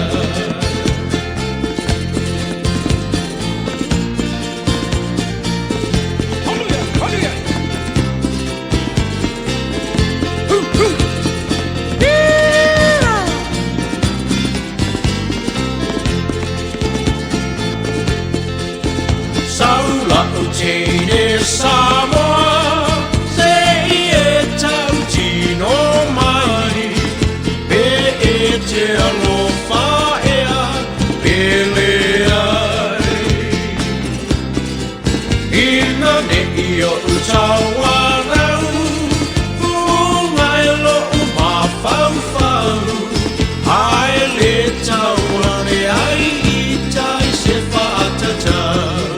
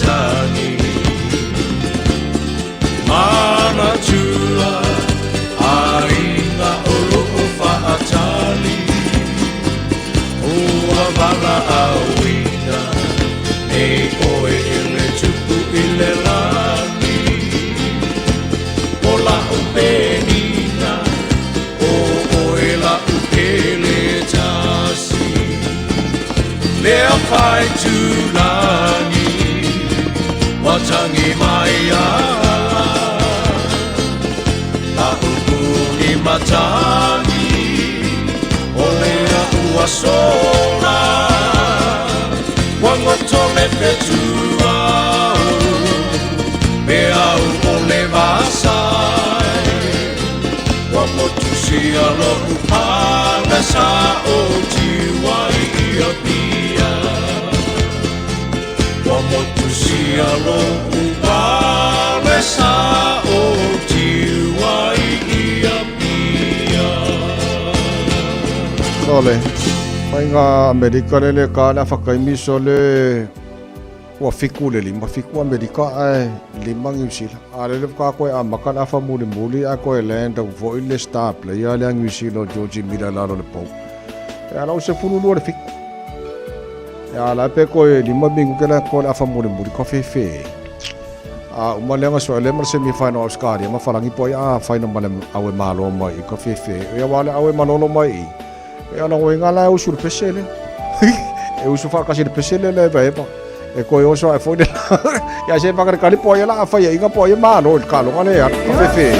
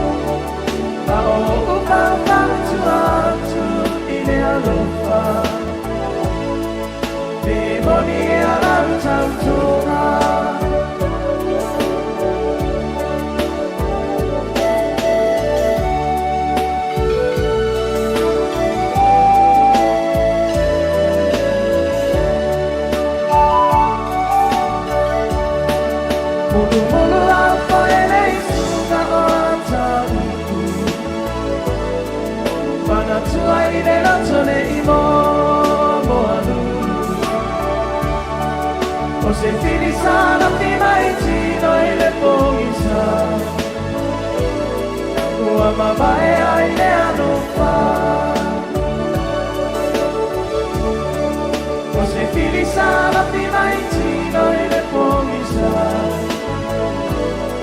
Ua mabae aile anufa Pese maano ano ai Magoi matsa Wala eita vai falo ano Ia puna e te ale ano pai no tava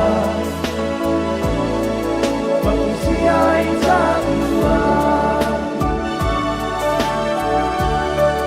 Ia puna e te ale ano pai no tava Makusia eita ua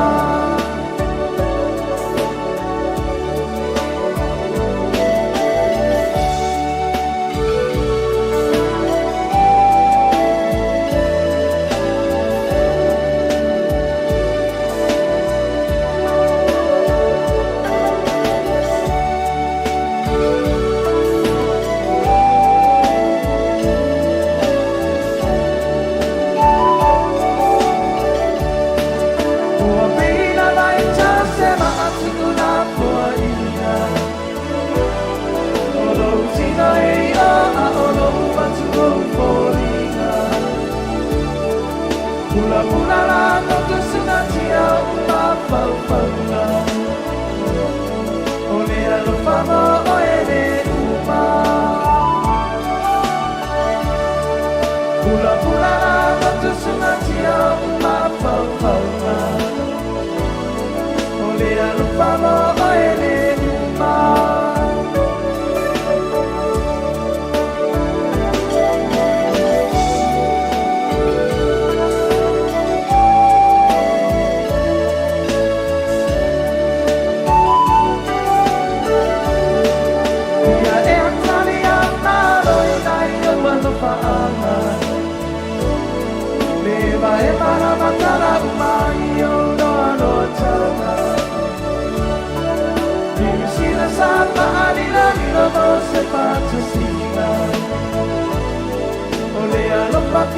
mai ainga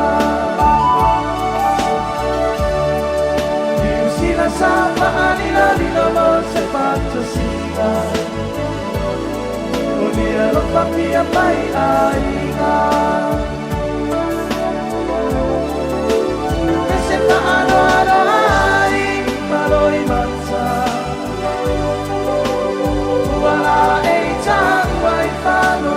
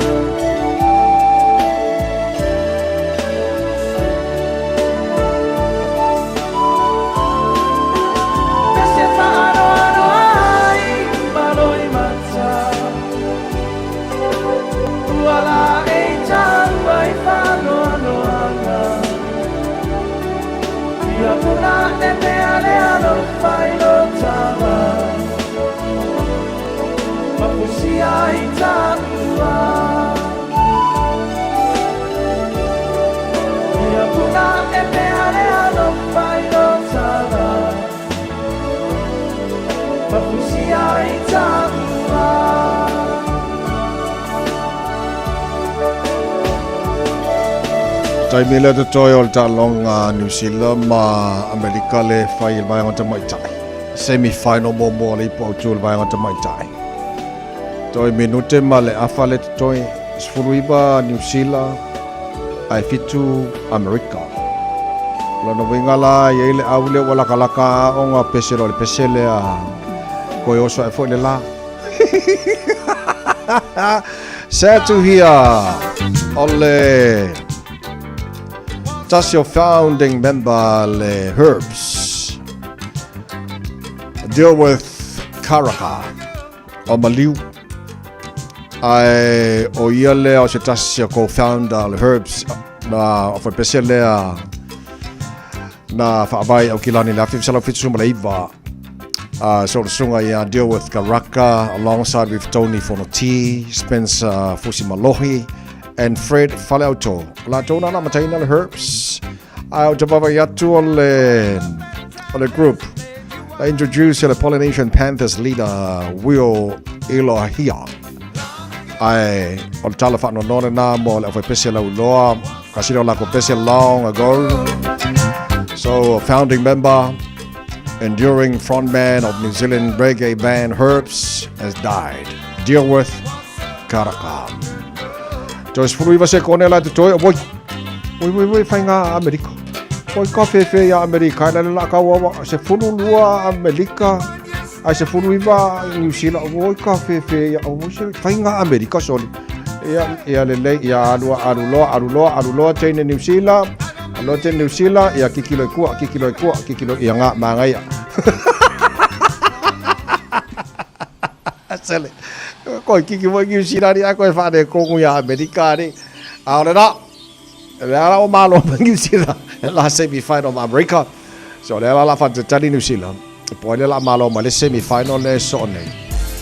Australia ma whalangi. Ina vai ngota mai tai. Ngai no foi le poi la final vai ngota mai tai. Ala vai ngai o li South Africa ma Spain. A final. Ai so tu tolu tu fa Australia. Ma fiti.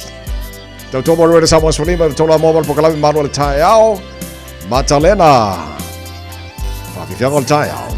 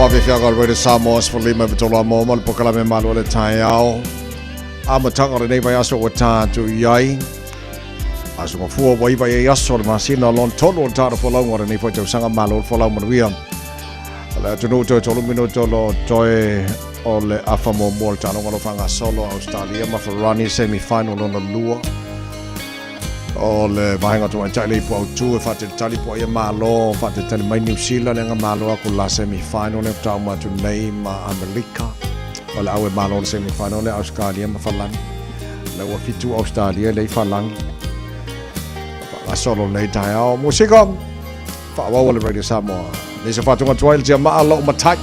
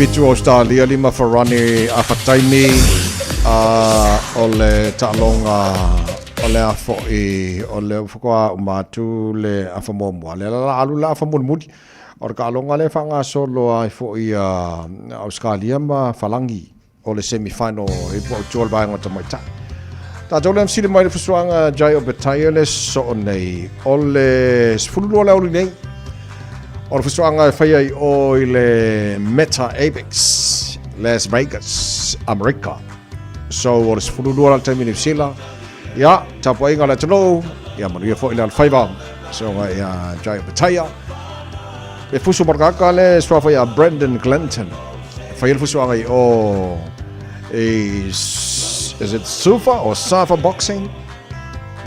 Cruiserweight title? Jayo Betaia. Brendan Clinton. Go Jayo Betaia.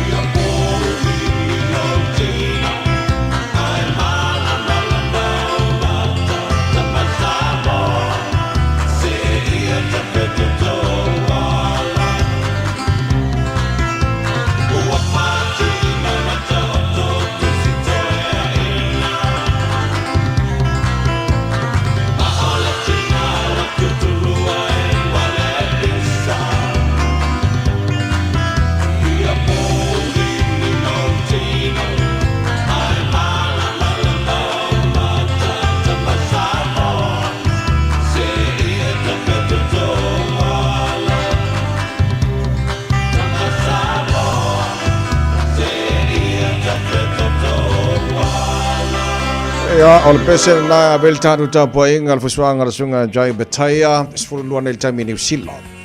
Fuswang ala fai Las Vegas America ta poyana ta to America. Al ta po kalamen al malu al time ol nesa ngofua. Australia su fa falang ye lima. Ko ki kia umar ka long. ta malu ta ara na mo le so fu mo le tele la para le aso le lo fo mana ngale le ta ma ta le langi o ora nei ta vai me ni so fu mo le Eole la au su amare Eole su kramai silie O tu kua nei e pia i tatan o le pare pare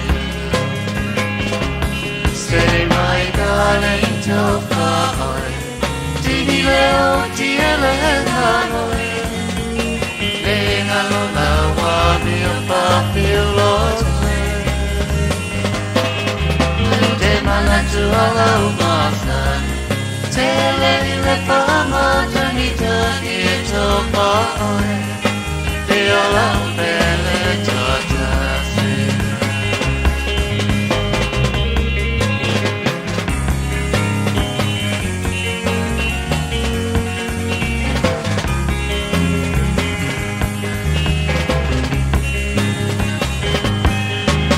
Talo anei security Peo ese momo afiti Se o bolo momo e moe ma se au fa te atabe A esi da mai se mose Peo se mobilito si tosi manu mai vai Peo ne vai au se telefone Say my darling to my Tini leo tiele nanoi Le ngalo na wa mia pa pilo Te manatu alau masani Te leile pama tanita kito pae Te alau pele tatasi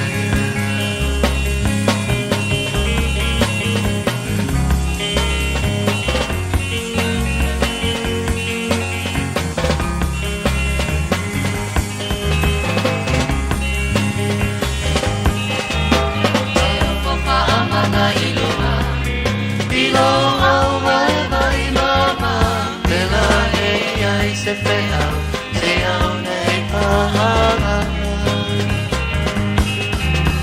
Abatui alau mea ai Masei e malolo ai Papa koe kodua Ai soi ane te petalai Say my darling to paoi Tini leo tiele nanoi Le ngalo awa mia papilo De manatu alau masai Te leile pama tanita kieto paoi De alau pele totasi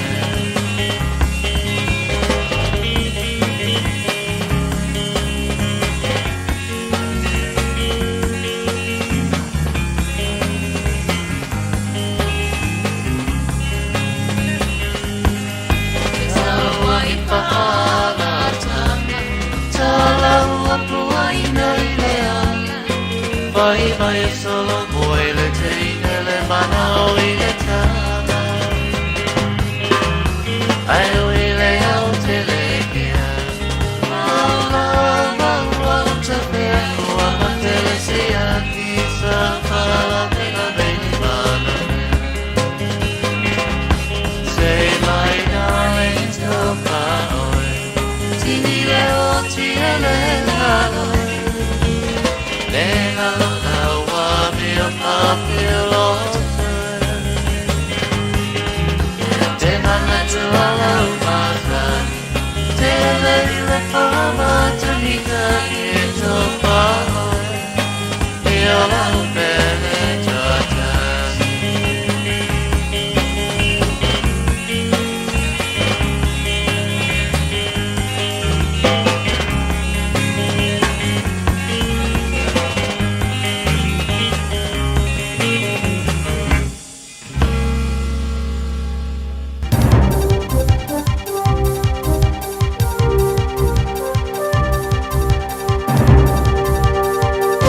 In this update, Iran appears to be nearing the announcement of a new supreme leader. One cleric of the Assembly of Experts says the name of Khamenei will continue, suggesting the former supreme leader's son, Mujtaba, will succeed his father.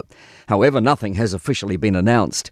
US President Donald Trump has warned any new leader without his support won't last long. Meanwhile, both sides continue to exchange blows, with Israel targeting energy infrastructure in Iran.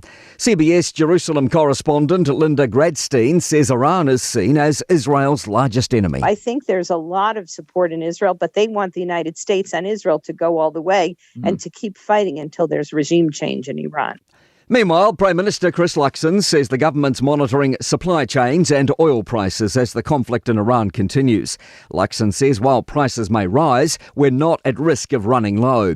He says he's chatted to UAE's president about the conflict. Luxon says the president told him Iran could be losing steam. How much more capacity does Iran have and munitions? How much will they keep it up for? How much are they being damaged in terms of missile production, missile launching?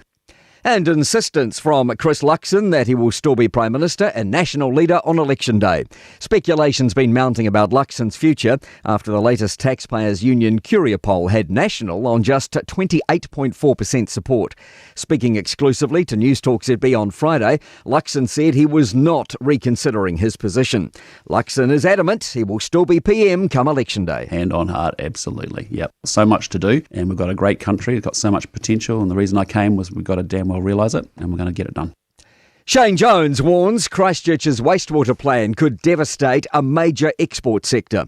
The City Council intends to dump 30% of partially treated wastewater into the ocean, hoping to hide smells from the Bromley wastewater treatment plant. The move surprised Environment Canterbury, coming just days after it issued an abatement notice. Fisheries Minister Shane Jones calls the plan oceanic sabotage. That's news. In sport, golfer Ryan Fox is tied for 24th after carding a 1-under par 71 in his final round at the PGA Tour's Arnold Palmer Invitational. He's 2-under par overall. That's 13 strokes off the lead. The New Zealand women have advanced to the decider of the latest World Series Sevens tournament in Vancouver after beating the United States 19-12 in the semis. To the latest instalment of the Old Firm football rivalry in Scotland. It is an ugly end to what has been a superb game of football. Celtic and Rangers fans have engaged in a 5-minute stoush on the field after the former won through to the Scottish Cup semi-finals on penalties. Projectiles were thrown as police tried to restore order. That's sport. I'm Malcolm Jordan. Eva mai pea I te reilo kasi lima I wakolu a mo au ngā tele sunga mo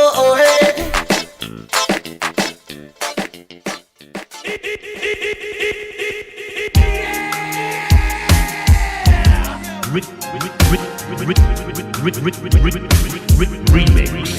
I gotta stay till I die.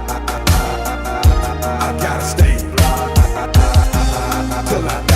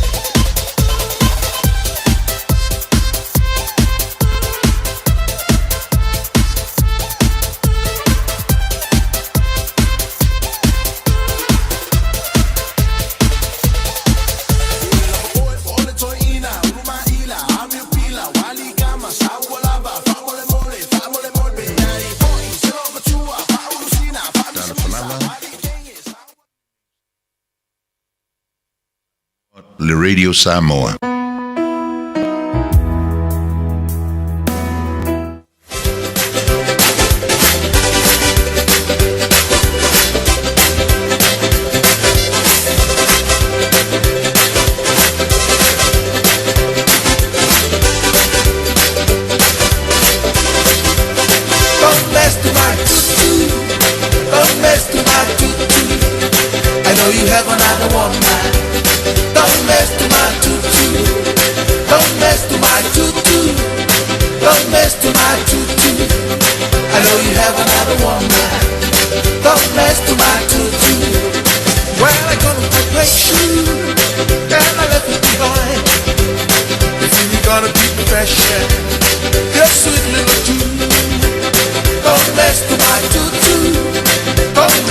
Leo se mali mali te mali wati le nei te mali tau se fulu mali wha minuto te nei le tulas fulu.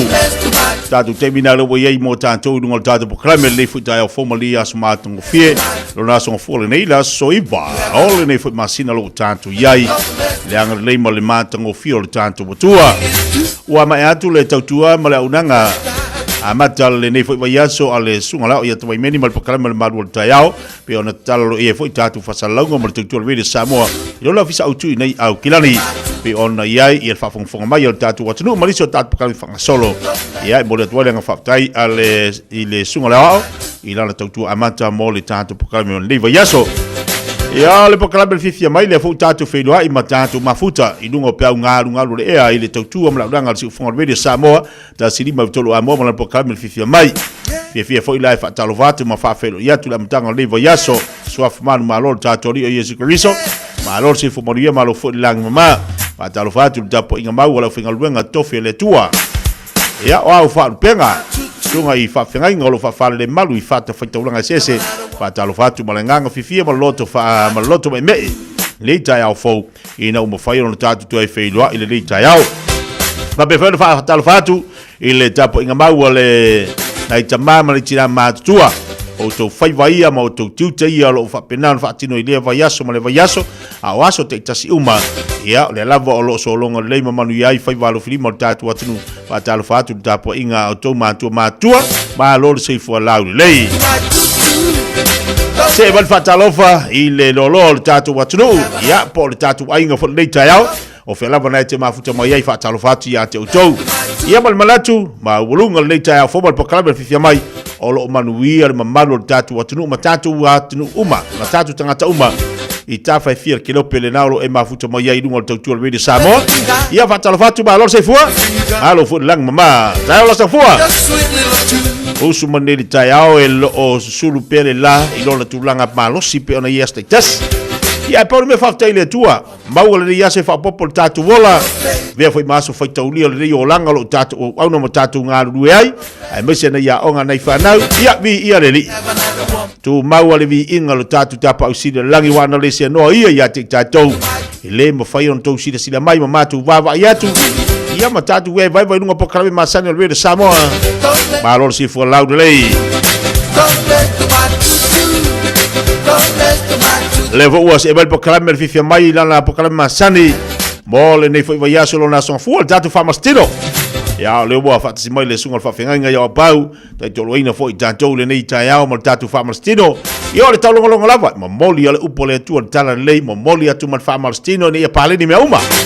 I lo soifua le fatino lo soifua fale nganga ina ia paleni me umole nei o langa lo tanto iai patalo fatu bale nganga fa lo sunga fa fenga pasta soifua lau lei ba lo folu sun lei taiao na malo soifua mo malo lange mate tia malo voi le usu bi ele lo fa malanga le le tua nei foi aso wa fa bopo aso lo soifua ya mesi sama to wola tia tai foi na o mo fa tu liba fa talo fa le do malei fo mai ta fo le anga le o le tua le fo fa popo ya so la to so fo e mesi so mato wola tetia ia fa talo fa foi le tato FM Samoa atetia ia fa long mengai ka Samoa tato fa talo fa ne so fo lo fa malanga le o le tua eu ka ko mo ngi ya so fia le lo fa malanga le tua o inga kalkalo ka ke va ya ku pula I fo la ngi ka ya o ke ki ia wai pula le tu me o mga ia fai moni sa o le sa fingalo le tu le al fa ia ka ia o be nga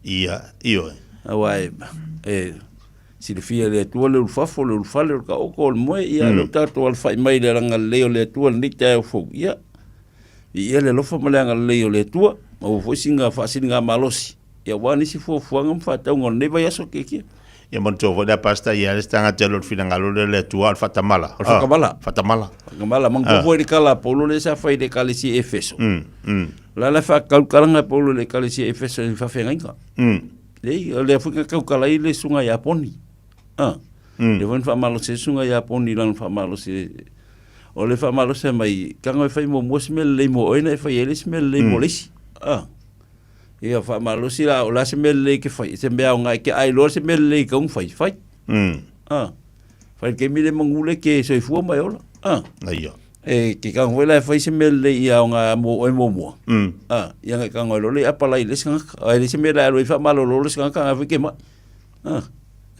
e wa ile mo fai malo lo ma ile si ma ia wa le fai nga la ko ke la ko fa malo lo ma lo inga tau ole fai famastino ia mo le malos ave no winga ole o apostolo na lu malos ele ia e fai nga venga le tu nga o ke minga ma ia apostolo fa ma vai lomba ma a ko kun nga venga ya Timoteo mo la ulinga o fa ma ia ole apopo inga fu ia male tu alalo ina ia paleni me uma paleni me uma ko ole lo paleni me le tu palengi e fua le tu fa kau palengi le al fua ka o vole si ku ai nga pele bo si so le malaya ia ole atatu wanga ilo le fa tatu famastino malos king fa tatu famastino li taiao e ka ku ia la tatuar ia o lo fa mai ia o mai o bele ia o mega ka wa si lo o fa se le si lo ko ia la tatu le o sa fe awe e fa tatu famastino li taiao ya ko va uma mo tatou tuma mtina matua au top pe fu tatou ya le la fa ya tu tatou fa martino le mo tatou ya le la fa ya tu tatou vini lumo o lima ka milo luma mo wa au levang he ko fa lo wa au ya kasi lua ko fa lima fa sa ko ar ko kasi lua ko fa lima ya ka ro le si va pe lunga kas lua ko fa lima on fik bal iva sfulu ya ka ole po alo ka lunga fa lusia ka lunga kasi lua kolu fa lima on fik bal iva sfulu ka a kongi nga alo kasi lua kolu fa lima on fik bal iva sfulu ya ka ole fa sa kon kasi lua kolu fa lima ongu tatou matua ia au te pole sa fa yang fai sfulu ya ka le fa pe kasi lua kolu fa lima ongu fik valu iva sfulu ya ka le ka wai luma fa lusia ka luma kasi lua kolu fa lima kuwa kasi lua kolu fa lima ya halo lunga halo kas lua kolu fa lima ya halo la ukafa aya kosa ukafa kolu le siku kas lua kolu ka falo kuwa ya lunga kolu le silima ya selunga aya ko soluma tomatua ya sapa i lalo lua mai tatu tanga i o watu gas lua ya toseitua kol ya lima ya kuwa kasi o au ka phrase ya lunga si lunga vai lua si vai kolu lunga vai lima ya ka maso ya lunga tosun fapea solo vai ka falo vai kuwa falo ya gas ya paise me fangar ke pi ai gas falo luma ya luma ya tua gas lu number sibai le sibai ya falo luma gas lu kol kuwa aya ya to situa ya le ya koso ya gafa aya ya lunga tato ma tu ya safa tanga tamatua lu kol ya lunga bai ya kusao ya kango lalo Ulalo. Ya lunga. Ya kango lalo. Ulalo. Ya lunga. Ya ikfa lunga kwai ke lunga kwai. Lunga. Ya lunga. Lunga. Fa lima. Aya. Safa. Dua. Kol. Safa. Lima ka kule lalo. Lalo. Dua. Kol. Fa lima. Aya. Awa kong. Aya. Kalau lo fa peta tu lima tatou matua ya pe laki si mai dungo se wa mea fonga kas ya lua fal sulus fa pe fa lima sulusi ongo fiku sulusi valu iwa aya fulu ya au kafa ya milo tafa kele kas ke sa fa ye lalo fai pelo mangawa ya awole mfenga milo pe kas ya au tafa lua kol lima ya aya ya vale la ya Wali ya. Vai ver a luma. Alo fatu sunga le singia ya mangele. Lo fatu so. Ya. Vai la. Luma. Ya, vai go. Kas. Lu dia tama tina matua dia. Fik dia. Ban iva. Safa pia. Kas. Ba. Kol. Safa ida lo fai. Fik val iva sul. Kas. Lu kol. Fa. Vai mai tato matua. Fik val iva sul. Kas. Lu Aduh papea, fik, vat, luma, iva, full. Ya, mangaya. Ya. Apa kaki, Ya, lunga. Ya. Kaki, ready, go. Gas. Lunga. Kol, fa. Ya. Lima, fik, vat, iva. Papea, silo papea kakau. Lua, kol, fa. Mangaya. Fik, ya. vat, iva, full. Gas. Lunga. Lua, kol, fa. Lima. Mangaya keni, Vat, iva. Solo. Ya, era le magaya. Ya. Ese le magaya. Ya. Magaya yo le magaya. Alu. Ya. Ready? Go. Gas. Kafa. kolu, Lunga. fa, lima, ongo, fiku, walu, iwa, sulu, kasi, Aia, lua, aia. kolu, fa, lima, ongo, Kalave fa fiku, pea. walu, iwa, sulu, kasi, lua, kolu, fa, lima, Ia. ongo, fiku, walu, iwa, sulu. Ya, seki. Ya, swalwali. Ya. Minggu lunga bai. Ya, kulei lunga ah. Ya, lunga. Show the press, ready, go. Kas, Lunga. kolu, fa, Lunga. lima, Lalo. ongo, fiku, Lunga. walu, iwa, Un moko. kas, lua, kolu, fa, Lunga moko. lima, ongo, fiku, walu, Aia. iwa, sulu. Ya. Ya, swalwali. Ya, fai mangava kako. Over ayangafi. Ya. Mangava. Mangava. Alva, ya, ready. Ya. Go. Kas. Ya, Milo. Cool. Ya, Fa. Milo Spico. On. Fik. Milo Spico. Iva. Sul. Al Spico. Lua. Cool. Milo Fa. Spico. Lim. On. Alva pea. Val. Iva. Milo. Kas. Lua. Milo. Cool. Fa. Lim. Alva pea. On. Fik. Al. Iva. Sulu. Aia. Ya. Kangoi la. Au kafa. Vai lo kangoi au le lokuri. Vai, tātou ia tamam tina matua. Vai, yang ala safai whapea, ia aru whapea. Follow, ya ready, go. Gas. Aru whapea. Kodu. Aru whapea. Lima. On. Slow whapea. Walu. Iva. Whapea. Sulu. Gas. Aia, aia. Kodu. Fa. Aru whapea. Lima. On. Fik. Seki a kako, seki a kako. Sulu. Gas. Lua. Kodu. Fa. Lima. Ke safa ia ke ngofo ke whaaronga kwae ba. Iva. Sulu. Ya. Ya, wa, ya. Aia, maia. Ang ole follow fo. Uva pe. Ai koe follow. Ya, koso. Ready. Lima kapakau. Ya. Ron mele lo mga fa sa. Ready. Safa ia whapea, ia aru whapea. Gas. Ya. Lua. Kol. Fa. Aia, Lim. aia. On. Fik. Wat. Iva. Sfulu. Gas. Ya. Lua. Kol. Fa. Lim. Otsa fosia. Fik. Wat. Iva. Sfulu. Aia. Arole si ku. Vale. Arolo mga bo. Over. Vale. Oh. Ya, falo mal fas puangan ayang Kol. Fa. Lim. Ya. On. Fik. Aia. Iva. Sfulu. Gas. Falo kel. Kol. Fa. Lim. On. Fik. Wat. Iva. Sfulu. Ya. Lunga kosong ay lalo. Aia, bangaya. Ready? Go. Gas. Lua. Kol. Fa. Lim. On. Fik. Val. Iva. Sful. Gas. Lua. Kol. Fa. Lim. On. Fik. Val. Iva. Sfulu. Kosong ay lunga. Ready? Go. Gas. Lua. Kol. Fa. Lim. On. Fik. Val. Iva. Sful. Gas. Lua. Kol. Fa. Lim. On.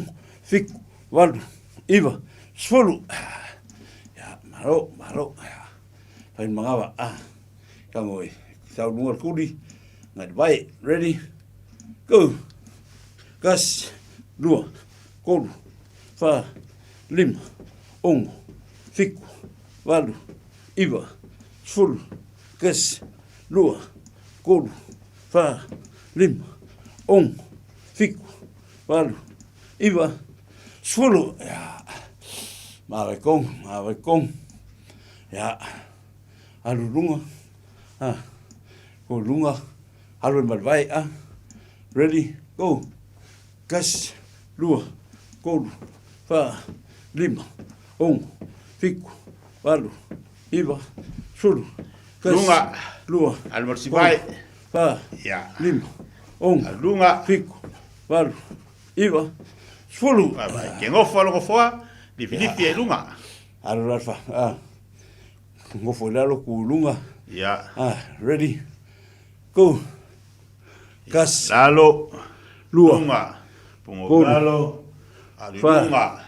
Lima. Lalo. On. Lunga. Fiku. Lalo. Valu. Iva. Lunga. Sfulu. Lalo. Gas. Lunga. Lua. Vai. Kol. Lua tatou. Fa. Ya. Lima. On. Lunga. Fiku. Iwa imanga ki whanong kwa ke ingi ya lumanga ba ngai fosi. Sfulu. Ya. Lunga. Mawe kong. Aia. Ya. Vale. Talo fa tatu ai ngai Australia. Ya. Ni so tatu ai ngai nei malo se fua. Sau Kongo lima. Ya, luma. Ready. Ready. Go. Gas. Lunga. Au tafa. Fa. Lima. Ya. Fiku. Balu. Iwa. Aia, bangaia. Lunga. Gas. Ya, lunga. Hul. Ha. Lunga. Ong. Fiku. Ya. Balu. Iwa. Sulu. Bangaia. Upa pe lunga. Aku rei lalo. Ai alunga yo ko au. Ready. Go. Gas. Lunga. Fa. Lim. Lunga. Fik. Val. Ya. Sul. Gas. Lunga. Gun. Fa. Lim. Fik. Alu ka ko ya. Sul. Gas. Si malia tas. Fa. Ya. Fik. Val. Iwa. Sul. Ya. Ya, hape lunga Ngale fa sao. Ya. Hape lunga ready. Go. Gas. Lunga. Lua. Gun. Fa. Lim. Fik. Val. Iwa. Sul. Gas. Lua. Gun. Fa. Lim. Fik. Val. Iwa. Sul. Gas. Lua. Gun. Fa. Lim. Fik. Val. Iwa. Sulu. Ya. Ya. Aia. Kong. Ma me fa fo sa pese. Ya, pese volak. Ya. Pese volak. Ya.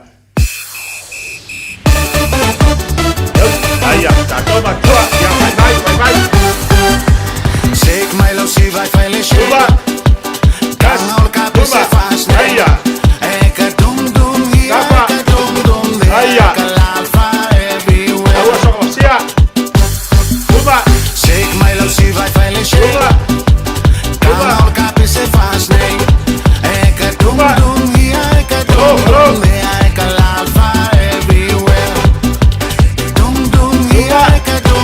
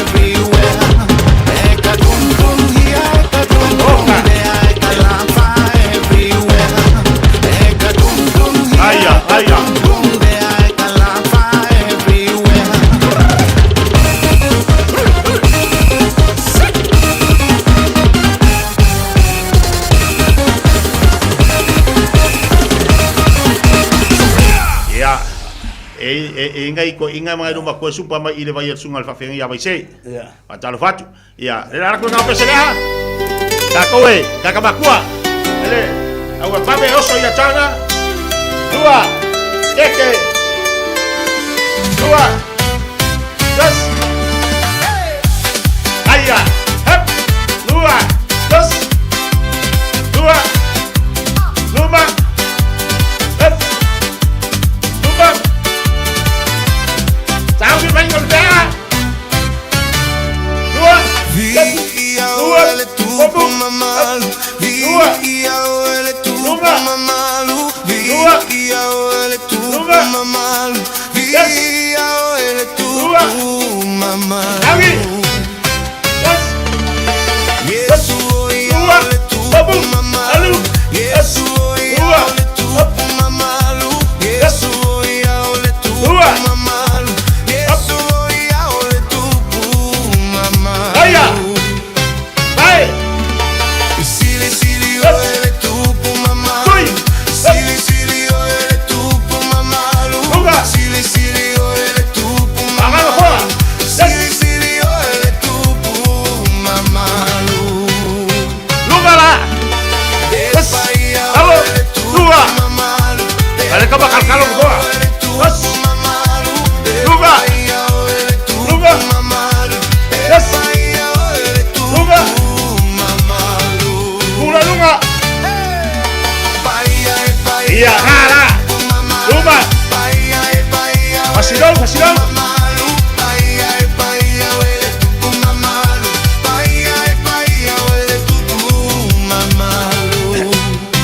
Luga. Ayo, ayo. Kamu. Luga.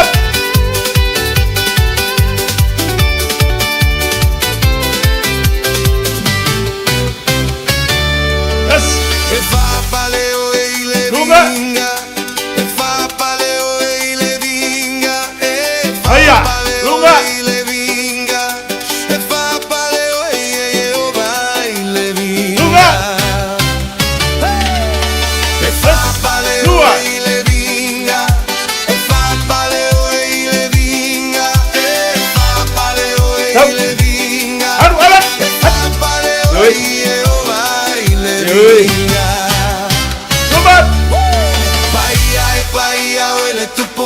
Aya. Paia huele tupu mamalu. Paia huele tupu mamalu. Paia huele tupu mamalu. Yesu oia huele tupu mamalu. Yesu oia huele tupu mamalu. Yesu oia huele tupu mamalu. Yesu oia huele tupu mamalu. Sili sili huele tupu mamalu. Sili sili huele tupu mamalu. Sili sili huele tupu mamalu. Sili sili huele tupu mamalu. Aya, aya, balo, iya. Aku udah sidak.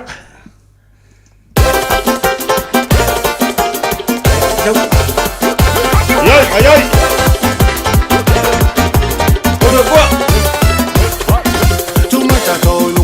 Sehingga saya tato batua. Gas, satu, kosong. Dua. Lupa.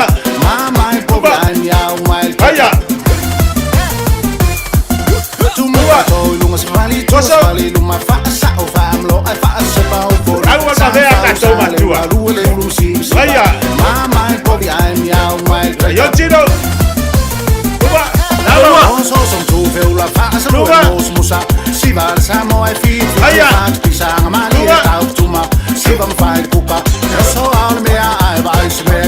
Lupa.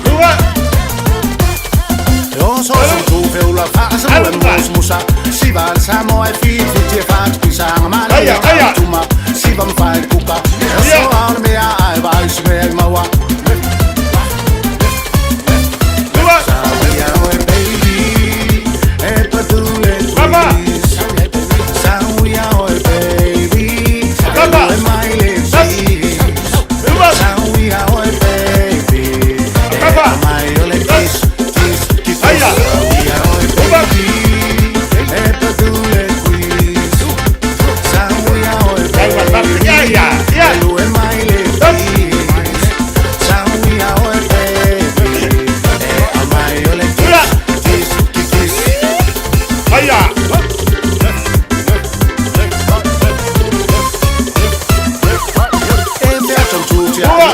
pe am fai to mai tu na ya li ai mo la vai to mai ta e to vi o ta fe a pa ri si va leanga happy hour me a sa li mai ma Kodo Rafa e me to tu ya I o pe am fai to mai tu na ya li ai mo la vai to mai ta e to vi o ta fe a pa ri si va leanga happy hour me a sa li mai ma Spico Chạy bệnh của coi pe aku lebih iya.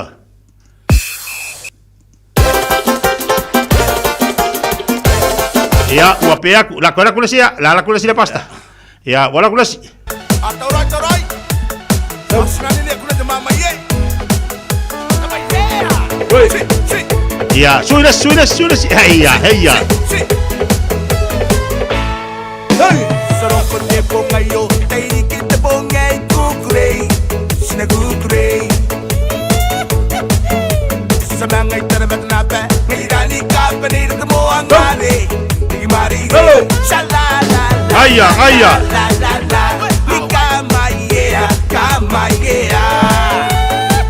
Ngayoy. Sarong kote po ngayo, tayo kita po ngay kukurey. Ari. Sa mga itarabat na pa, ngayrani ka pa nito mo ang mali. Di marire, shalala. Lalo. Lawat sa kami ko, lalo tasol. Kamaya.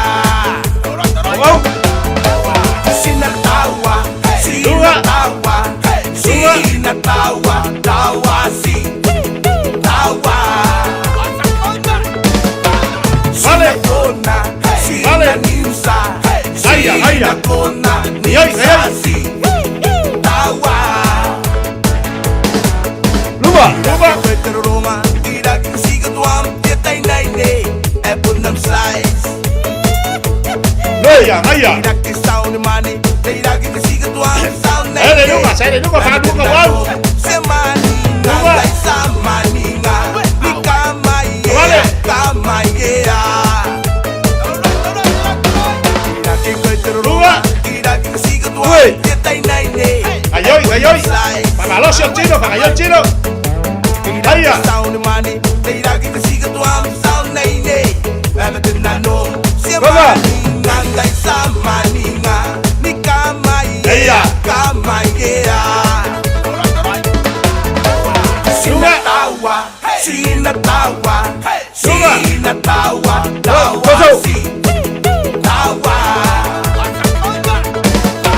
Sinakona, Ayoy.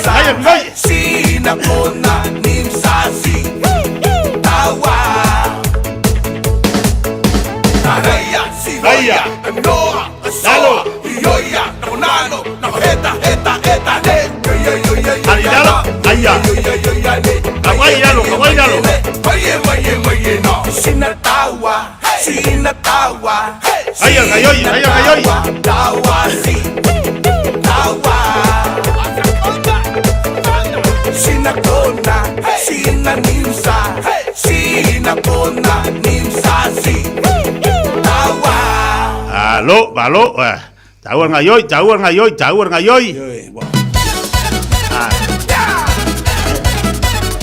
Ayoy.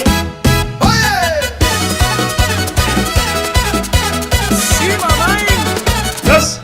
Sea wae, no puila lo es. Si va más fata mi lo más tu si va wi fi o fi. Ole pole wa manaya tu e piala tu i fa se kila ku fi. Oya ma we uma le poca si si va. Lima ilunga lo mai molo tanga ta fa unga mai ole te sea ya wale shole tene. Si va lava hoy la panga lo tu atele le mata fali mai la ya tanga pea o ele facia. O soy lua, o soy tu, eu soy lua. Se eu sou mai lunga, ma fata mi lo fai mai au tanga lue mai lo. Se eu sou mai lunga, ma fata mi lo fai mai au tanga lue mai lo tino. Fai au tanga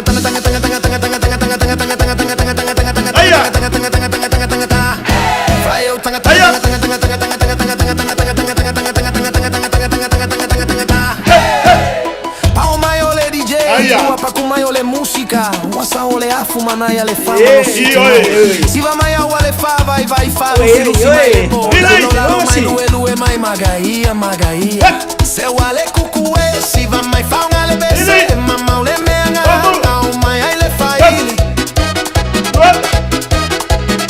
ale olengo fa agi wai fali alo ai lo ai le fale le vale si va so ai male fia ai o soy lumba o soy tu eu soy lumba oye se eu sou mai lunga ma fata mi lo fai mai lue mai lo udino se eu sou mai lunga ma fata mi lo fai mai eu tanga lue mai lo udino fai eu tanga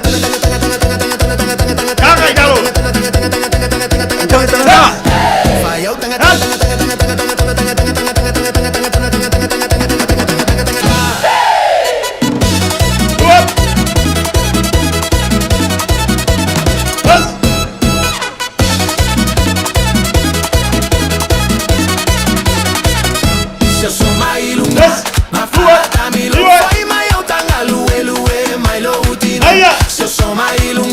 ma fata mi lo fai mai eu tanga lue mai lo udino fai eu tanga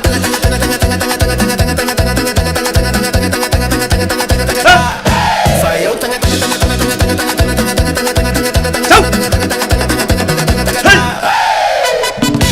Aia.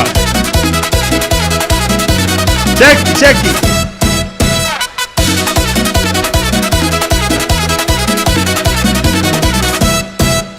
Iya, maya.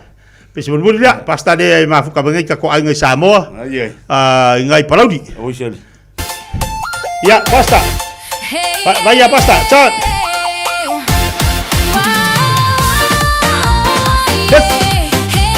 Dua. Lalu. Aya.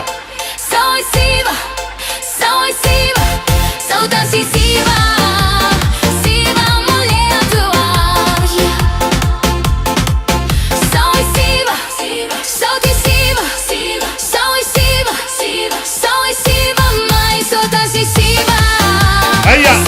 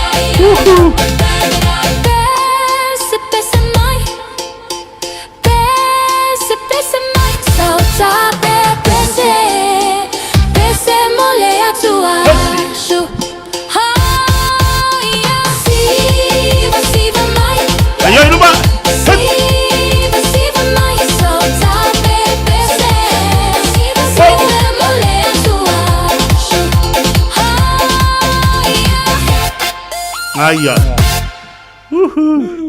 Ia jatuh tebi ya. Pese la le fa lo baso a. O tātou nei tau. Lele whapeo au. Ia. Lele. Lele whapea. Ngai ia. Alua kako. Yoi.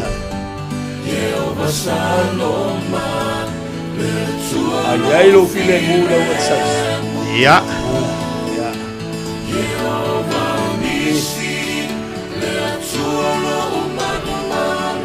Alolo lei, alolo lei. Gosa. Alolo lei maso. Ai vai bang yo sau le aku ngai, wala lo kaba. Sa tua. Tua. Luma. Ele não dá com a gaiola. Aí a não dá com a acaba de valer a gaiola. Luma. Aí ó. Luma. Lalu. Au. Luma. Gas. Luma. Gas.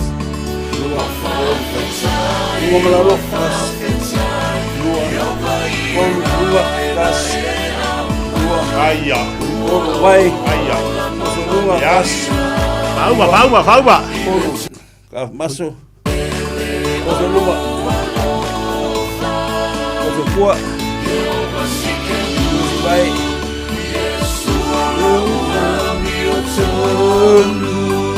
Alua kako. Siku. Awai komu. Kafu. Lumba. Mili. Bakia. Halo. Ya, malo fa tai bo tatu wa tinu le taiao. O le tatu fa Palestino via leli.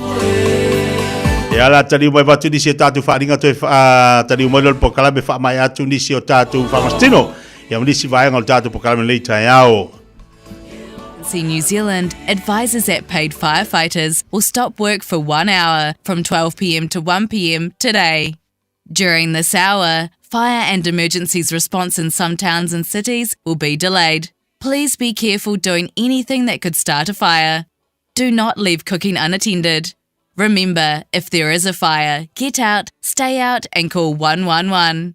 For more information, visit fireandemergency.nz. O le Casa Beds and Appliances, o le tali o umanaonga, i o loe whaatotonga ilo mauta, ini tau le lei, toi anangata, e mawai moenga ngā o si tutono New Zealand, wha apea se tino fōa le potumalo lo, laulau aimano fōa, TV, la au pese, usa aisa, masini tā lava, telefoni fe aveai, maisi. A whiu ane loa i le whawhituwha Great North Road o tau, po le tolo whituiwa Great North Road i Henderson. Le Casa Beds and Appliances. Telefoni ovalu selau, lua, 555. Ovalu selau, lua, 555. Le Shine Dental, lau fale fa inifo fa moina. La to te fa fofa tal no ango unifo. Ia so lulu tai tasi. Tele e wala me fa ona tutongi ai lau tong fitinga. A fio mai loa i le 555 Great North Road Manukau. Bevili mai le lua fitu ono onu fa. Lua fitu ono onu fa. Mo le Shine Dental, e ia inga whapito. O fia maua sau ta vale po sau piki apu. Ai tongi ta iwa yaso, lua va yaso, pe ta imasina. O le Sleek Cars o le a maua ai le fisosoani. Ua ta pena le au whainga luenga a le Sleek Cars, mo oi malo a inga. Aua e te popole i se mea e tasi. Te tala fitu aso, mai le sifulu i le tai au, angai le afo le ono le afiafi. Tele la lai au kilani i saute, mili mai loa, i le olua tasi fa, fitu lua selau, po le o lua o, fa 55, tasi 55 tasi. Ya, le lei tari mai tatu pokala me lei tai mo fa mai ino tatu fa Palestino. Io e malo lo sa tatu wa tinu malo fo le pali. Tatu fa Palestino lei tai au lo sunga fa fengainga. Io le taua, o le tolo longa ta u pokala me lo sunga fa fengainga ina ia mo fa ona so sani mo tatu wa tinu. Io e te tio wa motua malo sirsa wal fa mai ngi bai taimi. Ia taulonglonga ia pule o lau fa Italia. Ia taulonglonga pe taulonglonga for se fo malolinga. Vai me ai paleng. Ia, ia. Kulen. Al fata wala la wer fo mai ke la ko fa mai ale fa so exercise. Fa lusi lotino fa maulalo toto fa maulalo suka. Longa winga lisi me fai ona e fai a pe le au no mo se encouraging na oi. Pe fa malo se tia oi wa alwa oi fai nga oi. I ke alwa oi e faki. A te te o ke rangi nge me kai me ke alwa al for team. Mai mawelo lo sukala i le vai eso. Ya e pula oi pula ke me ke alwa. Tu sala wa le kongi le team me al palangi e le fai se ngal wen. Ya le mo fu mo i le ki o sabo. A te lo pasta. Ma al vanga le no va longa tu e sa no ia i e fa pe al va fo mai ta se tal fo mai sa we a foi. E fa lo fa mastino. O lunga la foi dia. Sa o leia o al te la tatu io tu fa pe mo fo mai. We mo to mo lunga mo suka mo isima. Ta se tal fo mai. Fa lo exercise. Fa se fa mastino. Ke pilau ai. E le mas fo mai ke la ku e ko mo lunga suka ko e. A se fa pe me so moi. E so moi pe ke sa we ale ai. Ya. Fa ke le lo ai. De ke la ko so song mel fo mai ai. Ya la mel fo mai i ngal wenga mana le tu ai ta un longo. Ya o ke lo fa so fa maloski. Ya ma ya lo ki pila ai. Ya. Ya ma to anga ingule vai o le ngol ko ko le vaso ako. Me fa pena. Ya nga sa wale o fa yelo fi kalia pe fa pe e pe pe la tau longo le tio samo. Wa fa fu me le tio samo le tongiscope. Ya. Ya lo le tim. E sul lima kala beso. Ya, allo sul lima kala moi le fialu ma ya la wala sul lima kala. Ai tele por kala me ya el so fu malo loina lo we. E kua. E la ka ko por kala me le fa ya so fu ma solo lu mastona. Ya. Ai ngal fa kala. Ai ke la kwa ke ai fia la kwa la ku kongi lo fa kala. Ele kele ka walu e kongi fa kala fo le alu ke mi umol pen. Se longa ke fia la ku kwa la. Ai tasi le tula ai ke foi mai ma kwa e la ngonga swinga lo tino keki al mana ya ora una fo ina tatu le tio en fa ina tu fu ya oi pa wal me vai suportar ya le son fu mas farele ko le nu ngalo tv al wa ku lo sumpa mai bai wa ele va pe ko ko ka skai nga ile cheno nga sa we nga ile sa sumpa le hai e fai fu pa wal me lo kango e vai nu ngalo facebook ko tv na sumpa mele e bai ai pa ya fa mai ya vai me ingan ko ko po ko ku fa linga si fa nga desa ta na lo se fo malolina to no longa pe proclame al fifia mai mo tatou o le tasi le vai la au si le tau to alanga pe proclame o le mau o lo malolina a se fo malolina tatou e le tatonu o le fa tupu la ia fo ilo fifia e o fa tasi do fa malstino mal fifia lo loto e le mo fainga e fai singa luenga pe fai te mai o la wale kala e fai maku ka si te tia e le mo fai e fai ngaluenga pe fa pe wa mai ke le ko mo foi lu fia pe fa pe mo fo mai o e en mai kunga e le ko kusa voi la wal ke ngaluenga ke mi ke mai e malo ke mi ngai malo si wa ya lo pe en me la ku ka i ai lo ma fo ke te lo e mo fai me mo fa metala o te mo fai me mo fa kasi me ke riso e le ya se me ta tu ke le fai wa ka ko le pule man me le tu ala ya ala ka ko filingal ma fo mo lo ke len ka fai Maria ta wa fa malos ya ai malo fa tai tatu sumpa na awan ngalo le tatu as falaile fa au pel tatu fa marsino ele kuwa la nga tau al mo tatu e tele a mem fa tatu e fa pe amalo lo ina le lutino atu ne ngale ni fa marsino mal ni po kala me tau longo pe ya to ai mai sana tatu tamam tina matua atu ne so sani fo ya tatu tu pulang talvo ma tatu au malolos ya wa e te mi alo fa tu tunga tama ngata ya ai tau longo pel po kala me mo tatu ya ona tata mi pasta e tatu famastino le favo pe e le famastino le finga ngi ngi vole wa ko ya makaka ko il mele fa il polifesta tamiti nga ngi la ele kula e ono de fiafi il fiku aya fo e faka la lunga ko iska ko vai fa ai asungo ngofua mo la solulu mo la stona il boxing ka misia o boxing ka ya te ya wale misia o el masau o ku aya wa tu ale kuma ya ia ole kako por kalamenga mul bayas fo ia la tala kako vainga le salautos fulutos en road ia le afo tres choice ia ale fo ia fe nga ia manima masunga fa fe nga ia vai nga ie sumba menga ko inga makunga nga ale tete e ole una ngamal tau tuana le sunga fa fe nga ia vai se ma fa tia po mani fa la vai ia awatu la tu fa ia la tu tamo tv fo ile le lunga Ia o pokalame umalwira Samoa na sila ia ma fafonga ia e o fule fa Marstino ia na foi e tawina i foi ia na tamam na tina yo e le fatau foi na fatalo fatu ma fakta ia tu nai i na tamam na tina sunga fa fengai ngo fa tu ila tolo ma futa mai na tatu vai ia ai fa te foi sunga fa fengai ia vai se mal fa tu po mai o pokalame fa penan so sani ia o fa tasi mal tatu vai e foi o fa tasi tala le mal fa malurunga ele me fainga o fa malurunga le tu ia ionga e foi ai tia le nga me ya ka ko e fai fa malurunga ia fa tatalo fai mal ngalwenga ai le ngal kalo ai moi nga wai le fai le talo ia na mai le ko le ata mai mal poko ia oi pola lau me la fai pengal kalo mo moi pengal kalo e pe ia fa ko pe ia su ngal kupe ke kia kene kalo ngai moi la ia la ku fai le mo besi kupe la ku ngol pusameli la ka kia mai le afeka la fai lau piti e talo fai lau ngalwenga ia ngai lo la yo exercise lo fa tu Mana ia o nai lu tau foi na so san tele mota tau ri tala lei mal tatu wala fa nganga fa lo fatino so san ia e after pasta tatu fe las fa lei ia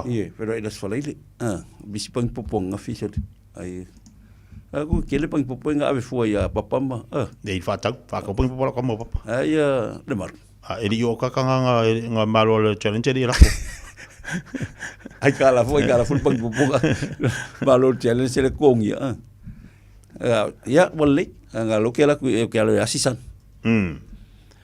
Vale, ia tato foi las falei le falei va malu fa temo ni ia taiao past ia fa foi te tia la nu pele sa mo ia au nanga nei taiao la foi sta lo pa lo fa fonga malu e fale tu fingalo e poto lava tau tai ia sel na tu anga lele tu e fufuanga fa tau ngal nei payaso te plole le lo fa malanga le tua tato filo i las falei le mo lo na lo fam lo na ngalei fa talo fa tu nei ai ngai Samoa lo fa fonga mai lunga tasi ono point tasi ya ngalei le tua tatu felo e lunga pe ngal ngal le les falele pa te e tu le tua lo tu soi fu ma so wala soi fu mai manuia ua na o le radio Samoa se furulima iwa toru amo e tau tuaina o e ilangu ngana fitu aso le vai aso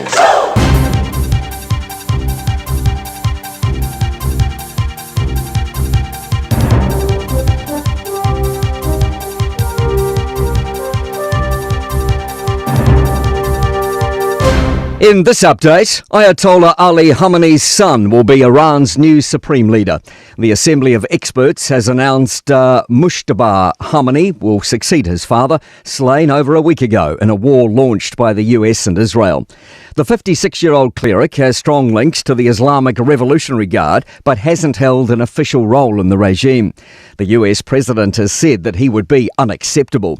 CNN's Jeremy Diamond says the 88-strong panel's decision signals a continuation of the Khamenei rule. We are watching as this very heavily ingrained system in Iran that has ruled the country for decades is remaining in power. And Prime Minister Chris Luxon says the government's prudential economic management will help the country get through what comes next. Getting spending under control, inflation rates under control, interest rates under control has put us in a much better position dealing with a crisis like this. Meanwhile, the PM is adamant he'll still be National leader on election day. A Taxpayers Union Curia poll showing National on just 28.4% behind Labour on 34.4% has sparked speculation about Luxon's future as leader. On Friday, Luxon told News Talk ZB he wasn't reconsidering his position. Today, he says that hasn't changed at all over the weekend. As I said on Friday, the only future I've been considering is that of Kiwi kids and now grandkids. You know, how do we set this country up for better success? Police in Norway say an explosion at the US Embassy in Oslo may be an act of terrorism. The embassy has sustained minor damage, but no injuries have been reported. Fonterra farmers are upbeat about their big upcoming payday. The dairy co-op now has the go-ahead from regulators to push ahead with the sale of its consumer brands to French dairy giant Lactalis for $4.22 billion. $3.2 billion will be paid back to shareholders at $2 a share. Fonterra Cooperative Council Chair John Stevenson says he's hearing that many farmers are planning to reinvest back into their farms. That's news. In sport, the New Zealand women have beaten the United States 19-12 in the opening semi-final of the World Series Sevens event in Vancouver. The series leaders trailed by 2 at the break, but a second Georgia Miller try and Mahina Paul's tap-and-go effort proved enough to get a shot at a 4th title from 5 tournaments. They face Australia from 2:08 p.m.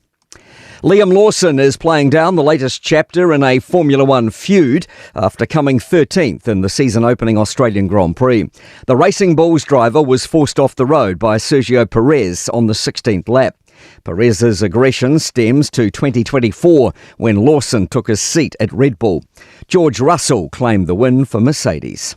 That's sport. I'm Malcolm Jordan. 24 hours a day, 7 days a week. Radio Samoa streaming live on www.radiosamoa.co.nz.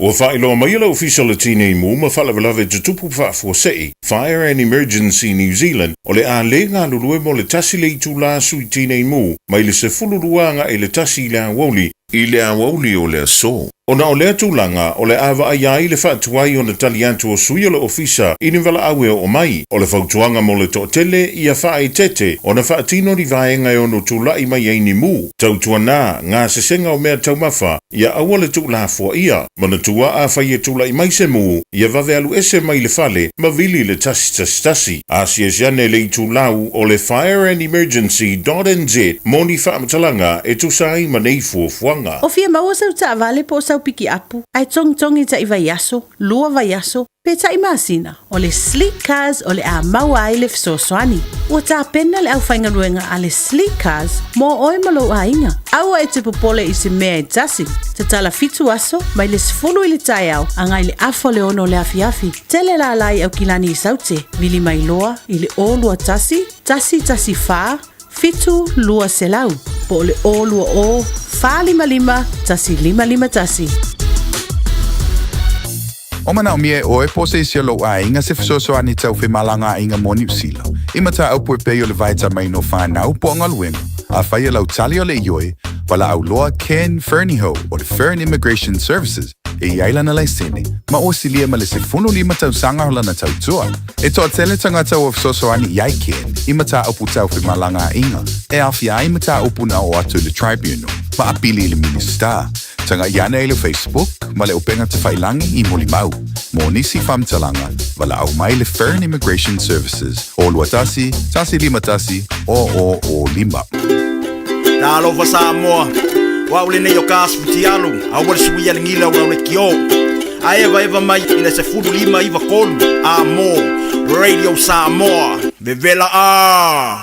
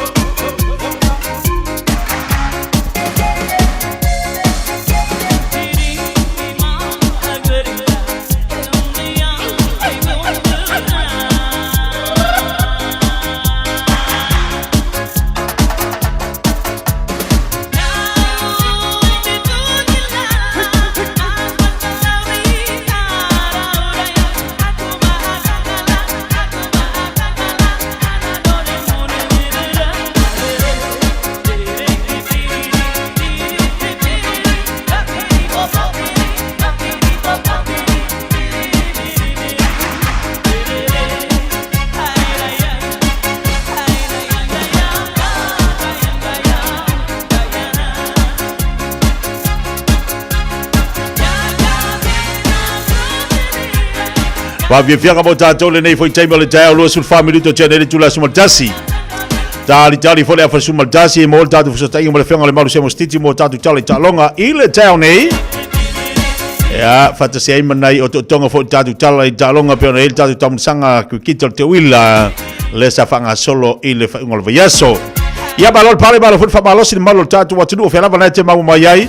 Ia le tautuba le ranga le sifonga le wede Samoa tasi lima tola mo tau nei le sanga fua.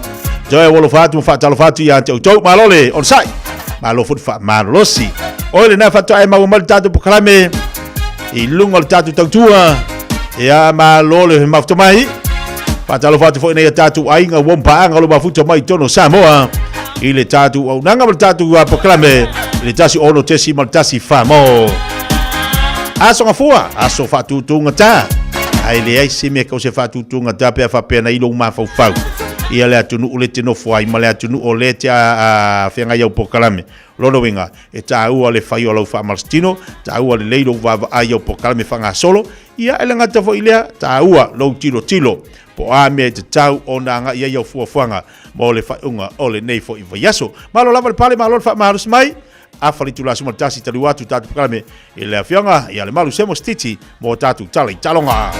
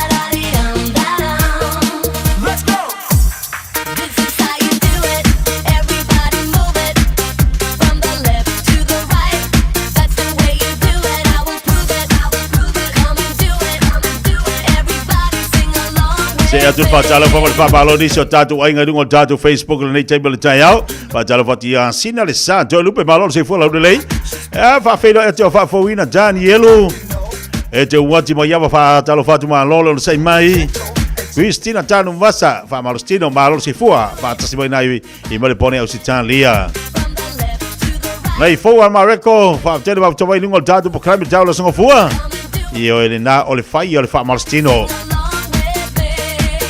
Tai mane pusa Sei fua laude le tai ao Fatalo fatu tu baila upepe pirione Paulasi piriati fatalo fatu Fa te tele mafto mai a JT mo o jing ma lo fa tai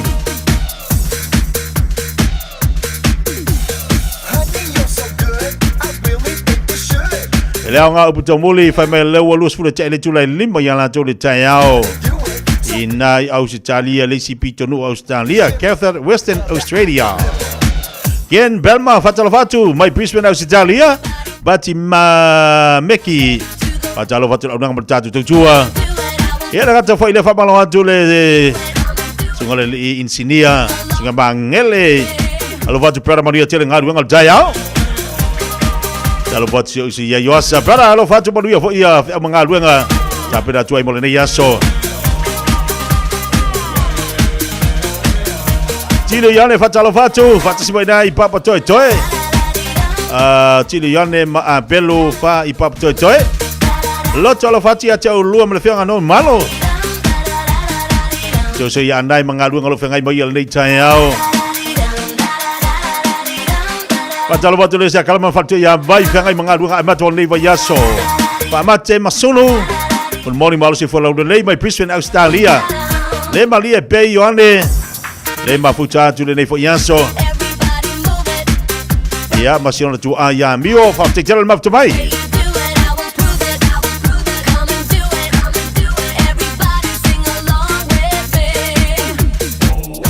vai le mo vai malie ya le fianga yo tatu watu no tiu te manga luanga mata mo le nei vayaso Le vato a songa fua lo winga tau ona. Isi malia fua fuanga. Ai wala le wana tua mai tatou ila sa. Lono winga taua ia le ma fau mua mana tunatu le lei. Fai si dau fa Palestino. Maua le lei lo se fua maloloina. Ia da ia ilola ia le fa au tito mangalu ngole tai ao. Isa tu ia tu fatalo fatu mai papa toe. Fatalo fatu to vai so alo la ua pole se lau mas fultala ina Samoa. Se vai se fa fianga botato. Loi mato a Paula. Luas fruiva minuto chale tu la sumaltansi.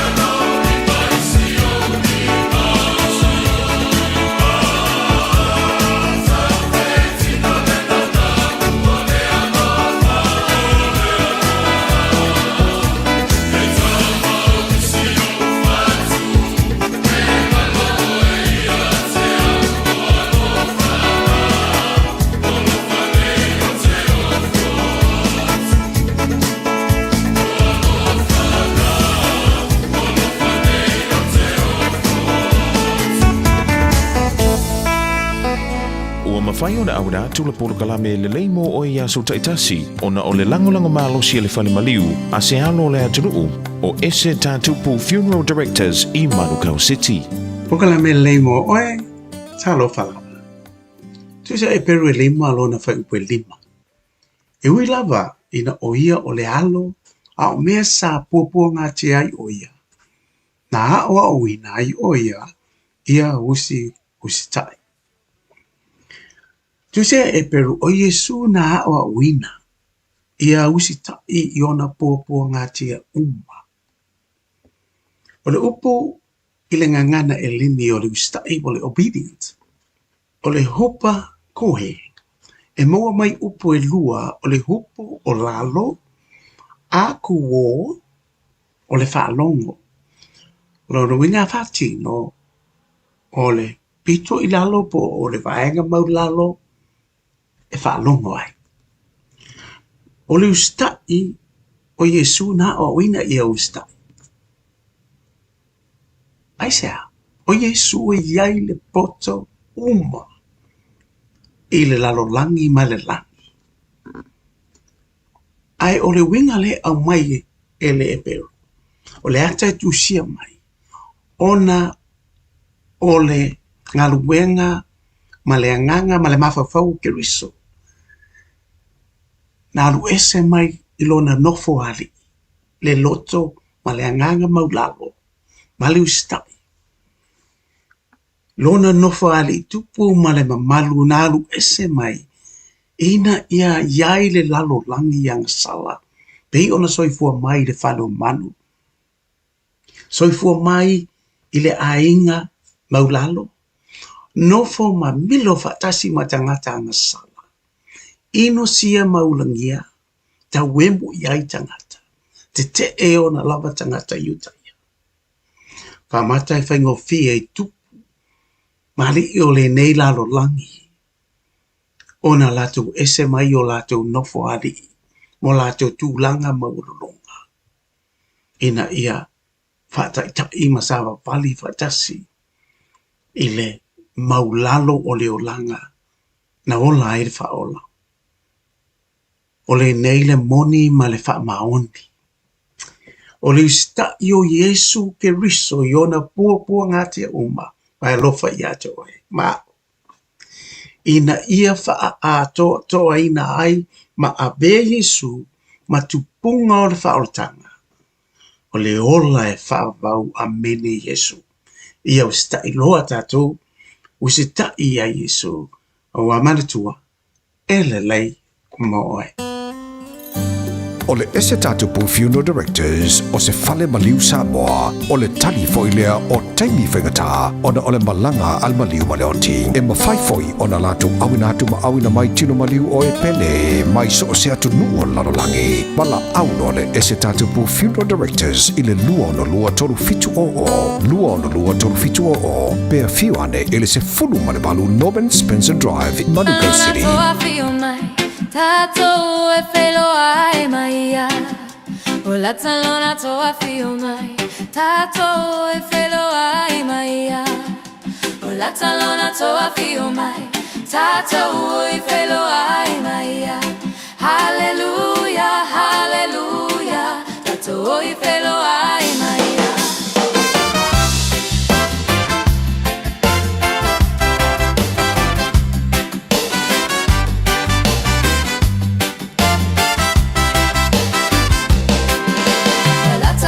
Toa fio mai, tato e felo ai maia. Wala talona toa fio mai, tato e felo ai maia. Wala talona toa fio mai, tato e felo ai maia.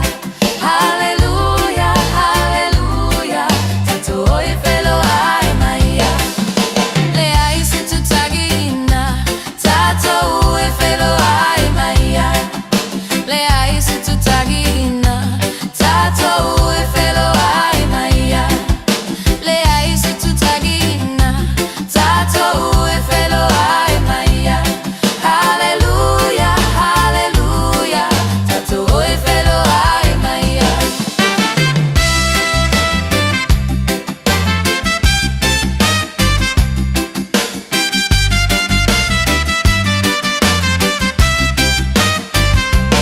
Ya, le o toe luas fulu minute jalo le tula se fulu le lua. Ya, na I whawhiwhianga whalenganga te oringo tuali tātou pukalami amata wala ni whaiaso pukalami le mo oe. Se lui tau whalenganga le mo tātou le amtanga o tātou sāwalinga pe ona eilo nā songa fuale nei. Whawte pere lofa maleanga leo le tua. O maua le avanoa u whapenao nei whafonga mo whalangolongo ai. Ia i le upa whawina le tua mo tātou I le nei tai au. Tani wata tu fasalonga le fatasi mai le whionga le malu se mo stiti. Tātou tātou noa mo tātou whasofo tulanga o tātou tale tālonga I le sa iei tātou le whainga le veiaso. Ia le fu tātou iei le matanga le veiaso. Tala whale malu. Malo le sai malo fo pali tito mga luenga amata pe ana iei. Se po manuia lau tō whāti tia. Talo whātu fo I pa ia o le tātou watu no. Ia mwhaifuena mo mai tātou whasalonga le nei fo I vaenga o le tai au. Ia e le whaiti tia le anga le leima le whaafitai I le tua. Ia I le mo fo ia o le malosi e whai e ngā ruenga e pei o le maseni ai. E le ai whaafitai I le tua mole le vi inga ia teia. Ia ona o lana pule whaasoa ia te oe mau. Ia e ui nawa ina e le lotu tia tia ia ai. O lo o alofa la valeri I e fisosoni atu ia te oe. Ia a wāne whenga ia I matiuti ma whaiva. Whataro whatu foi pa I o le tātou au whainga ruenga. Ia malo whaafitai a tonu eisi swinga le nei tau sanga.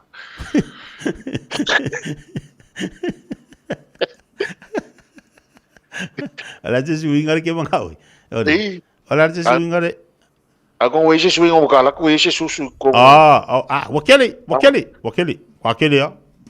Wakeli. Wakeli. Ta ke la ko ai ko e. Wakeli almero. Wa ko e ia se susu ko se pusa isa. Keli. Au te me ai fo. Yo. Ma tu te lo le o ke bik so yo se singa fa en yo po kala me ka ko le kio ya ma ka fi le ai nguma. Aga ke lo ai. Wa. E dire wa ka lo ngalu se ko ke le fong su lo wi. Yo. Ya ka ke de ya ro mo se fong su le fa le ya pe ko fa lo e ka I lo ko ma ta vai ma mai foi ma se o mango e. Ala lo ingwa kamal me lo ingwa fangu ako. Esse vai daí, já. Calcia, ele aqui ngase panga você se oco. Eu que foi ngai, como foi ngai ele ngai engung wai. Ia ka kala ele masangi. Ai va pe que ele ia makuyo masangi ai va ngali lingu fong susuai. Mo malos. Se va nga wa ka ele masangi ai makuyo masangi. Ia la fui ka lo kingo. Aso to ana, mo sa ke el waku yo de kidikiki. Ia. O er. O le maku fero e fia ma sunga il fa fenga. Ia. Sunga il fatama ia e perone futi. Fenga ile kalesia I stomach. Ia. Ia o manga ia la makarango ma fia. O langa e vai mai ro e lai ro e fia ka ka mi le. Ia. Ai o fa sanga manisiku. Ngo fo ko ke fongo. Fera sola. Ia. Ma vui. Vui pira. Ia male lesi le malo lo joile go bud pola. Kamo bud pola. Ia. O fa pe. O kala ngor fe fi audia. Kala esse le manga o por fe fi. Ke va lo ko. Au fa sanga mai lo ko ru fa pe o ko e o ki a ko ai. Ia. O va pe o ke ola I se ko lunga. Ia. Ai me se are a fionga ke fo. E vi nga so. Ia. So vai de fingo. Ai le fingo fa me ka la ke ia ke. Va pe so. Nga le fingo va sola. Ma ka kia le la vai a ku de fa mo popong o le mengi. Ele ke I mau popon me ngo lo ko ke ingo. Se voi lang le fionga ya vui. Ia mana fionga ya mul pola. Ngai boleo ka yo, ngai boleo. Ke lo me mari. E la de ise le ka ko ngore o fari. O fa me lo wa lo e. Vai le vela me fa me mari. Boyo. O fe la si o so ke va me la ko ngore ka va. Boyo. So le la ko e ka la kangi. E kangi ko ngore ka va. O fa se furu ka usanga o le. Kangi. Eu vou ver só calo fari. Vai com o o fácil do dia. O sa wai na tina.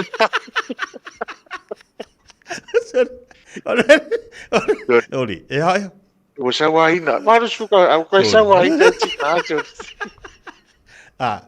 E te sera le mera le fa pe ka fia sa wai ngo kinga le fa ko o le ala ma ka kia le sa wai ngo ka mari e ska lo sko le o ka so ma ka kia o sa wai na e chama o sa wai chinata o sa wai na chinata ma o fa si ko do so vale ke le le o fa pe so pa pe yo nga wai ne ma wai de me are voi ma wa ka le o le I voi so Sko ingo le oka so. Sko ingo le. Karo foi le oka so. Au va pera le so ia. Ia ke me ia ke me vai le ku manos. Ai ko so wasui fai ngol me o le sa wai ngai ka maki nga sa wai. Ole nganga fa ftai ese mata fiel. Le malu ai o e sauno. Le tamu sanga le stona I makau. Kia ka alonga le skoha. Ai, o le makau ki o ka alonga. O ka se maangi. Nga su ele Sen City ma le au le Happy Boys. Sen City ma le au ale au atua. E su e se au le pulpi. A kol pulpi. Ma lo le Sen City. Ama kuala. La hebo le vangole au atua lo idunga. Ko e pingi lo Sen City ma le Happy Boys. Ma lo Sen City. Sao mai lo la ia le o le aunga le Sen City mai le quarterfinal. O le quarterfinal. Sao lo le ia le lionga au atua o le Sen City ma le wanga le o le si aunga e whaile ia le pulpinga. Pulei. Ka alonga le quarterfinal. Ma ka au. Kia le ka alonga mo le lionga ma le maka. So le masanga e per kula fongo. Ka alonga manga yo. Ma lolo le lionga la quarterfinal nga. Se e mai le ka alonga le kopra ma le awatua. Ka alonga inga maka inga for ka alonga le awatua ma le kopra. Man kuala au e rua e fi na ua le final. So skausanga a lenga ko e pingi quarterfinal. Ma lolo ngolo inga le kopra. Ai sao mai le awatua. O le ka alonga le afoi. Le si kora whaino sa iai pe anga pingi. Lo le Happy Boys ma le Sen City. Sao mai oilai. Le si kora whaino. Ka alo ai ia le Strong Tower. Sungal whawhenga inga. Ia waluiwa. Ma le Sen City. Sao mai ro inga ia le au sungal whawhenga inga. O le aua le Happy Boys a. Na sao mai lana kora whaino. Ia whaino au e adununga. O le wharana. O le lionga awa atua ma le afoi. Lionga awa atua o le Strong Tower ma le Happy Boys. Le ai fata tari atu la le sunga e muripola. E a maile unga o talonga sayai. I le semi-final, ma le final. Te lopo e tau baua. Ia le alanga pa o le final le ngau kikila. Ko le final le Happy Boys ma le awa atua. Ngai fo inga. Final le Happy Boys ma le Happy Boys A ma le awa atua, ma le awa atua. E nga na suela i ero ku kolu ku wha le lionga ma le ma Strong Tower ma Strong Tower. E wa ai vo la le i de semi-final le semi-final nga fo e lionga ma e mo le Strong Tower e sol semi-final maka ui le mo le awa atua maka u ki oso inga pingi no ma le final so le e ma kua ke role mata fa fe kai a sola ma ia ia sola ma vui ma mai foi ma vui ia ma leota ma si foi si tina ia Nancy fa ma poponga ole o ale ma se ngau ia ale ma le lei foi ia le au mai moa I la va vai foi dele se le mau pop o au foi ese le mau pop ese foi la meu le si me kenen o vai le ia mangisi makuku o ko ka alo le ka ngaso te le tupulanga le ko kele kupulanga o fa pe ma ka o kia le me ne ha kupuingi e ka usanga fo na fa mana tol su to sanga talo ne fa vai le tol su to sanga to sang fo tau sanga fo kong fa vai na men ngi ia ai fa malo fa kai le o mai le ia le mai ai ma kong fiele ka pingang fo ia pi ai fa va ia so sa alwel tun ama tola le malu a fo o le final le na o le mana ia e o sunga sampingi o solo le malai le fianga pestini e fa masino o le mana ia ja u le lo tanga tala fa ia tu la fono fa masino le final e le ai ala se fina oni kapiteni fo ia i le taimi fa le final ini tu la fono pepe ai tamata alo au tata wa fo yo la o le tangata leva tu la fono malama tu la fono po la ko inga skedi ai kakaka ia mar ko inga finga o kapking le ai o kanga kala fa ir kula fono la fa masino Maria na o tulanga leina o tatu final sia ele final le o te wila ma le pinka ma ta longa fai e lunga lo le malai le pestini fa foi forte lo ta longa fa tasi ma se tasi ia o sesio le committee po o wa so la tene fam sino le ota ia termine ia la na sa wa ina tama ia o le to foi lo tanto ia lunga malai e o le savadi o lima sulu mika e ma ko melet fale ia ma le malai e de o yesu savadi le e o ko ka le manga ba a pe ko ka ka le se la ia so ka lo fa so ia so o sa vai fa ngo ku ya sola de ka sa ora si malalo ke u fa le ko mo ka ko yo o le ola u mal tu no ia tani ai masau ke no masau ko savaria sola savaria au wein ma vui so le lo ko mo vui e le ia ke le o lo ko ka fa mo mai au wein e fai o le fiu su e isi kai ole e vidi kakangi ke fongi ke wa savadi er wa ya ko ke fongi I no mo laula kai kakangi ar ke fongi fa pe so ese ngoi e sa dunga ke fongi ese ngoi e sa dunga ke fongi e le vidi bai bai ar ka wiki ia se kaula o ke fiu ke fa ku ia wi ya mut pola e viu va che ka o ke kango e pingi lau drum set fo la ke palau alu ai ka o lo ki lau pianga o kango e pingi ku ke palau I wale va fanga e musu o va uso e va ko me ke va mai shit ya e nga e la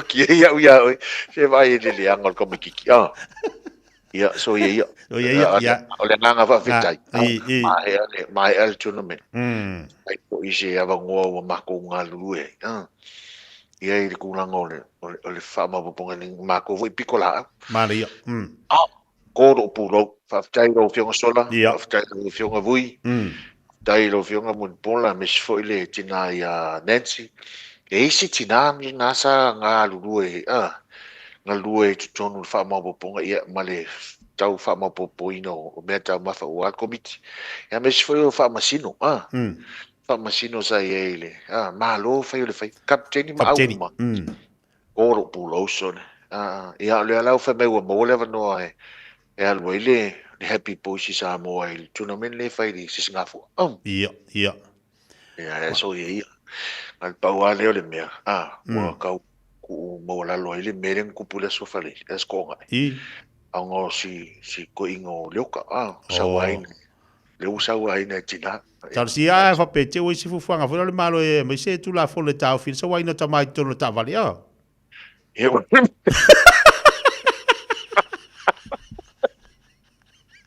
Diga que lo fai que wa so ia we fasi cor cavale do soli fasi kusa ko inga fasi o le se pisa fasi le se pisa va penga ya ko ki so ala ko ila ia de no siakia ala la wo fai le me ai o so ya ko pe o ia ala me lo lai kukulu ko inga ko ngol FM me wasa wa ina ye kinga. Pa pesos. Wa kero e. Ka ba ko le sa wa inga ba sa kwa sa. Walu las ko ga yo pisar ka balo fa ba ia. O ka ko ba wa ngin fa ba yo misela ke pua. O ka mga asa sa mo kung isa sa vai o isa sa vai o ko paya talo pa sunga le otro tani alo mo ta kama sa o kama kalonga e de pisa ya se silgo inga kama ko kalonga que miange ngo fon go inga le bike papela fa sa la ul go inga ya kalonga o kangwa malo le kalba ba ia ole banga le fa mama ina ia ka pakabu ya to na ma to to lapis ya malo fa tai fa na le pakalame te tia male malu tatu tam sanga te wila pe ona fa ngol yaso ya le ngol presidente me ser komite fa foi ya tam fa tama foi le tatu te wila ya mai se au mala vasa wai man tapo ingal tatu watu ma tongo fie to lunga pakalame pe na yela stonai manu malol tatu au le heavy boys ile taun sanga te wila monito sanga lu o lu ono ya tatu tale talonga malu tatu tase mai tulanga sa ia tatu talonga fo io lakpi ole tase ela talonga mo na chiefs ola sa to tiro le uso so o ia ya so le mo na le mo Pawale ne afo ile langona tubala ngai faingo fie kelenga nga pa u ila lole ku ai nga fo ile le ta alo malo simo sa ili manu e ka ko ka maki e al ko nga me fo ile va veio nga lucile concentration le ka maki ai awole feel mo fie awole feel e mango fo ile menenga kupuya ile plus il kausanga den kengi ia kikia umal tournament o fo yo o fainga ta maua leva nga o lunga semifinal ia ai pawanga se fo kuanga ine afo i kako o sa awale fiungo fie awale fiungo fie mongi lewa lua ya la kuma a fainga so ia ai sila le ya e se de manga yo fa solo ngol la kupolo ia be ya ke mi ngai but ngai ke va ai ile ka alo le chiefs speed al galon sa al galon ngai ya wangi ma fa yo nga defend ka ko le me ka ngona ko fa kili polo ko le rock and slow down le rock pola for the chiefs but so se awa I think ia wai ongo lewa I lo ngi ka alo si au pe ka alo malmona and ka fire speed up le ka longa rocks quick rocks less than 3 seconds ile rock ala ka pa ula lo pe amal polo fa solo au ke vai halu mamao an polo le chiefs le mena ka ke vai ku foi le defense alemon ka fire ka slow down le polo le rock fa fenga fai ka wa effective le la ko tackle ka le face tackle ia mai na assist tackle el waku ko ngoi ka fa ka wa ka slow down le por ka vole ha lunga e tackle ka pie tackle le por e se mai ia effective le tackle tackle la mo ko ia fa ngo fie fo yanga nga attack ia le chiefs ia mangisi au le la ka pau nga me o vai nge bo duang ka lunga ali le fa inga ile mona ol ka mo fa ia speed up le ka lunga ia wangi I bavenga nga defend ia ka ko le mona ala nga mai bo la ko ma nga ia ka making nga full pikiso mo ka kia si ma ia ole ona tataimi ana ta pa ia ta longa le blues mal crusader sorry panga le blues sorry le aila oko ka ngi oplex le crusader ni pingi ai le alo ka kalo tauten pali kamari ia ka ko singa vo kama le vo oplex ya nga vo ko kula mai ngi kai ma ngai mana ia ona o tataimi ia ai mana fa malo fo le mo livo yaso Ia, au te lola whalo tele ni so tata alonga walau o sila fia le tatu o tino, tu langa sa iei fui ta alonga whaingola vai aso. Ia moni a te ruwhi walo whilima au te ilo fui na ue pisi le matangala vai aso. Ioi. Hei mea lai kia si uso. Ia o naku o FMA i ki FMA sotu. Kasi ali kulanga ko peiso le ia ke puara karo ke e ko ia. Aku ia nga mai lang ke puara i lau FMA le ai masemia. O va pe le ia si uska ko walo fis kamau le. Kau sa ini ya le a o ko ngi o mo ko se ding ya o ma ki o le kau so en kupe ya e o sa a o le mai es ke po ai lau ya fa kau kas fa ka ya ko ile le au le valili tamal valili le so ya au nga mal au nga tuna fa kau mai le tamal valili ya le pina ke po ka o sko nga sa wa no whafkai koe reu se ia aunga. Ia, malako mapakiu sa vai. Oka, maangai. Tō telefo ia te mawhanau. Ia, ole mea nganga wawasau. Uma whakau a koa le pin ke po ai e reu se ia aunga malatua. Ia, usau longa wha. Alka ngā so longa whai. Mame, whakuhari. Anau ka mo kiki. E sea, oia, laskat. E se mawhau. Whakua e sea. Mami, ngale umanga kau dia on kau kiki pu aru roi le masi fa kero e fenga ngo kiki se mafu ngo fai se wala fa male akau tole yungi ai wasa o volo wa besau wa man ku ke la ku mo ki ngo ke vinga fa e kala fa ku yai yoi va penge va ku pe kanga i kala fa pe sa ola wa besau ide o ya ke le fi spend ku spend fish spend ku ngo laku ke fa kau so songi pia o ia na ngau e ai o le uso fa tai mo tatu tale talonga le jai mo ni fe mangal baka ia lo fa ia e o ke uso lo fatu fatu o tau sa ili se sa mo lo ainga po tau sa ili sa masini tutua pe o le Hilux ma le Ford Ranger o le au nanga ale kaseti e whaafai mo fie mea uma e te alu malau ta avale ua e malie atu atoa talia le titongi vai aso lua vai aso pe masina foi tu atoa lo whaatu atuanga i le kaseti te tala fitu aso tu atu si fitu tasi East Tamaki Road Papatoetoe telefoni lua fitu fitu ono fitu lima fitu lua fitu fitu ono fitu lima fitu a whaia mo mia neu tai ni whawhapi'i o le tali o le Old Dentures. E whapitola mātou au nanga i so se tu ai ngani whawhapi'i. E au whiai le plastic ma le metal dentures. Talia Wind Quotes ma le Afterpay. E le aise tutongi o whaatala noanga. Wala au mai loa le Old Dentures i o tahu. O iwa, lua li maiva whaafatas tasi. Papatoetoe i le o iwa, lua fitu fitu, lua lua tol tol, po pēmioa i le o iwa, lima lua fitu, fitu lima lima lima.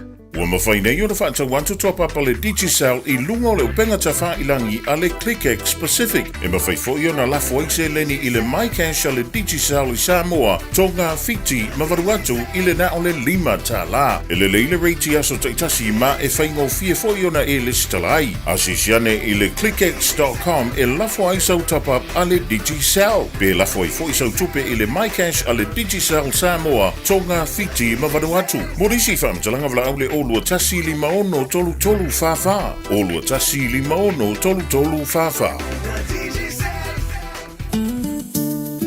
Le Shine Dental, lau fale fa ini fo fa moe moeina. La tau te whaia fōwha te alanoa ngō nifo, ia so lulu tai tasi. Tele e wala e me whai ona tutongi ai lau tong fitinga. A fio mai loa i le 5 Great South Road Manukau, bevili mai le lua fitu ono onu whawha, lua fitu ono onu whawha. Mo le Shine Dental, e ia inga whapitoa. Usi mai alau whaafofonga, o le whaapoponga fo ele nei o talafau mai Samoa. Awina sa mai mo oe e lau leiti o whalongolongo, le Radio Samoa, tasi 5 amo. O te whātalo whero tātou o tinu a matanga fo i o le vai o sa fo o tātou ma futa ma whelo iai, tala tau longolongo mai Samoa, usi mai alau whaafonga. O le tanga vai po le fu o le malo tu to tasi o Samoa na ufi ai le sa. O le tai au le kalesia so fitu tu to tasi Samoa. O se whaalo alo mau lunga le malo i le sauninga whaapitoa. O le tu malo le sunga ia pasta ala I moana wili papu. O le te tai o le malo le fionga I le pā le mia le sunga la audia le mali atoa le ua tea polata I wafosi. Na whaia le mōli mau o le malo le saudinga whaapitoa. Le asa whanga solo le malu o lea ka le sia I mangele. I au kilani I niusira le sa. E pe ona sa tu uai le atunu o le pā le mia malo na whaletua I le asa to na ina te nei. E le ngata le ufina o le pusa maliu o le ata I tai wha le lotu li tanga vai o le malo tu to tasi. Ai na tau awa tu fo I le whaletua o le tai au au le fua. O le tātou utunu o e te wina e vea mapine wha mau. O le amana ia ma le wha whitai e le malo o le ngā luenga wha lea nganga. A lea wha whengainga. Ua wha o popo I eiba le tuina o le suafa o le wha whengainga. Le sunga I ala I moana wili papu. I le lisi o suafa I lātou o le a maua pine tau aloa. I le whaamana tuina o le tūto tasi o le tunuu. I le masino uni. Na wha iloa I le fionga I le pāle mia I lana mōri mau lea wha alo alo. Whata siai ma le mea alo whatupe le malo. E se fulu afe tāla Samoa. Na tau au fwoi le pāle mia ilo na tūlanga o ia o le teitai. O le vaenga wha upu whai o le wha atua I le atua Samoa utasi. Le mea lo whatupe mai lana pāti wha upu whai. E se fulu afe tāla tupe Samoa. Ua tāpena le tātou whainga malo whitwhilia. E whātūlai le mawhitanga e ka le sia kerisiano o mai Samoa. I le nei lima tausanga la tau te whautua ina le tātou malo I le tūwha le nganga. Tasi lea hana tua lalo na whai. Ma le taimiri nei ua maea. O na whiri uma taitai uma e ka le sia kerisiano uma Samoa. I le fono whautua le nei, la tau te whautua ina le tātou whainga malo. I tūlanga whakerisiano e lima taitai nai ngā luenga al tātou malo. Le whau au tō vai, o tāo fia le tele o ngā luenga le sapati. Le whau tō sisila, ua whai le tātou waso tatalo le anapongi ma le tatalo yaso lulu uma. Ua le na o le amatanga o le tausanga e whai ei le vai aso anapongi ma tatalo. A ua tātou tatalo I le lima sururua vai aso tausanga atoa. Ina ia wha awau ai pēr le nganga tatalo mo le atunu. Ma o tonu o le nei whono whautua tatalo. O loo iai le suafa o le tātou e ka le sia. Asfitu tuto tasi. O le aso mua iuni. Tausanga nei.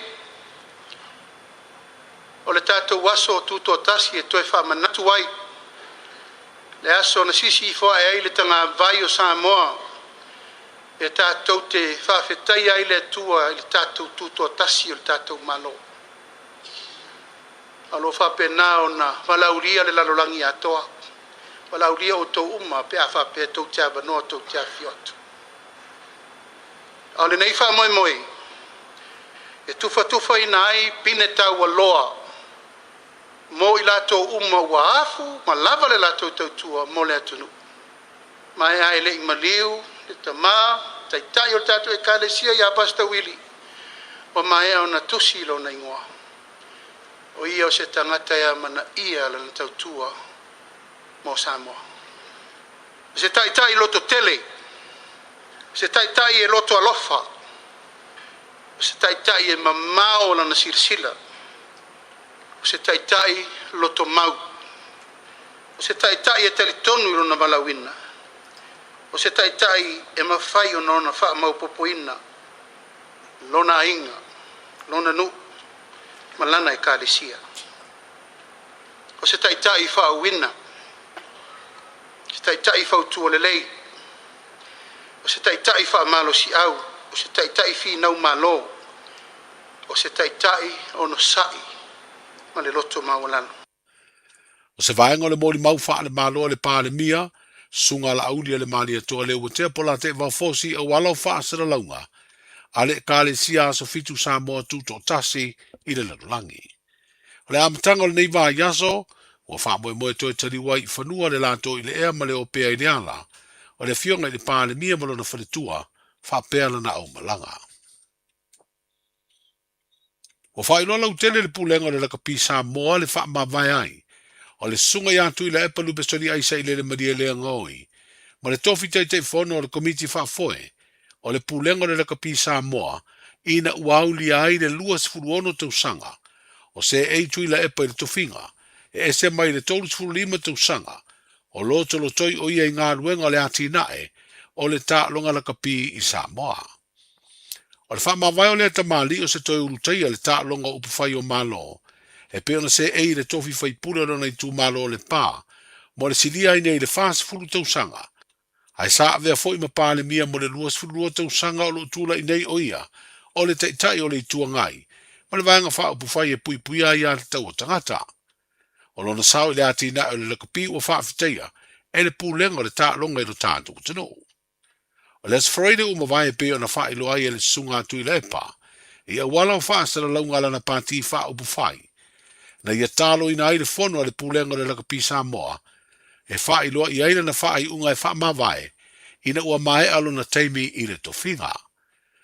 O le tausanga e lua whina ua wha mawae se tasi o tamali i, sa a vea matei te whono le sunga la auli Ellen Gray, na se e tuai tui le epa le tofinga, ma o tausanga na tautuai o le te whono le komiti wha foe le lakapi, na si tia maua nungai le tūlanga o Samoa i le lerolangi, i le nei tā longa na ausi ai e le au lakapi tere o le manu Samoa, le tūlanga fitu. Wa wha iloa le lakapi Samoa le se e atuai, o le sunga ia papali i nā mula ulu sami leota, o lo avea nei ma pele stende le lakapi Samoa, e tau ave le tofinga te whono mo se teimi, e tāli ai le whiriwhiringa o se te whono whau. O le asunga fua nei vai aso wa whiairo tātu o tunu e se manuao, o se vaasu e sue o le fitafita o le sami, o le malo farani, e wha mautu le tunu o New Caledonia o se territorio le malo i to tonu o le Pasifika. O le manua o le Vendei Mei Ea, e tolu aso le a taula ai le wafu tele ia pia, ia ma le a whaia nisi o na ngā luenga fesoa soani, e pe o le toe whaale lei o le whalea onga whaateitai o le fio anga o patai whale la tai. O le ati tala fo i mo le mai mo ina nisi o whanau a onga, e pe o whanau me le a onga le a musa o Sabavau, whapea whanau o a onga whaaseila i le Universitea o Samoa. O le ai fo ni au tā alo le tātu o tunu o le a tā alo ma se au vori polo, a le au waa o lea manua o e whaia lea i le malai tā alo i tuana i mato. O wha i loa le ofisa o le malo o Farani a pia, o le a whea o Samoa e lea manua o se vahenga o ana malanga asiasi i a tunu o le Pasifika. O le isi manua o le fitafita o le sami o lea malo, o wha moe a whea lo tātu o tunu i do ngā tonu, o le masina foua a perila.